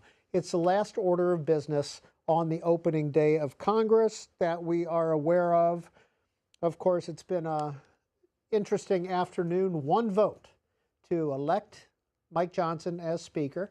That vote did take 2 hours. It took some cajoling and some conversations. And Mike Johnson was elected with the bare minimum of 218 votes. Hakeem Jeffries received 215. And Tom Emmer, the Republican whip, received 1. And that was by Republican Tom Massey, who held out and did not vote for Mike Johnson for Speaker. So that's what's going on. The House of Representatives should be coming back into session. We're going to put the numbers on the screen. Hopefully we'll be able to talk to a few of you about what you've seen this afternoon, and you can see them up there on the screen. The area code for all is 202-748-8000 for Democrats, 748-8001 for Republicans, and 748-8002 for independents. We'll begin taking those calls as soon as we can. Republicans have Chair 2. recognizes the gentlelady from Minnesota. And the House is back in session. Speaker, I have a privileged resolution at the desk and The clerk- ask for its immediate consideration. The clerk will report the resolution. House Resolution 5, resolution adopting the rules of the House of Representatives for the 119th Congress and for other purposes. Resolved. Section 1, adoption of the rules of the 118th Congress. Consent that the resolution be considered as read and printed in the record. Without objection, the reading is dispensed with. Gentlelady from Minnesota is recognized for 1 hour. Mr. Speaker, for the purpose of debate only, I yield the customary 30 minutes to the gentleman from Massachusetts, Mr. McGovern, pending which I yield myself such time as I may consume. Gentlelady's recognized. During consideration of this resolution, all time yielded is for the purpose of debate only. Mr. Speaker, I ask unanimous consent that all members have 5 legislative days to revise and extend their remarks. I also ask for unanimous consent to include in the record the section-by-section analysis of the resolution. Without objection. Thank you, Mr. Speaker. Today, the House will consider a rules package governing how this body conducts its business in the 119th Congress. In November, the American people sent us a mandate grounded in limited government, fiscal restraint, individual freedom, and America First principles. Our constituents sent us to Washington to correct course from the previous 4 years of the Biden-Harris administration, an administration that unleashed an onslaught of regulatory burden, woke policy, federal debt, and a porous southern border on the American taxpayer. Those taxpayers spoke with a clear and resounding message that change must happen. HRES 5 is the framework by which this body will deliver that change. The Constitution tasks this body with the governance of ourselves, ultimately accountable to the people we answer to every 2 years.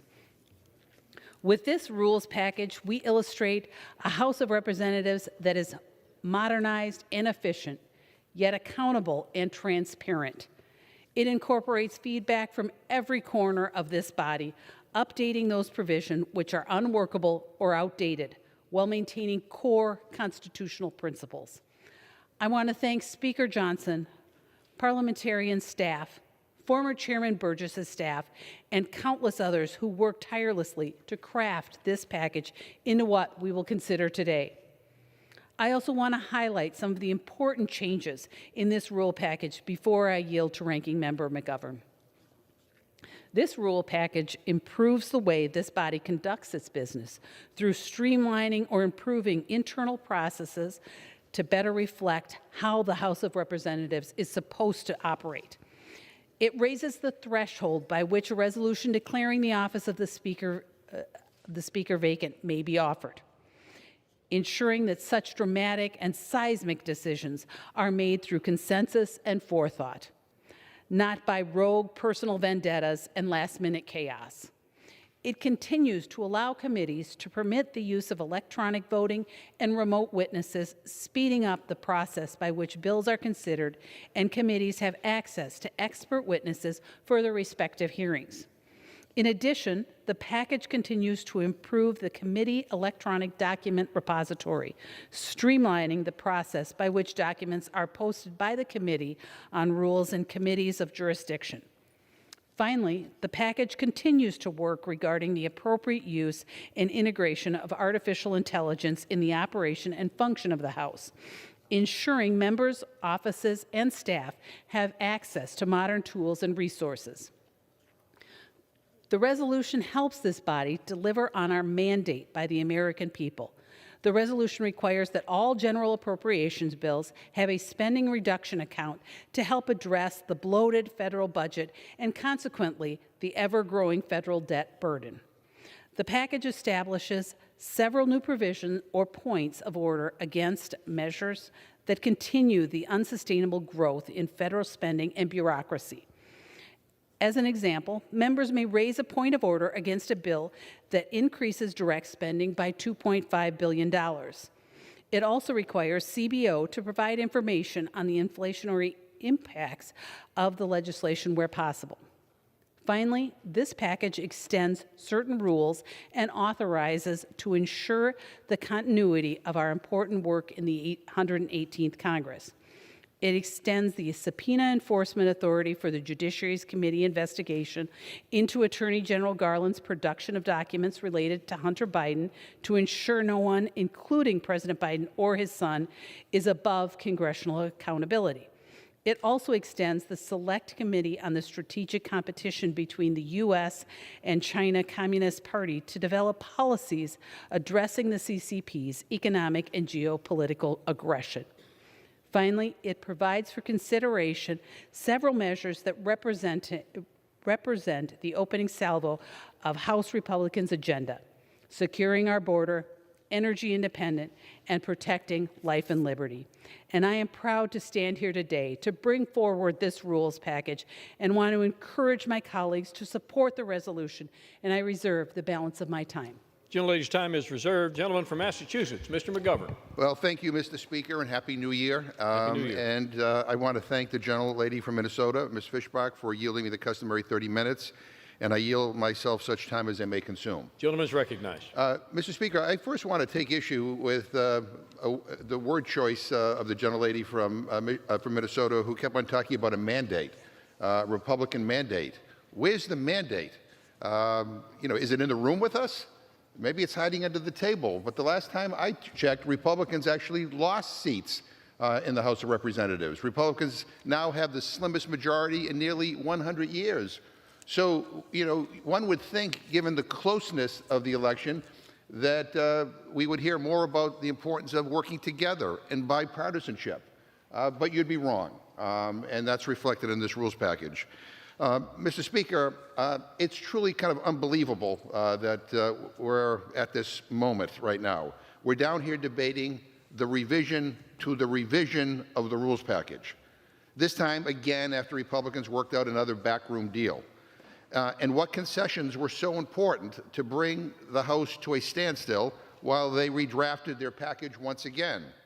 Well, the last-minute addition we were all just sitting around waiting for says that bipartisan suspension bills can't be debated on Thursday or Friday. Never mind if there's an emergency like a national disaster or a terror attack, we can't move quickly. That's actually why this extreme Republican majority wants to make this change. They hate bipartisanship. They hate bipartisanship. And what was the change they made earlier today? What was the big emergency? Changing words like child to son and daughter in our ethics rules. I mean, they're obsessed with this stuff. It's not just weird, it's discrimination. Meanwhile, a few months ago, we received over 40 rule change proposals at our member day hearing in the Rules Committee, and zero of them are included in this package. Instead, we get some last-minute backroom deal. Now, I'd love to hear why those ideas were all blocked, but we don't even have a rules chair to ask. We have no idea where any of this came from, and we had no time to review it all. So forget about the 72-hour rule. We didn't even get 72 minutes. And they're already making a mockery of this legislative process. And as I said, we don't have a chair of the Rules Committee. Usually at this moment, I would congratulate the new chair of the Rules Committee, but we're in the very odd situation of not having a chair of the Rules Committee right now. And I think that's just one small sign of the disarray and dysfunction that we've been seeing around here for the last few years. We're debating a rules package, and Republicans don't even have a chair of the Rules Committee in place. Who wrote this? Who wrote this? Maybe the gentlewoman can tell us who wrote these rules. Maybe she can tell us who decided to block dozens of amendments from both sides of the aisle and the many bipartisan amendments which were blocked with no explanation at all. We know it was done in the back room somewhere with no accountability, and that's about all that we know. And speaking of back rooms, the only reason Speaker Johnson got enough votes is because two members emerged from the back room after huddling with the Speaker and changed their votes to support him. God only knows what they were promised in order to cave to change their views. But for the last 2 years, all the American people have been asking us to do is work together and get stuff done. What a radical idea. Actually working together and getting stuff accomplished for the American people. They want us to reject extremism and polarization. And the very first thing You know, the very first thing that this now even smaller Republican majority decides to do is to go into a back room and cave to their most extreme members. And sadly, I'm not surprised. I wanted to believe that maybe after losing seats and getting nothing done in the last Congress, just maybe they would change. But clearly Republicans have decided to double down on the dysfunction. So buckle up, everybody, because Republican incompetence is about to reach staggering new heights. 2 years ago, the other side promised openness, transparency, and action. Instead, look at what they delivered. Look at what they delivered. Constant disarray, never-ending dysfunction, and complete and total inaction. And why? Why all this dysfunction? Because they refuse to work together with Democrats. Instead of working with us, they shut this place down. They ran the most closed Congress in history. Think about that. They would rather shut out voices, shut down ideas, shut off debate, and silence democracy. They'd rather do that than work together. Now, that's not what the people voted for. At least that's not what people in my district voted for. And I'm not exaggerating when I say this. Republicans ran the most closed Congress in history, ever, period. They allowed no amendments to most bills, no opportunity to make bills better. They told America to take it or leave it. Democracy be damned. They talk about an open process. Give me a break. They blocked 6,000 amendments over the last 2 years. 6,000. They're blocked. And so I don't want to hear any lectures about bipartisanship. Give me a break. They rejected 67% of bipartisan amendments. How's that for bipartisanship? Speaker Johnson even shut out his own members. 57% of their own party's amendments were blocked. Open process, my foot. This is how they run things in the Kremlin. It's not how they should be run here in the United States Congress. I mean, give me a break. So forgive my skepticism when I hear from my friends on the other side of the aisle about bipartisanship and fairness around here, because Republicans have broken that promise over and over and over. Look at how much time we wasted last Congress while we were waiting around for Republicans to fight with each other instead of fighting for the American people. They spent weeks wasting taxpayer time and money because they couldn't elect a speaker, not once, but twice. Weeks wasted where Congress didn't do a damn thing. And now they have the nerve to lecture people about government efficiency? Come on, get real. How many times last Congress did they just send everyone home because they couldn't even pass their own bills? How many times did they miss their own deadlines? And when anything did get done, it was Democrats who stepped up to get it done. Hands down, Republicans ran the most ineffective, incompetent, and chaotic Congress in history. And you'd think that Republicans would reflect on their failures and maybe try to work toward solving the nation's pressing challenges. You'd think, but you'd be wrong. Because the big Republican change to the rules, and this is their grand idea, is to shield the Speaker from accountability. They blocked dozens of good rule changes that were suggested by members of both parties. But the one big change they made is to empower the radical right. Apparently, there's not a lot of spine around here because Speaker Johnson, like former Speaker McCarthy, picked extremism over compromise. Did anyone even bother to ask Kevin McCarthy how that worked out for him the first time? Mr. Speaker, the last time I checked, a Speaker of the House of Representatives is supposed to represent the entire House, not just one party. But a vote for these rules means that only Republicans have the ability to call for the removal of a Speaker. They are doing something totally unprecedented. For the first time in history, they are changing the rules to take away a basic right of the minority. That's nuts. What's next? Only Republicans can vote? That might as well be what they're saying here. And it's crazy. And it's all about empowering the radical right rather than sitting down together and trying to work things out. Democrats and Republicans should be working together to hash out our differences and to get things done. Speaker Johnson should have run for majority leader if he didn't want to represent the whole House. But he didn't. He ran for Speaker. And apparently nobody told him that as public servants, we are here to do a job, not keep a job. So I appreciate the words of the gentlelady about these rules and their agenda and all of that, but unfortunately, that's all they are: words, talk, chatter. It all means nothing, because the last 2 years have shown us time and time again that the Republican leadership says one thing and does another. Rules for thee, but not for me, is their motto. And the American people suffer because of their dysfunction and extremism. We had an opportunity to begin this Congress in a more bipartisan way, in a way that would give the American people some confidence that we will get stuff done. And instead, we begin with this, and it's a shame. And with that, I reserve my time. This time is reserved. Gentlelady from Minnesota. Thank you, Mr. Speaker. And I do appreciate consistency, and I have heard the same complaints from the gentleman before.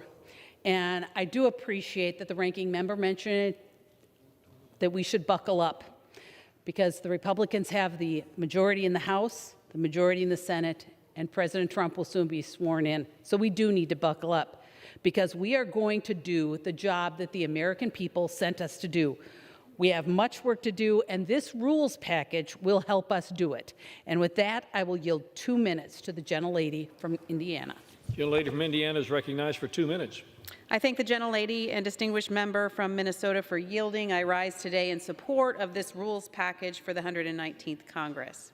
I might remind my friends on the other side of the aisle, I know it's been a while since they've been in the majority, but when you win the majority, you do have the opportunity to make the rules.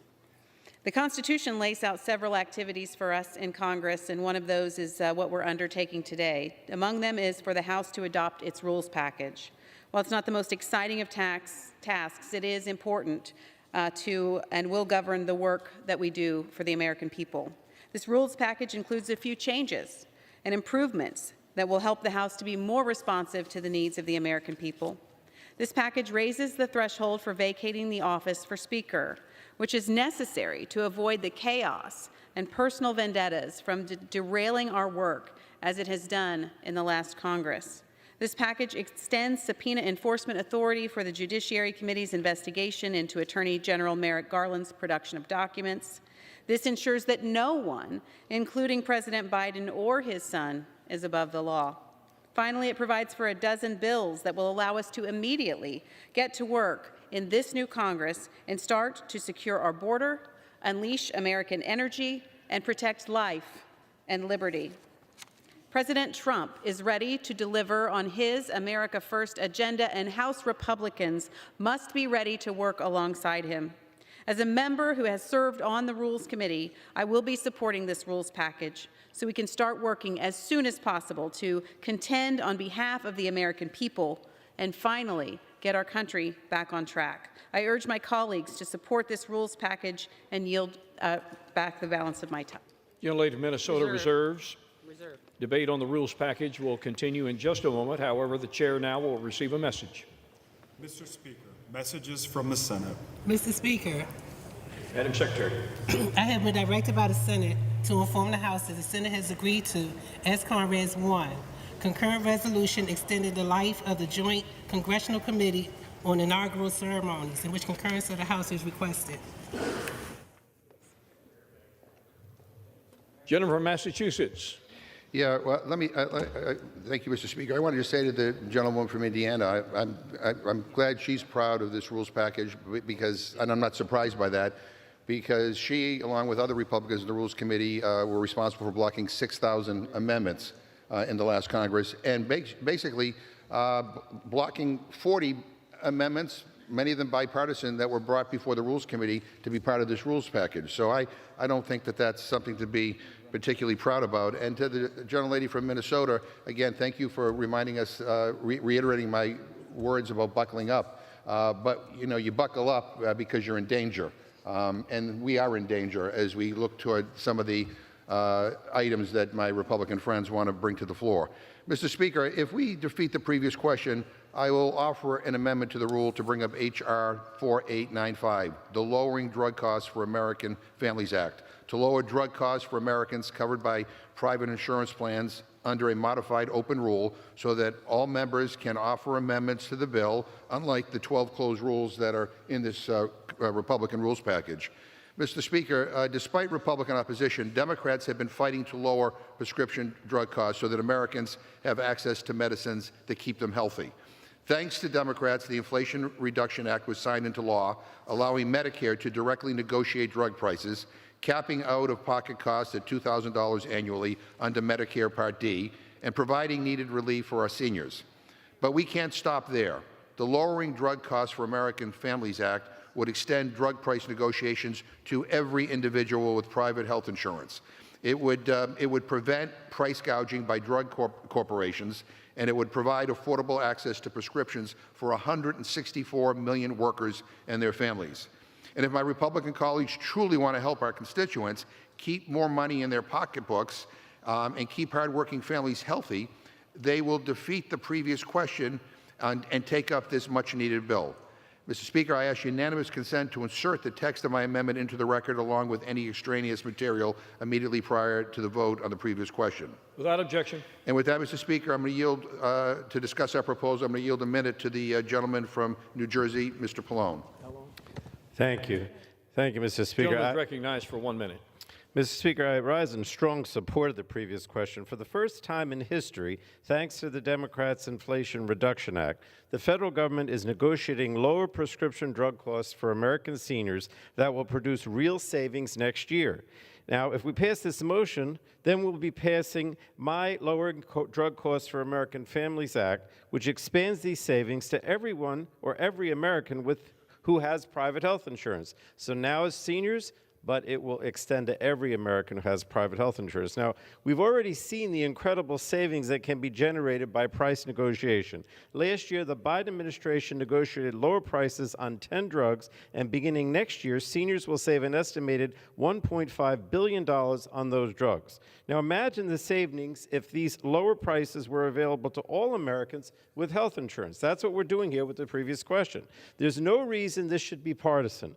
President-elect Trump once touted that he would, and I quote, negotiate like crazy over prescription drugs. Well, this is the opportunity for us to lower everyday prices for American families, and if Republicans are serious about reducing costs, they would join us in supporting this legislation. I yield back.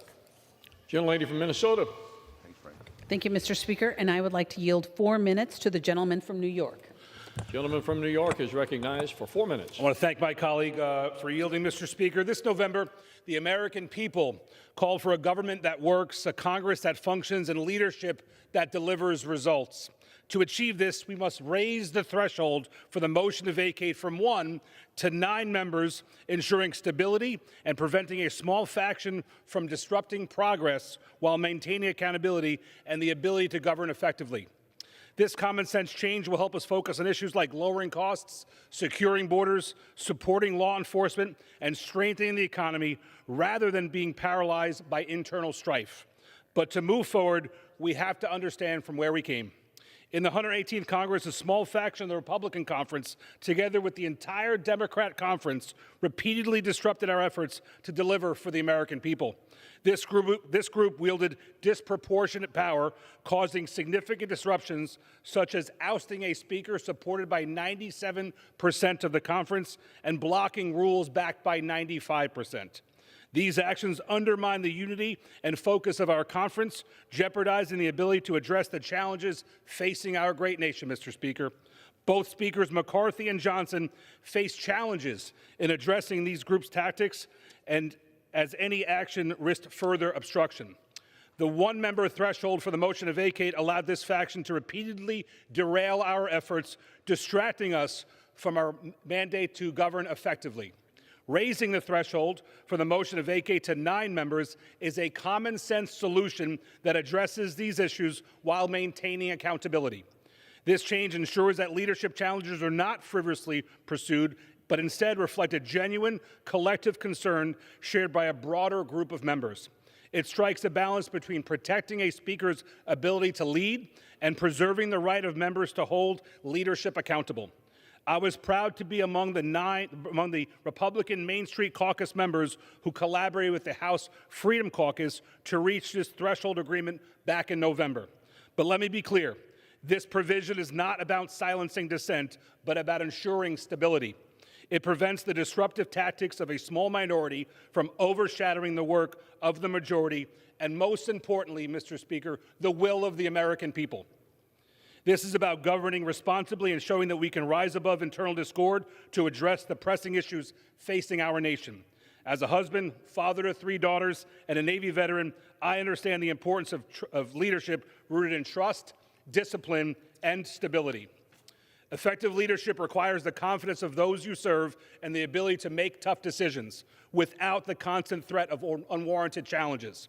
This provision provides that foundation, ensuring that the Speaker can lead with strength while remaining accountable to this body and our conference. Mr. Speaker, the American people deserve a Congress that works for them, not one that is paralyzed by internal strife. Raising the threshold to the motion to vacate is a necessary step towards achieving that goal. I urge my colleagues to support this provision and the rules package as a whole. Let us show the American people that we are committed to governing responsibly and delivering the results they expect and deserve. Thank you, and I yield. Gentlelady from Minnesota reserves her time. Gentleman from Massachusetts. Mr. Speaker, I just say to the gentleman who just spoke that I agree with him that he's got some problems in the Republican conference with some extremist members. He again keeps on using this word mandate. Again, I remind Republicans that they lost seats in the last election.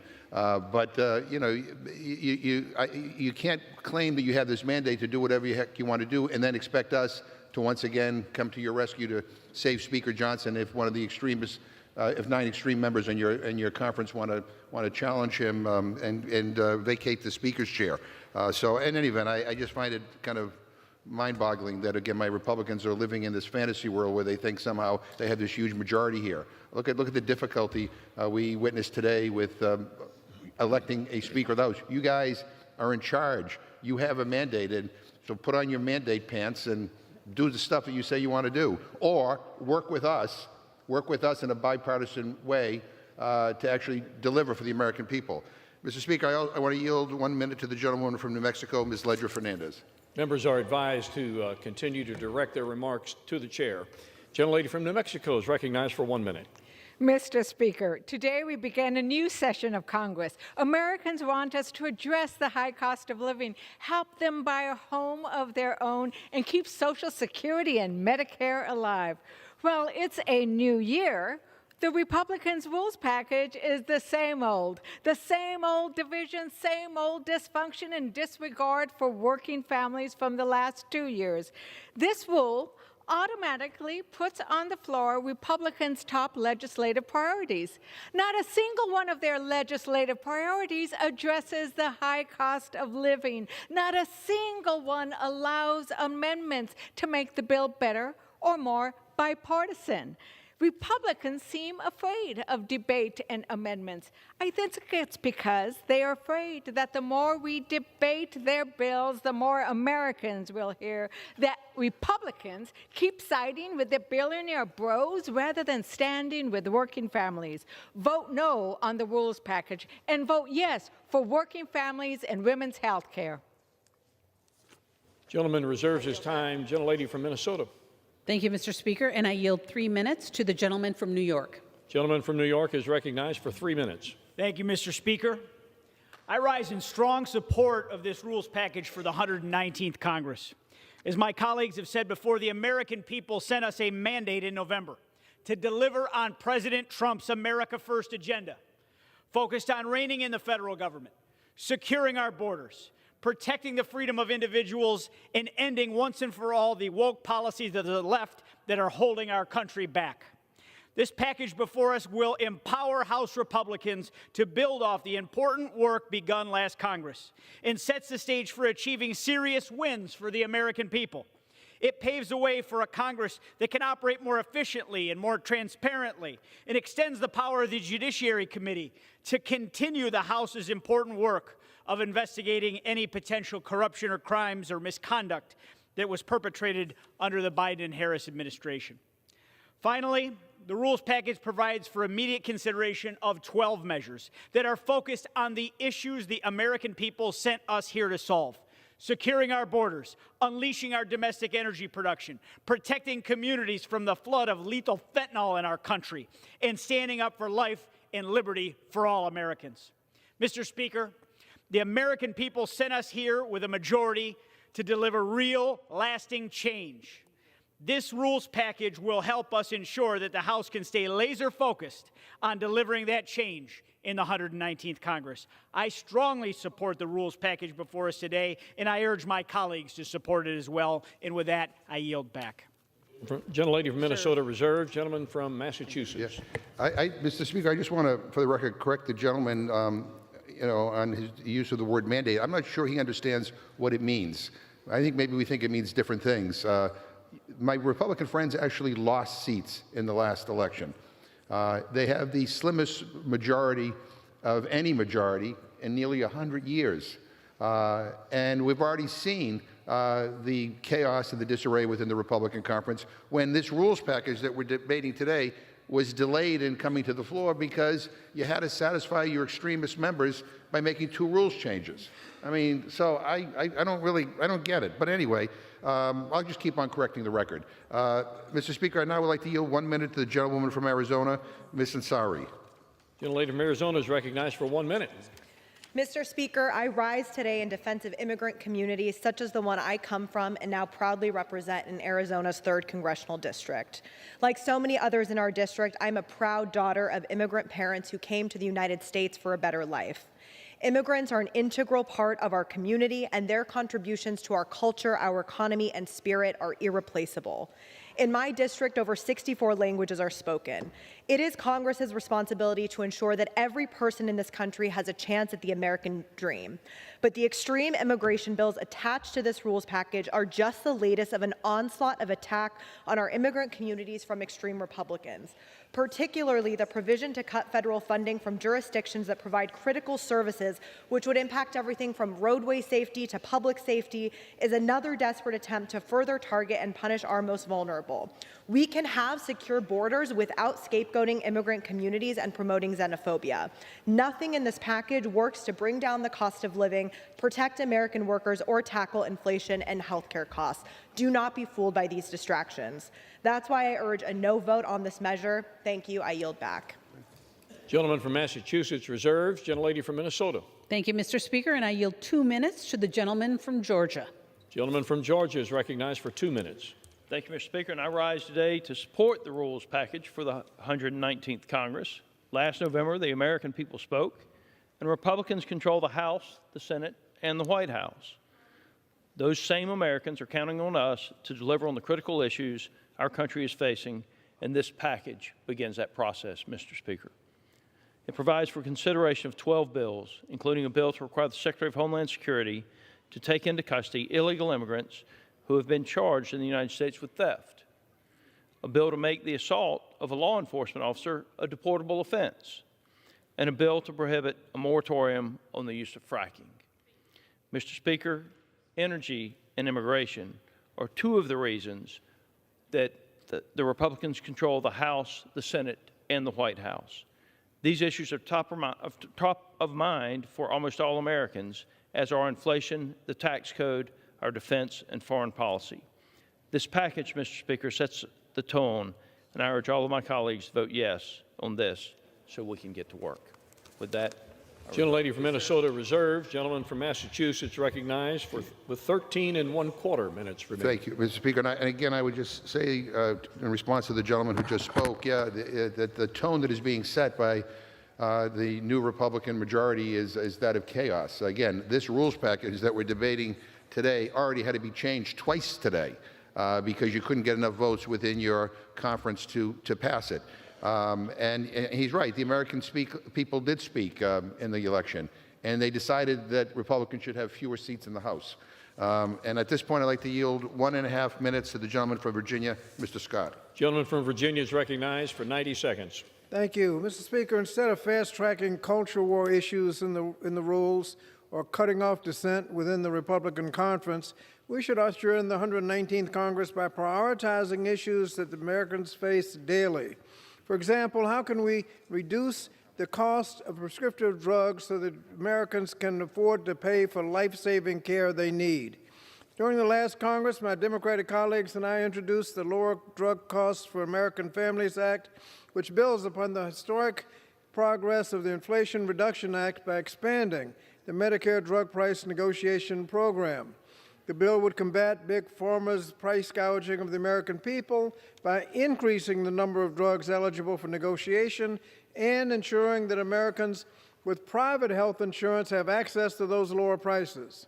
Hard-working American families shouldn't have to choose between paying for their medicine or paying for rent or other necessities, while drug companies continue to enjoy record profits. It's time for Congress to rein in corporate greed and expand the Inflation Reduction Act's historic drug cost-saving measures to more Americans. If we defeat the previous question, the gentleman from Massachusetts has said that he'll offer an amendment which will provide for the consideration of our legislation to lower drug costs as part of the rules package, so that we should defeat the previous question and Americans will then be able to enjoy those lower drug prices. Thank you, Mr. Speaker, and I yield back the balance of my time. Gentleman from Massachusetts reserves. Gentlelady from Minnesota. Thank you, Mr. Speaker. I yield 2 minutes to the gentleman from Oklahoma. Gentleman from Oklahoma is recognized for 2 minutes. Thank the gentlelady, and I thank the Speaker. And I rise today in support of the rules package for the 119th Congress. Mr. Speaker, passing this rule package will allow the People's House to be more efficient, effective, and transparent. The American people sent us here to deliver results, to thoughtfully craft legislation that will improve the lives of all Americans, to enact policies that will lower taxes, lower the cost of necessities like groceries and gas, and create jobs here at home. We have the responsibility to do this in this Congress. I support this rule package because it is good for the institution of the House. The package strengthens and affirms the Article I authorities and restores fiscal responsibility in government.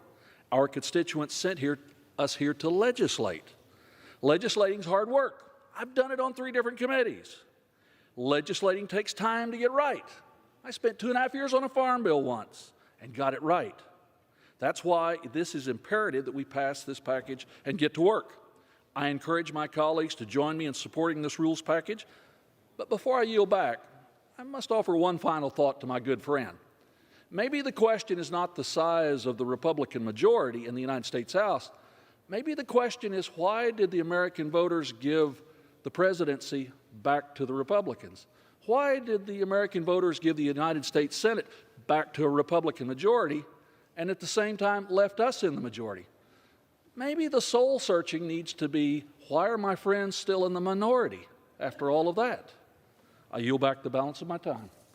Gentlelady from Minnesota reserves. Gentleman from Massachusetts. Yeah, and I would just respond to the gentleman by saying, why did the American people decide that the Republicans should have fewer seats in the House of Representatives? Maybe the message they were sending is they want us to work together. And this rule package shows that the Republicans have no intention of working in a bipartisan way to get things done for the American people. Mr. Speaker, if the motion to commit is adopted, we will bring up H.R. 3899, the American Family Act, under a modified open rule so that all members can offer amendments to the bill, unlike the 12 closed rules that are actually contained in this package, completely closed. And Mr. Speaker, Democrats enhanced the child tax credit in the American Rescue Plan to help families stay on their feet in the wake of the COVID pandemic. But families are still facing the rising costs of rent, groceries, and basic needs. That is why we must pass the American Families Act to make the improved child tax credit permanent and refundable. Mr. Speaker, to discuss this motion, I yield 2 minutes to the gentlewoman from Connecticut, the author of the American Family Act, Ms. DeLauro. Gentlelady from Connecticut is recognized for 2 minutes.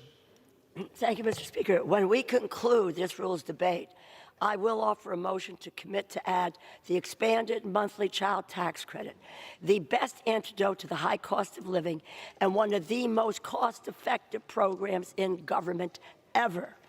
Instead of the Republican majority's corporate tax cut agenda, we cut taxes for the middle class and for children so that hard-pressed families everywhere can make ends meet.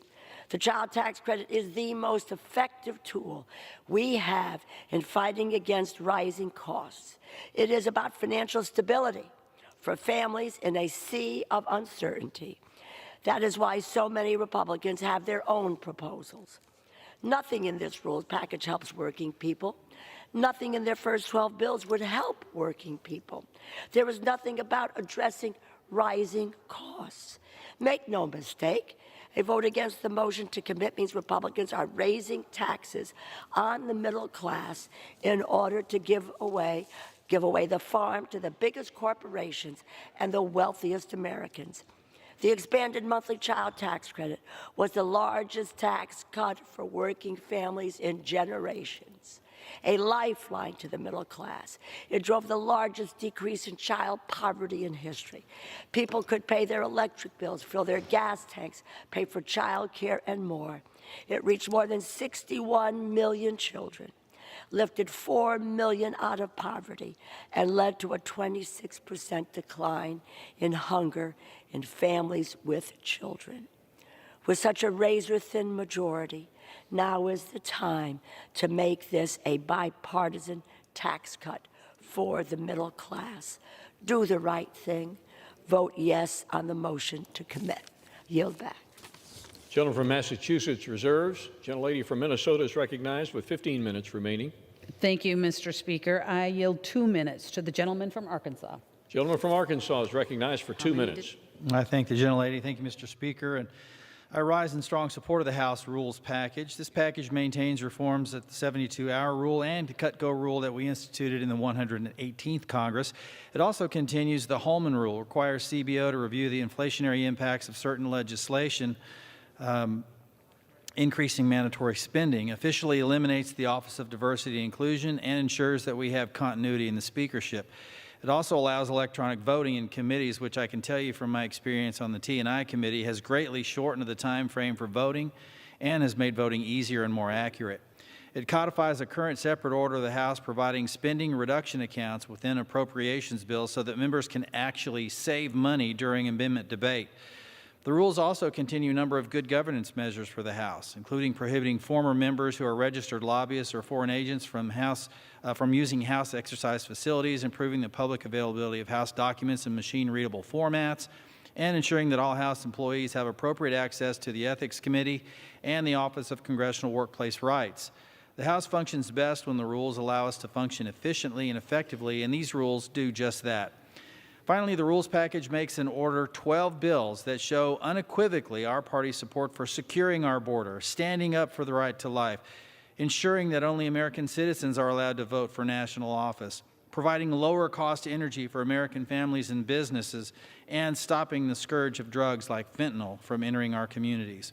I'm so proud of the work that our Speaker has done, and I thank our entire leadership team for putting together this fair and forward-thinking package. I'll be casting my vote in favor of this package, and I ask my colleagues to do the same, and with that, I yield back. Gentlelady reserves her time. Gentleman from Massachusetts. Thank you, Mr. Speaker. I get a kick out of when Republicans try to take credit for the 72-hour rule, by the way, a rule that I wrote when I was chairman of the Rules Committee. And there are no changes to the 72-hour rule in this rules package. The only changes the Republicans made was they waived it a few times in the last Congress. In fact, they waived it on the continuing resolution bill, which was massive, that we dealt with before the holiday break. So, but anyway, I'm glad that some of the things that I put into place still remain, and I appreciate the nice words. Mr. Speaker, I yield 1.5 minutes to the gentleman from New York, Mr. Swazi. Gentleman from New York is recognized for 1.5 minutes. Thank you, Mr. Speaker. I want to first start by congratulating you and our fellow colleagues for taking the oath of office today. This marks a new opportunity for us as Democrats and Republicans to work together on behalf of the American people. Mr. Speaker, I rise in support of the amendment to the current rules package to include the Lowering Drug Costs for American Families Act, which would bring down the cost of prescription drugs for all Americans. Mr. Speaker, prescription drugs are too expensive. To quote President-elect Trump from January of 2017, when speaking about the pharmaceutical drug companies, he said, "These guys are getting away with murder." He supported, as does the Lowering Drug Costs for American Families, drug price negotiations in order to save money for American working families. This should not be a Republican or Democratic issue. In fact, it should be the first thing in this Congress that unites us together to solve problems for the American people. This amendment is a common sense proposal. It would make life-saving drugs more affordable for Americans on private health insurance, and it saves taxpayers money. In its first year, the Medicare drug price negotiation program passed under the Biden administration and the Democratic majority will save, as part of the IRA, Medicare $6 billion, and the American people $1.5 billion more. In fact, CBO has predicted that the Medicare drug price negotiations under the IRA will save $100 billion over 10 years. DOGE should love this program. Now, this new amendment would expand the Medicare negotiated drug prices to include the private sector as well, saving the American people billions of dollars. This initiative is overwhelmingly popular among the American people. 85% of voters support the federal government negotiating prescription drug prices, including at least 3/4 of Republicans. My fellow Democrats and I are ready to work across the aisle on many solutions to lower health costs for Americans. Gentleman, additional 30 seconds. Let's show the Gentleman is American people. recognized for an additional 30 seconds. Thank you, Mr. Speaker. Let's show the American people that we can work together, especially for a program that was supported by President-elect Trump during the beginning of his last presidency. I encourage the inclusion of the Lowering Drug Costs for American Families Act in the rules package. Thank you, and I yield back. Gentleman from Massachusetts reserves. Gentlelady from Reserve. Minnesota reserves. Gentleman from Massachusetts. I yield 1.5 minutes to the gentleman from Washington, Ms. Jayapal. Gentlelady from Washington is recognized for 1.5 minutes. Thank you. Mr. Speaker, this rules package makes very clear what the Republican majority will not do in the 119th Congress. After presiding over the 118th Congress and enacting the least amount of legislation in history signed into law that actually benefits the American people, Republicans want to continue that tradition by fast-tracking 12 bills that do nothing to lower costs or raise wages for the American people. None of the bills prioritized in this package take on the biggest corporations and wealthiest individuals who profit from the high prices and junk fees and corporate concentration that's harming Americans across this country. Because guess what? These corporations and wealthy individuals are the ones that are controlling the Republican Party for their own benefit. Just look at the combined wealth of the individuals that Donald Trump has nominated for this cabinet. A total wealth of over $450 billion with a B dollars. And with all those conflicts of interest present and the ethics scandals of numerous Republican members, perhaps that's why this Republican majority no longer wants an Office of Congressional Ethics. That's right, they want to jettison ethics for, quote, conduct. This package tries to fool the American people by scapegoating immigrants and trans people in the hopes that it will distract you from the fact that the first move of Republicans in the 119th Congress is to do absolutely nothing to help you and your family build a better life. Vote no, and I yield back. Gentleman reserves. Gentlelady from Minnesota. Mr. Speaker, I ask unanimous consent that the chair may reduce to 5 minutes the minimum time for electronic voting on any question relating to House Resolution 5 that follows a 15-minute vote. Without objection. Thank you, and I am prepared to close, Mr. Speaker. Gentlelady reserves her time and is prepared to close. Gentleman from Massachusetts. May I inquire how much time I have remaining, Mr. Speaker? Massachusetts has 4.5 minutes remaining, and the gentlelady from Minnesota has 13.5. Thank you, Mr. Speaker. Mr. Speaker, the last election was one of the closest in history. Republicans have the slimmest majority in nearly a century. A shift of just a few thousand votes, and this chamber would be led by Democrats. But it seems my friends didn't get the message, and they don't get it still. They don't listen. Americans do not want Republican extremism. They want cooperation. They want Congress to focus on compromise, not chaos. They don't want the far right running this place. You know what? When I talk to people in my district, they're sick of all of this. They're sick of all of this. They're tired of the fighting, the toxicity, and the partisanship. They want us to work together to get stuff done. And the very first thing that Republicans are doing, they're making this place even more polarized, more toxic, and more dysfunctional. Republicans want to double down on the political infighting and the extremism. Even these rules are designed to ram through their extremism. Look closely at the bills that they are paving the way for. Anyone notice what is missing?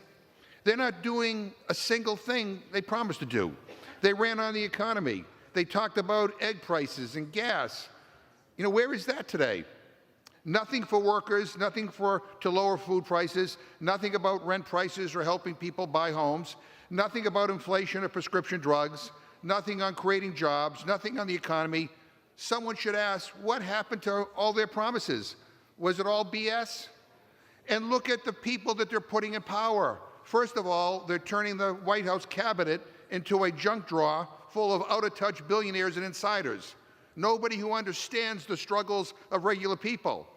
His Treasury Secretary, a billionaire. His Education Secretary, a billionaire. All of his top secretaries, Health and Human Services, Energy, Interior. I mean, come on. This is a cabinet of millionaires and billionaires. These people don't pump their own gas. These people don't buy their own groceries. These are total trust fund babies that take helicopters to work, totally out of touch with reality. That's who Republicans are putting in charge. And here's the deal, and here's the reality. Democrats didn't win the last election, and we need to own that. We need to make changes from the ground up. We need to make sure we are of, by, and for the people. We need to do a better job of taking on corporate special interests. But let me be clear, we are not giving up. We are going to show up, and we are going to do what we were sent here to do. We will work with Speaker Johnson when we can, but we will not allow this House to become a rubber stamp for his extremist policies that help insiders and benefit millionaires and billionaires at the expense of everyone else. The American people deserve a hell of a lot better. And I promise you, Democrats will fight for a Congress that works for everyone, not just the powerful, not just the wealthy or the well-connected, but for everyone. That is our commitment and that is our promise. I yield back my time, Mr. Speaker, and I urge a no vote on this package. Gentleman yields back his time. Gentlelady from Minnesota is recognized. Thank you, Mr. Speaker. And I just want to remind the ranking member that November brought us a House Republican majority, a Senate Republican majority, and President-elect Donald Trump. And we have work to do, and we are going to move forward. But before we do, I just want to, in response to the ranking member, I wanted to clear up a few things that he's been complaining about. The 118th Congress had numerous challenges, but that doesn't diminish the work that was accomplished to broaden the voices from the highest ranking to the rank and file by loosening a number of holdover provisions from the previous majority, enabling then Speaker Pelosi to maintain a vice-like grip over the House. In addition, it is important to highlight that the 118th Congress considered 83 structured rules, a 40% increase from the Democrat-controlled 117th Congress.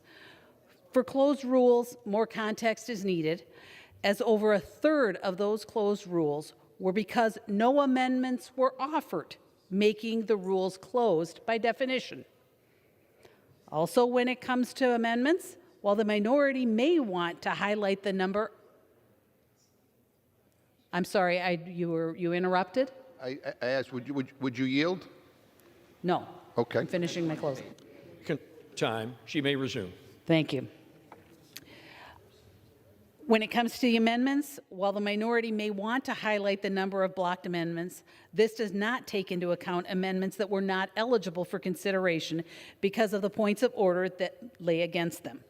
And it is important to highlight that over 3,000 amendments that were made in order in the 118th Congress, over 1,000 of which were bipartisan or minority-led amendments. But we are really here to move forward. And I want to again congratulate Speaker Johnson, and I am excited to get to work and deliver results for the American people. That is why I support this rules package. This package includes 12 rules that set the tone for House Republicans to hit the ground running and deliver on our commitment to the American people. These bills will help secure our borders, protect our communities, counter China's influence, and restore sanity in the federal government. Part of this package includes a bill that prevents federal funding from going to illegal aliens in sanctuary jurisdictions. An overwhelming number of voters chose to support President Trump's plan to remove certain illegal aliens from our country, states, and cities that choose to ignore the will of the people and violate federal law should not receive federal funding.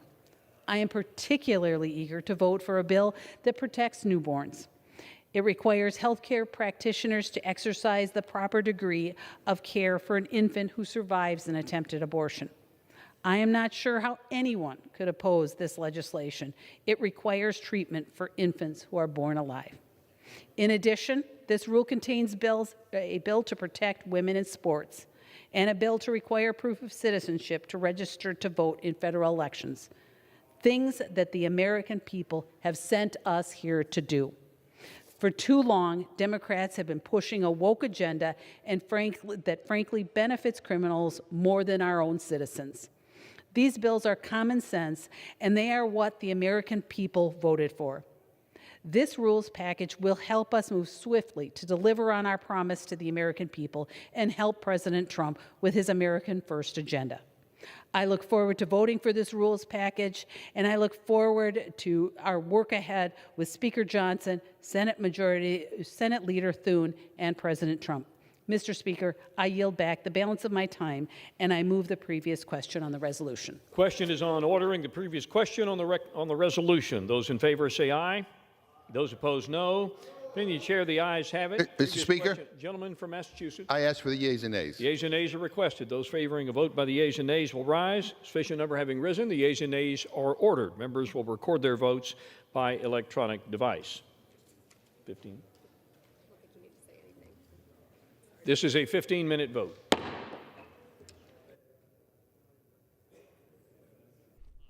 The first legislative vote here of the 119th Congress as members consider a package of rules that will govern the House and all related committees for the next 2 years.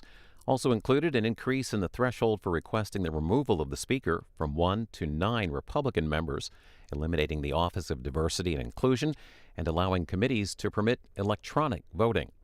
The resolution also renames the Oversight and Accountability Committee to the Oversight and Government Reform Committee and allows the chair of the Judiciary Committee to issue subpoenas for Biden-related investigations at the Justice Department. Additionally, it sets up debate for 12 bills at a time to be determined by Republican leadership. So 3 votes here at the start of the 119th Congress. Members will begin with a vote on an effort to end debate here and conduct an immediate vote on the rules. After that, we expect a vote on a motion to send the legislation to committee, and finally a vote on approval of the rules guiding the 119th Congress. That will be a 5-minute vote. Well, House Speaker Johnson was reelected on the first ballot today after 2 Republicans, Keith Self from Texas and South Carolina's Ralph Norman, were persuaded to change their votes to support Mr. Johnson. The vote was held open for a significant amount of time as those conversations took place, mostly off the floor. There are reports confirmed by Representative Self that President-elect Trump spoke to both members and encouraged them to join the majority of other Republicans to re-elect Representative Johnson. There are also photos from the floor of Georgia Representative Marjorie Taylor Greene on the phone with incoming White House Chief of Staff Susie Wiles. While we are in this vote, we will show you Speaker Johnson's remarks after being re-elected.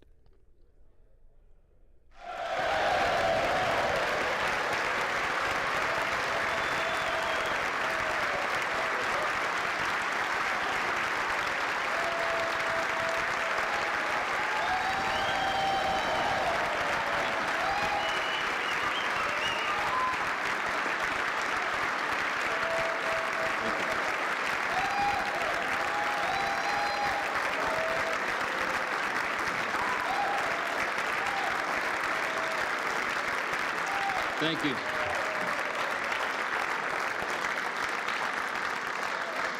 Thank you so much. Thank you, Leader Jeffries, all of our treasured colleagues here in the House. I'm grateful for this nomination. I'm grateful for this election, for the confidence this chamber has placed in me. It is the great honor of my life to serve this body with all of you.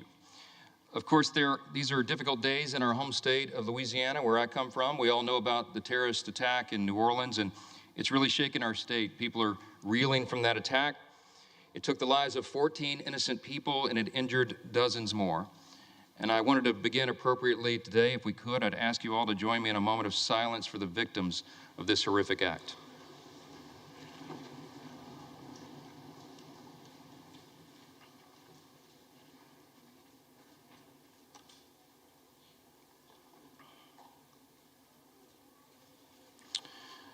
Thank you.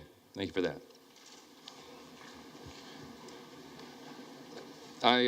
I believe in giving honor where honor is due, and all of us do well to honor our spouses. My wife happens to be here this time. She didn't make it last time. It happened a little sudden. Kelly, would you stand up here in the gallery? Thank you.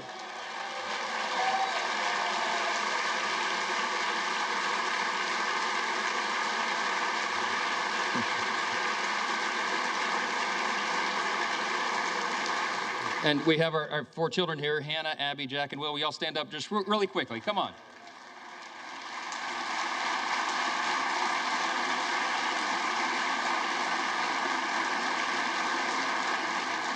I wanted to do that. All of us recognize that there are no perks to being a congressman's kid, right? It's all sacrifice.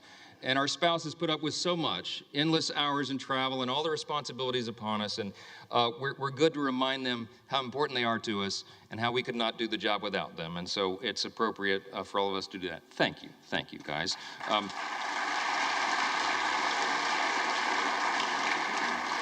This is a momentous time in the nation of the history of our nation. It really is. And as members of the 119th Congress, we are stewards of the great American Revolution that began almost exactly now 250 years ago, 1775 and 1776. It will fall at the time of this Congress, the great anniversary. And in these 2.5 centuries, we've been reminded repeatedly that freedom is never free. And we have stood tall as the greatest nation on the face of the earth. It is without debate. We are the freest, the most powerful, most benevolent nation that has ever been in the history of the world. And it's not by happenstance.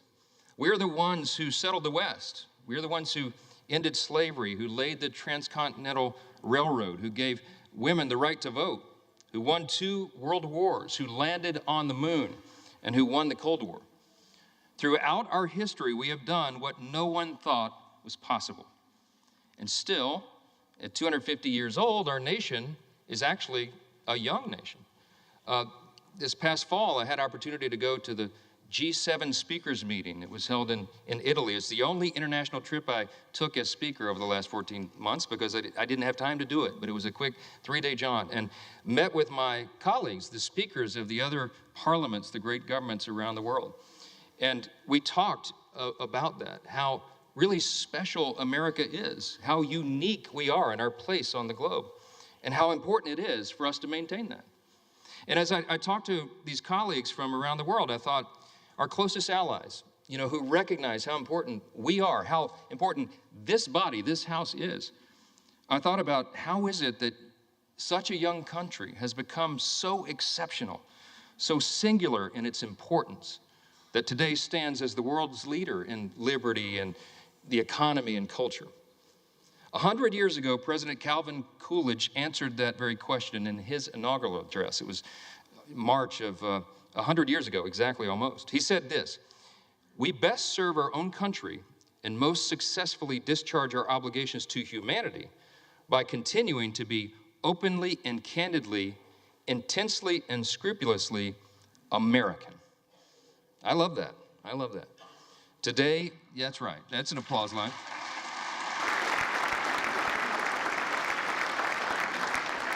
Today, my friends, our nation is the envy of the world. Why?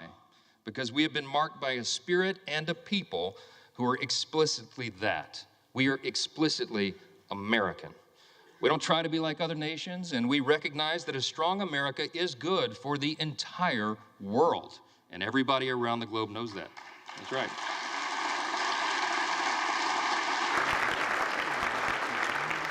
We also recognize that the core principles that made America what we are must still be preserved today. The principles, I call them the 7 core principles of American conservatism, but it's really the 7 core principles of the nation itself. Individual freedom, limited government, the rule of law, peace through strength, fiscal responsibility, free markets, and human dignity. These are the ingredients, the things that made us who we are. And in America, we know that human flourishing is best achieved by adherence to time-tested truths. We could list a number of those simple truths. Here's a couple. It's better to give a hand up than a hand out. That innovation thrives when bureaucracy dies.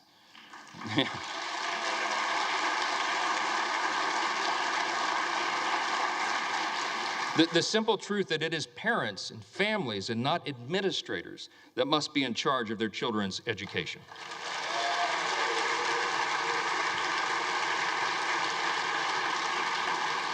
The path of prosperity has long been paved with policies that put America and Americans first. And that is what we will champion in the 119th Congress.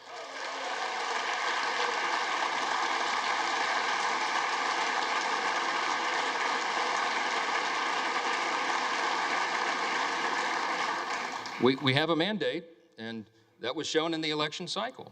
The people want an America First agenda. They do. Sadly, for the past 4 years of divided government, too many politicians in Washington have done the opposite.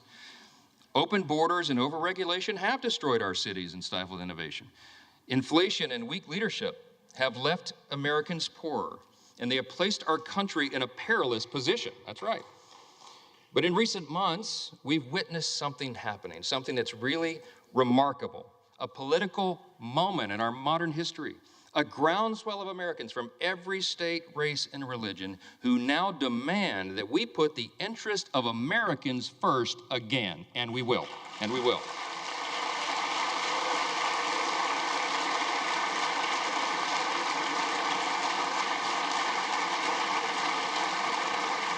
This is a powerful new coalition of our country. It's a coalition that insists that we purge the policies of America last and we bury them in the graveyard of history's mistakes, because it was a big mistake. To that end, this Congress will renounce the status quo and we will listen to the voices of the people. We will act quickly and we will start by defending our nation's borders. That's the number one priority. Yes.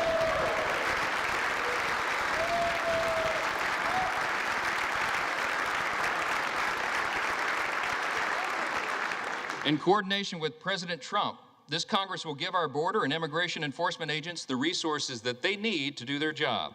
We will secure the border, we will deport dangerous, criminal, illegal aliens, and finally finish building the border wall.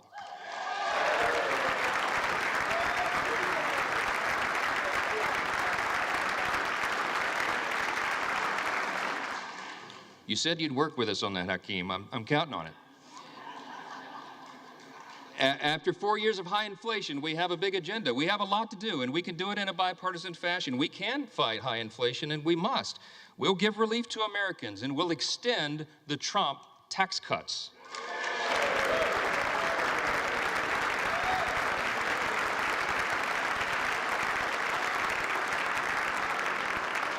We're going to protect our industries from one-sided trade deals, and we're going to bring overseas investments back to America's shores. That's right. We'll defeat the harmful effects of inflation, and we'll make life affordable again for America's hardworking people.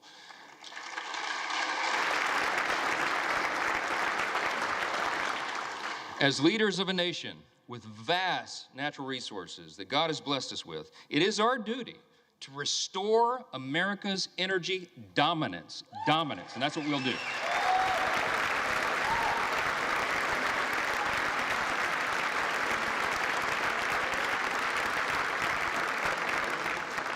We have to apply common sense. We have to stop the attacks on liquefied natural gas, pass legislation to eliminate the Green New Deal, that funding.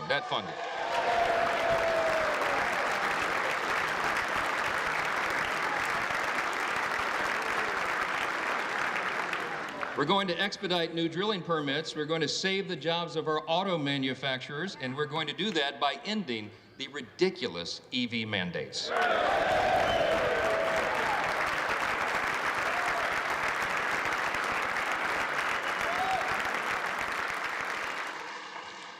And as heirs to the American Revolution and the descendants of patriots who defied tyranny, in the coming months, we are going to pass legislation to roll back the totalitarian fourth branch of government known as the administrative state.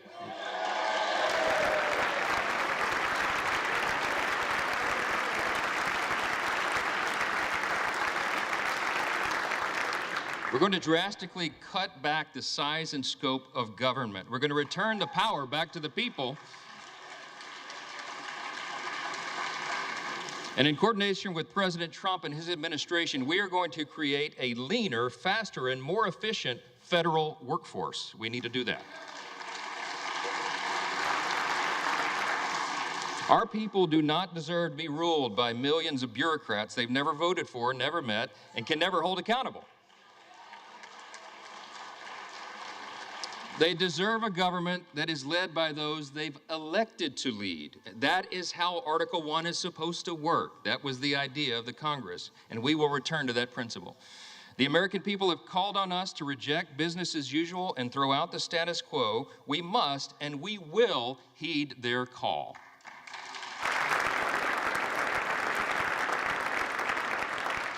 This is especially important as it comes to our nation's military. For too long, the Washington establishment has sought to appease and accommodate our nation's adversaries. They've tried to replace our military warriors with social justice warriors. It does not work. And while we're still the most powerful fighting force in the history of the world, by God's grace, the same establishment has eroded the capacities of our Army and Navy and diminished the readiness of our Air Force. We have to put an end to this madness.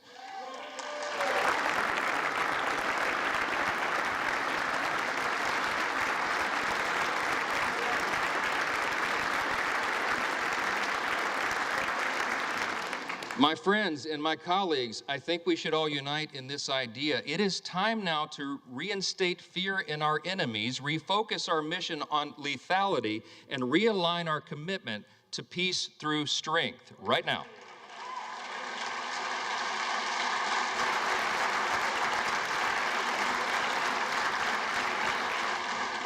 We have to prioritize the things that matter most. We have to make adequate investments in defense. This is the most dangerous moment since World War II, and everyone around the world is looking to America and looking to this body to ensure that we maintain the peace. What we're proposing now is just simply, as President Trump likes to say, a return to common sense. And he's exactly right. That message resonated across the country. I am very thankful, personally, that this body is filled with men and women who are committed to that change, to return to common sense. We can do this together. We should. It is our responsibility to do so. When I first took this gavel, many of you heard me say that I don't believe in luck or consequence. I believe in the idea of providence. And this morning, I participated with many of you early this morning in the 119th Congress Interfaith Prayer Service. It was held at St. Peter's Catholic Church. Many of you were there. It was an ecumenical service and a bipartisan service, which was great. My good friend Hakeem Jeffries began by a reading with the Old Testament. He read out of Deuteronomy 10. And then I was asked to provide a prayer for the nation. I offered one that is quite familiar to historians and probably many of us. It said right here in the program, it says right under my name, it is said each day of his 8 years of the presidency and every day thereafter until his death, President Thomas Jefferson recited this prayer. I wanted to share it with you here at the end of my remarks, not as a prayer per se right now, but as a reminder of what our third president and the primary author of the Declaration of Independence thought was so important that it should be a daily recitation. Let me just read you that prayer. It goes like this. Thomas Jefferson's Prayer for the Nation, it's entitled.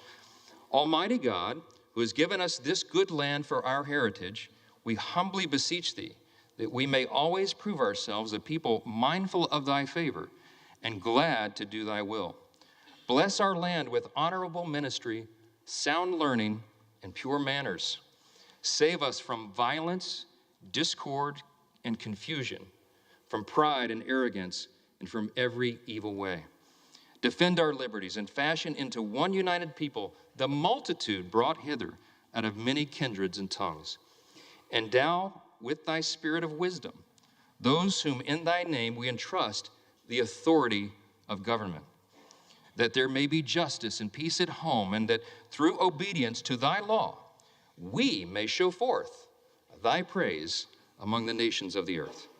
In time of prosperity, fill our hearts with thankfulness, and in the day of trouble, suffer not our trust in thee to fail, of which we ask through Jesus Christ our Lord. Amen. That was Thomas Jefferson's prayer. Yeah.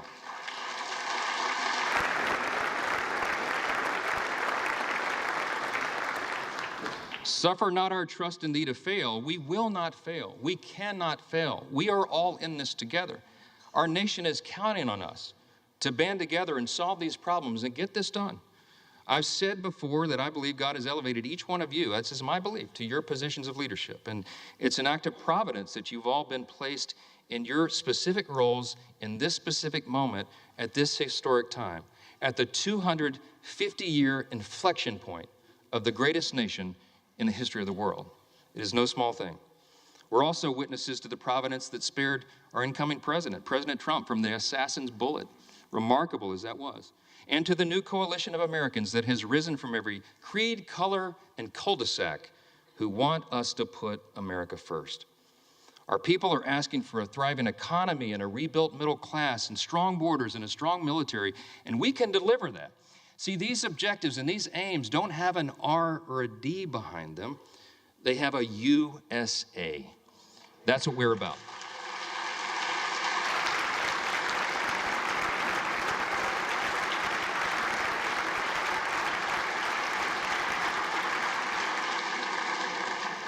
In just a few moments, we're all going to take an oath. It is the same one oath for one nation and under the banner of one great American flag. This is an opportunity for us to protect our shared American heritage, to maintain the conditions needed for self-government, and to defend what Hakeem said earlier, the rights to life, liberty, and the pursuit of happiness. Working together, we have the potential to be one of the most consequential Congresses in the history of this great nation, so long as we work together, we do the right thing, and we put America first. As we think about all we've accomplished in the past 250 years, we can only imagine what life will be like 250 years from now.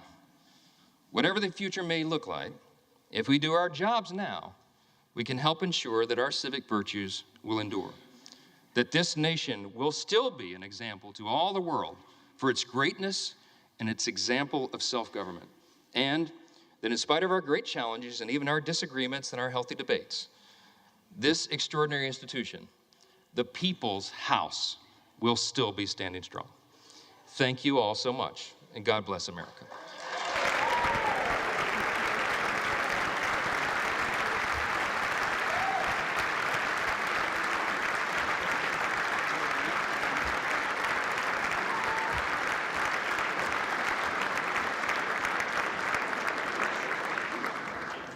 So as the sequence of events requires, I am now ready to take the oath of office. I ask the Dean of the House of Representatives, the Honorable Harold Rogers of Kentucky, to administer the oath.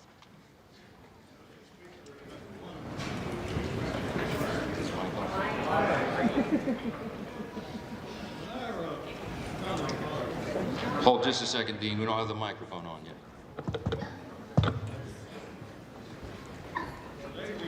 Celebrate our shared American self-rule. When our founding fathers rejected calls for an American king and chose a bold and innovative government of self-rule, it was met by opposition, understandably, by the world's kings. They said, "You can't govern yourself. You need a king to direct the country."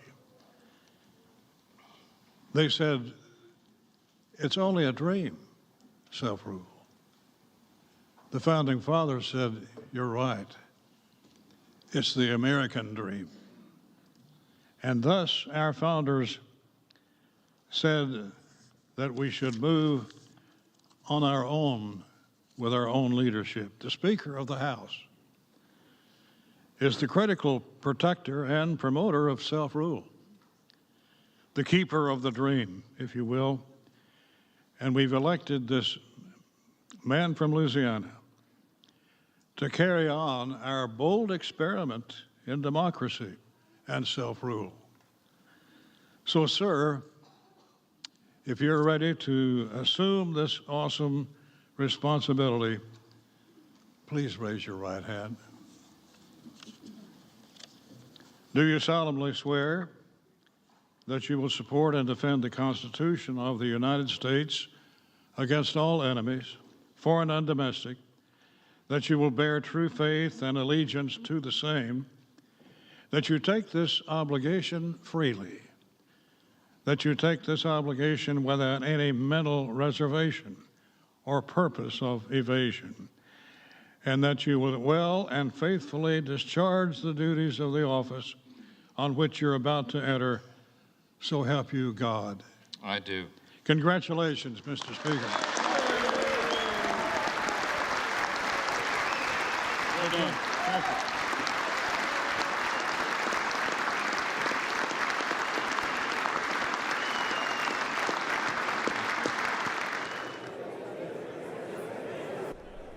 And once again, the House here working through a series of votes pertaining to rules that will guide the 119th Congress, including all related committees, for the next 2 years.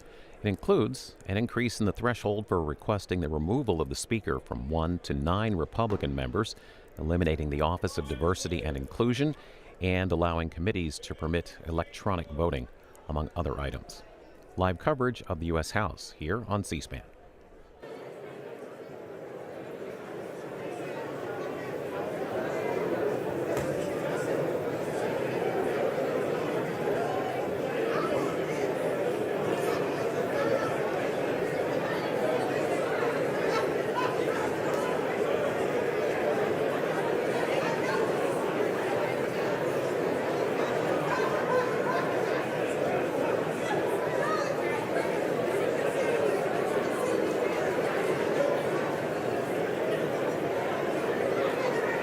On this vote, the yeas are 216, the nays are 210. The previous question is ordered. House will be in order. House will be in order. Shh. For what purpose does the gentlelady from Connecticut seek recognition? Mr. Speaker, I have a motion at the desk. I have a motion at the desk, Mr. Speaker. The clerk will report the motion.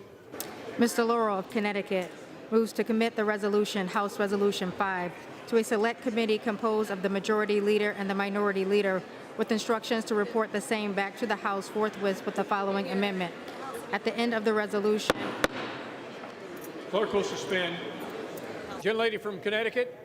Ask unanimous consent to dispense with the reading. Without objection, we will dispense with the reading. Without objection, the previous question is ordered on the motion to commit. The question is on the motion. Those in favor say aye. Those opposed, no. Opinion of the chair, the ayes have it. The motion is agreed to. Gentlelady from Connecticut. Or I'm sorry, gentlelady from Minnesota. Mr. Speaker, I request the yeas and nays. Yeas and nays are requested. Those favoring a vote by the yeas and nays will rise. Sufficient number having risen, the yeas and nays are ordered. Members will record their votes by electronic device.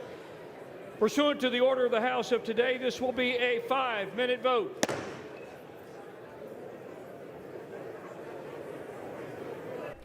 And the House now in the second of 3 votes on legislation to adopt the rules that will guide the 119th Congress. This is a vote on a motion that would send this bill immediately to committee for debate.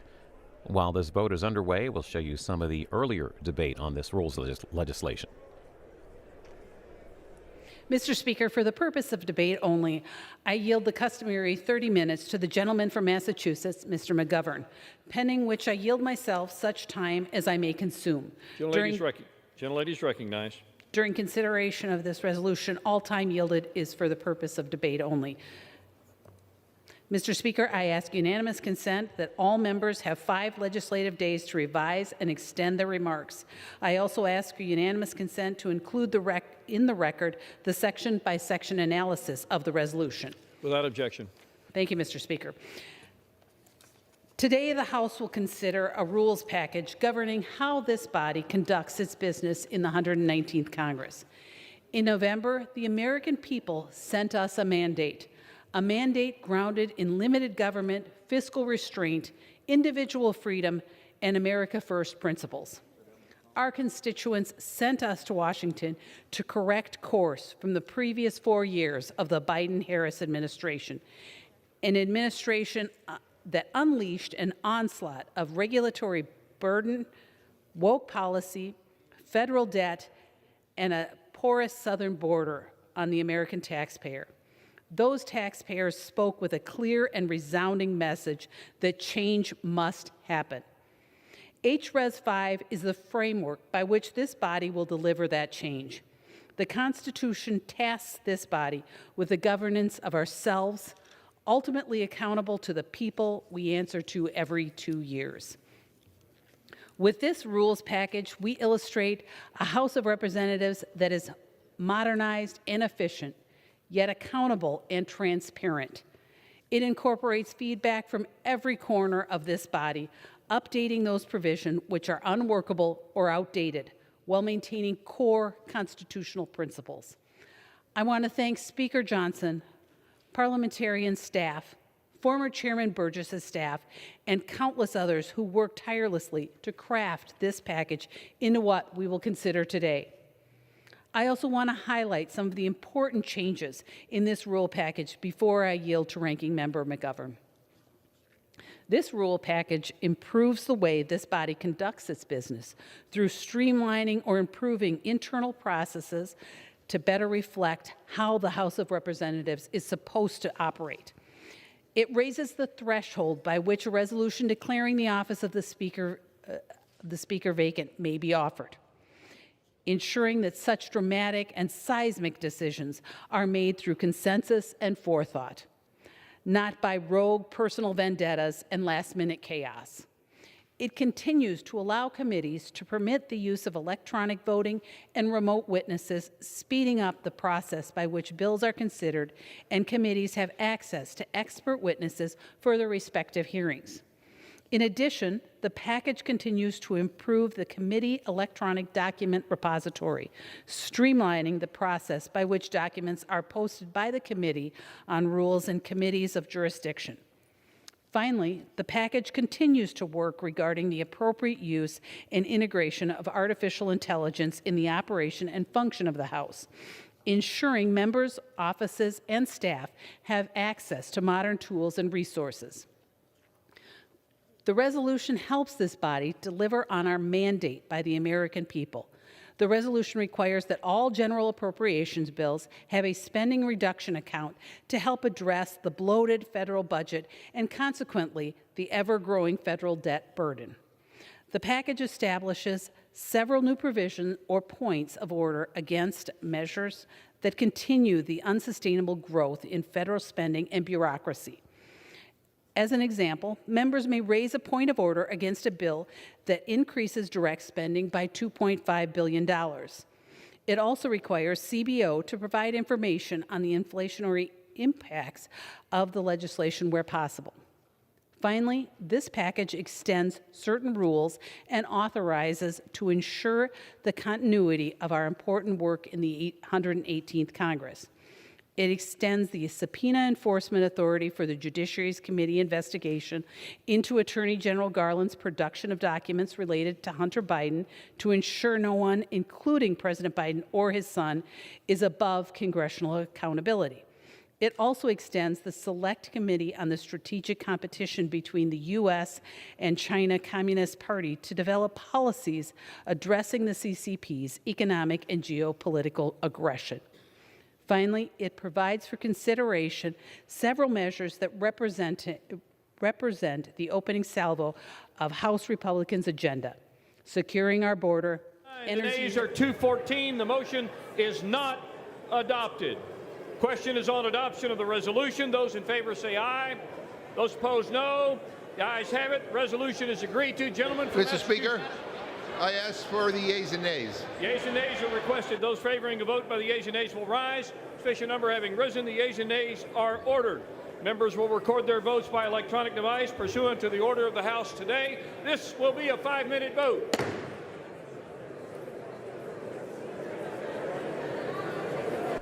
House members now voting on approval of the rules for the 119th Congress, which includes an increase in the threshold for requesting the removal of the Speaker from 1 to 9 Republican members, eliminating the Office of Diversity and Inclusion, and allowing committees to permit electronic voting. It's the final vote of the day. More debate from the House floor on this legislation from the past hour.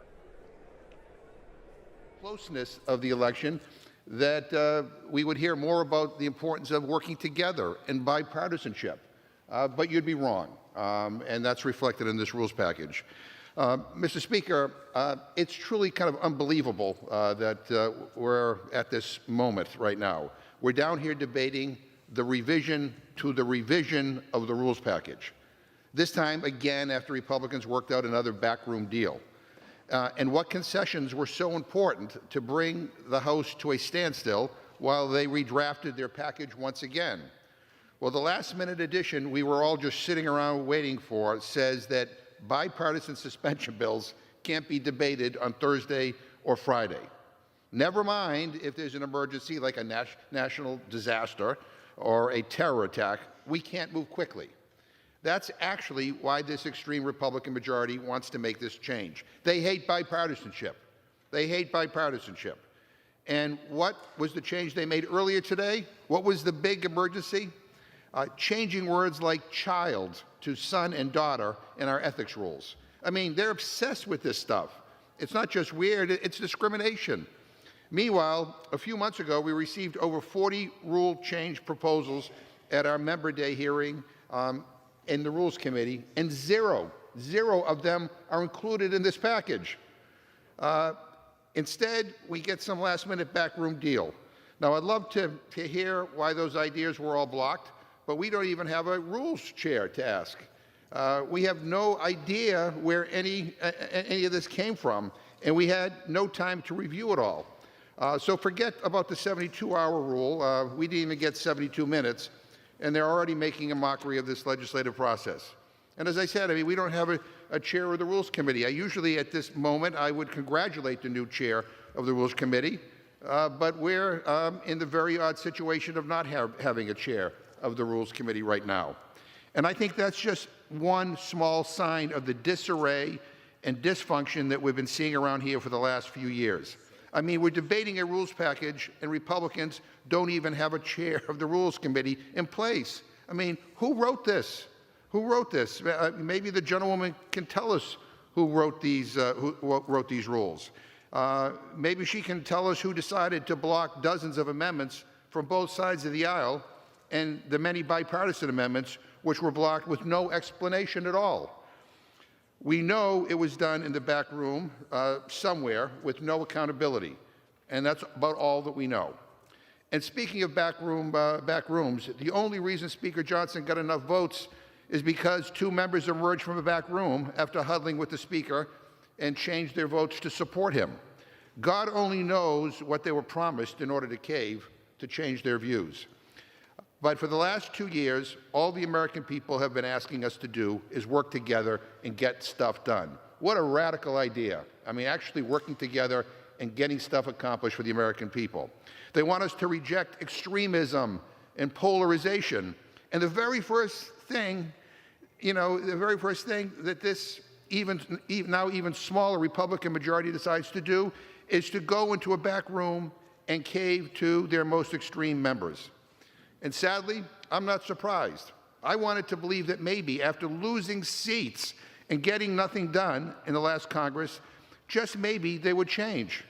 But clearly Republicans have decided to double down on the dysfunction. So buckle up, everybody, because Republican incompetence is about to reach staggering new heights. 2 years ago, the other side promised openness, transparency, and action. Instead, look at what they delivered. Look at what they delivered. Constant disarray, never-ending dysfunction, and complete and total inaction. And why? Why all this dysfunction? Because they refuse to work together with Democrats. Instead of working with us, they shut this place down. They ran the most closed Congress in history. Think about that. They would rather shut out voices, shut down ideas, shut off debate, and silence democracy. They'd rather do that than work together. Now, that's not what the people voted for. At least that's not what people in my district voted for.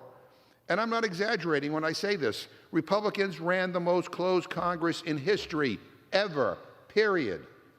They allowed no amendments to most bills, no opportunity to make bills better. They told America to take it or leave it. Democracy be damned. They talk about an open process. Give me a break. They blocked 6,000 amendments over the last 2 years. 6,000. They're blocked.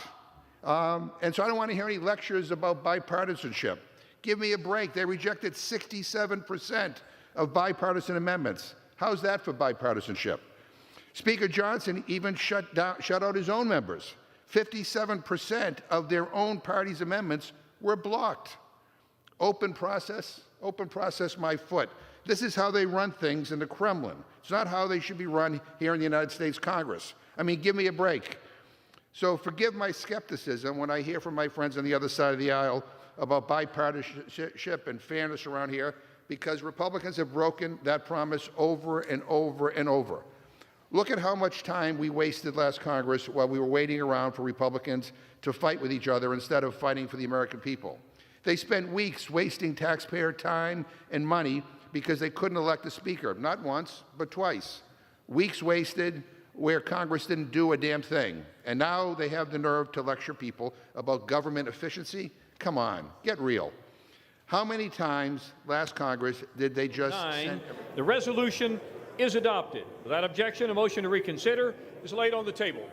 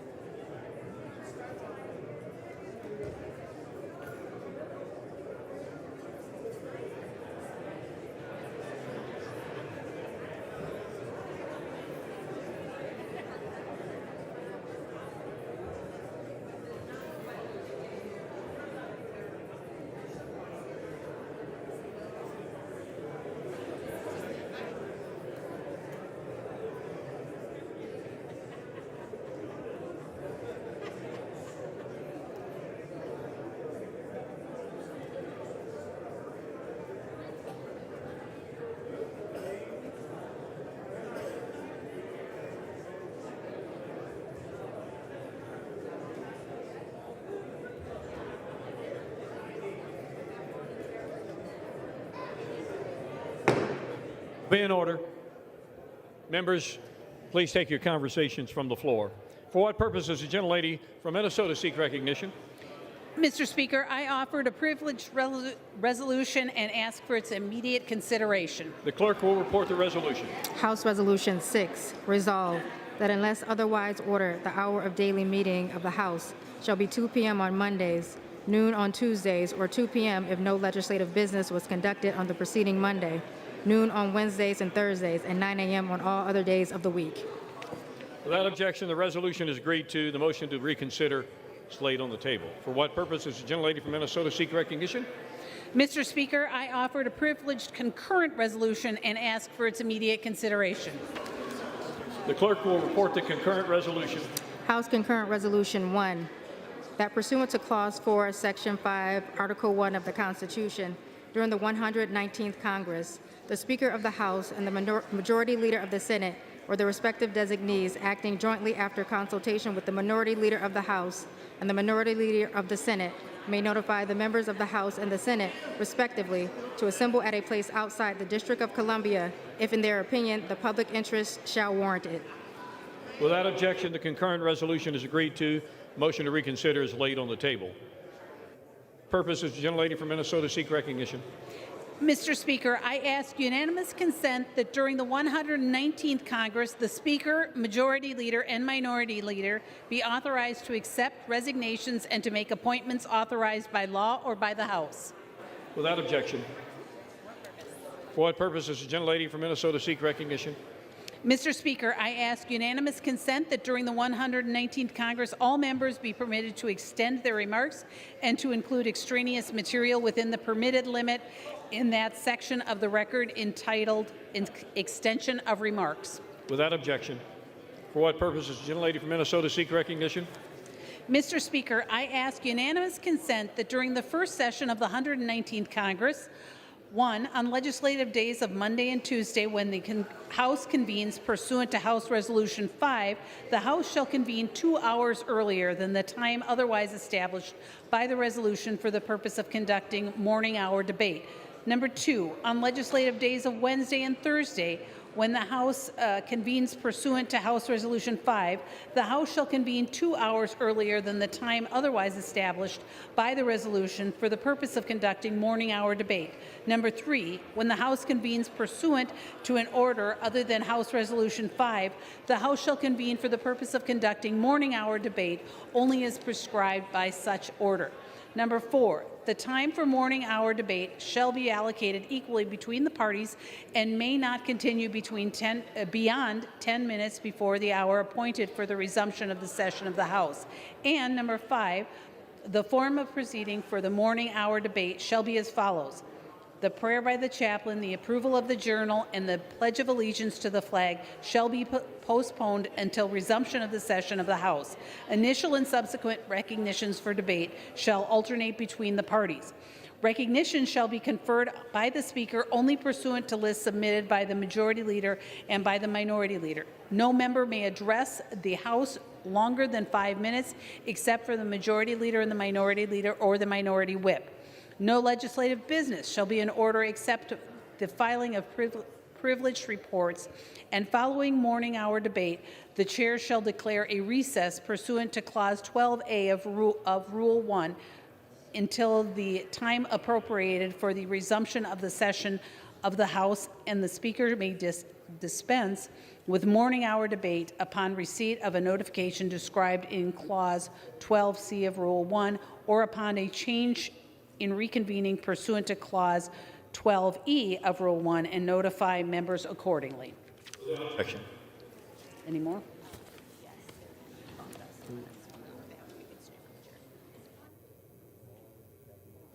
Is she finished? The chair announces that the Speaker has delivered to the clerk a letter dated January 3rd, 2025, listing members in the order in which each shall act as Speaker pro tem under Clause 8B3 of Rule 1. The chair lays before the House a communication.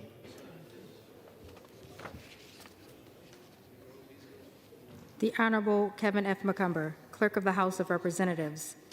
Dear Mr. Clerk, I hereby designate Representative Steve Scalise of Louisiana to exercise any authority regarding assembly, reassembly, convening, or reconvening of the House pursuant to House Concurrent Resolution 1, Clause 12 of Rule 1, and any concurrent resolutions of the current Congress as may contemplate my designations of members to exercise similar authority. In the event of the death or inability of that designee, the alternate members of the House listed in the letter bearing this date that I have placed with the clerk are designated in turn for the same purpose. Signed sincerely, Mike Johnson, Speaker. Chair lays before the House a communication. The Speaker's Rooms, Washington, D.C., January 3rd, 2025. I hereby appoint the Honorable Adrian Smith, the Honorable Robert Whitman, the Honorable Andy Harris, the Honorable Richard Hudson, the Honorable John Joyce, Honorable Guy Reschenthaler, the Honorable Jen Kiggins, to act as Speaker pro tempore to sign and roll bills and joint resolutions through the remainder of the 119th Congress. Signed sincerely, Mike Johnson, Speaker of the House. Without objection, the appointments are approved. Chair lays before the House communication. The Honorable, the Speaker, House of Representatives, sir. Under Clause 2G of Rule 2 of the Rules of the U.S. House of Representatives, I herewith designate Ms. Lisa P. Grant, Deputy Clerk, Ms. Sarah Meyer, Legal Counsel, and Ms. Cheryl H. Mueller, Chief Human Resources Officer, to sign any and all papers and perform all other acts for me under the name of the Clerk of the House, for which they would be authorized to do by virtue of this designation, except such as are provided by statute, in case of my temporary absence or disability. This designation shall remain in effect for the 119th Congress or until modified by me. Signed sincerely, Kevin F. McCumber, Clerk of the House of Representatives. The chair customarily takes this occasion at the outset of a Congress to announce its policies with respect to particular aspects of the legislative process. The chair will insert in the record announcements concerning First, privileges on the floor. Second, introduction of bills and resolutions. Third, unanimous consent request for the consideration of legislation.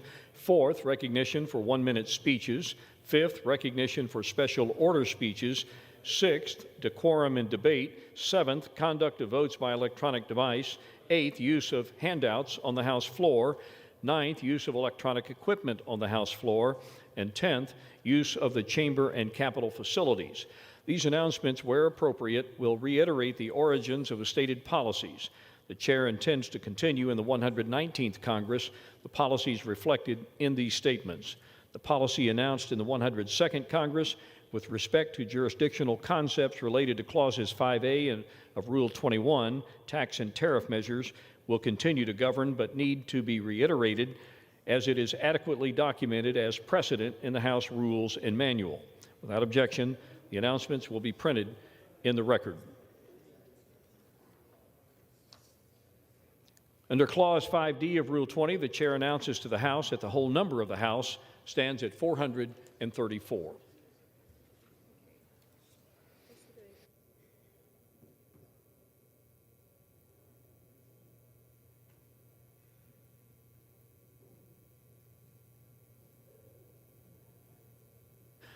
The Chair lays before the House the following privileged concurrent resolution. Senate Concurrent Resolution 1. Section 1, Reauthorization of Joint Committee. Effective from January 3, 2025, the Joint Committee created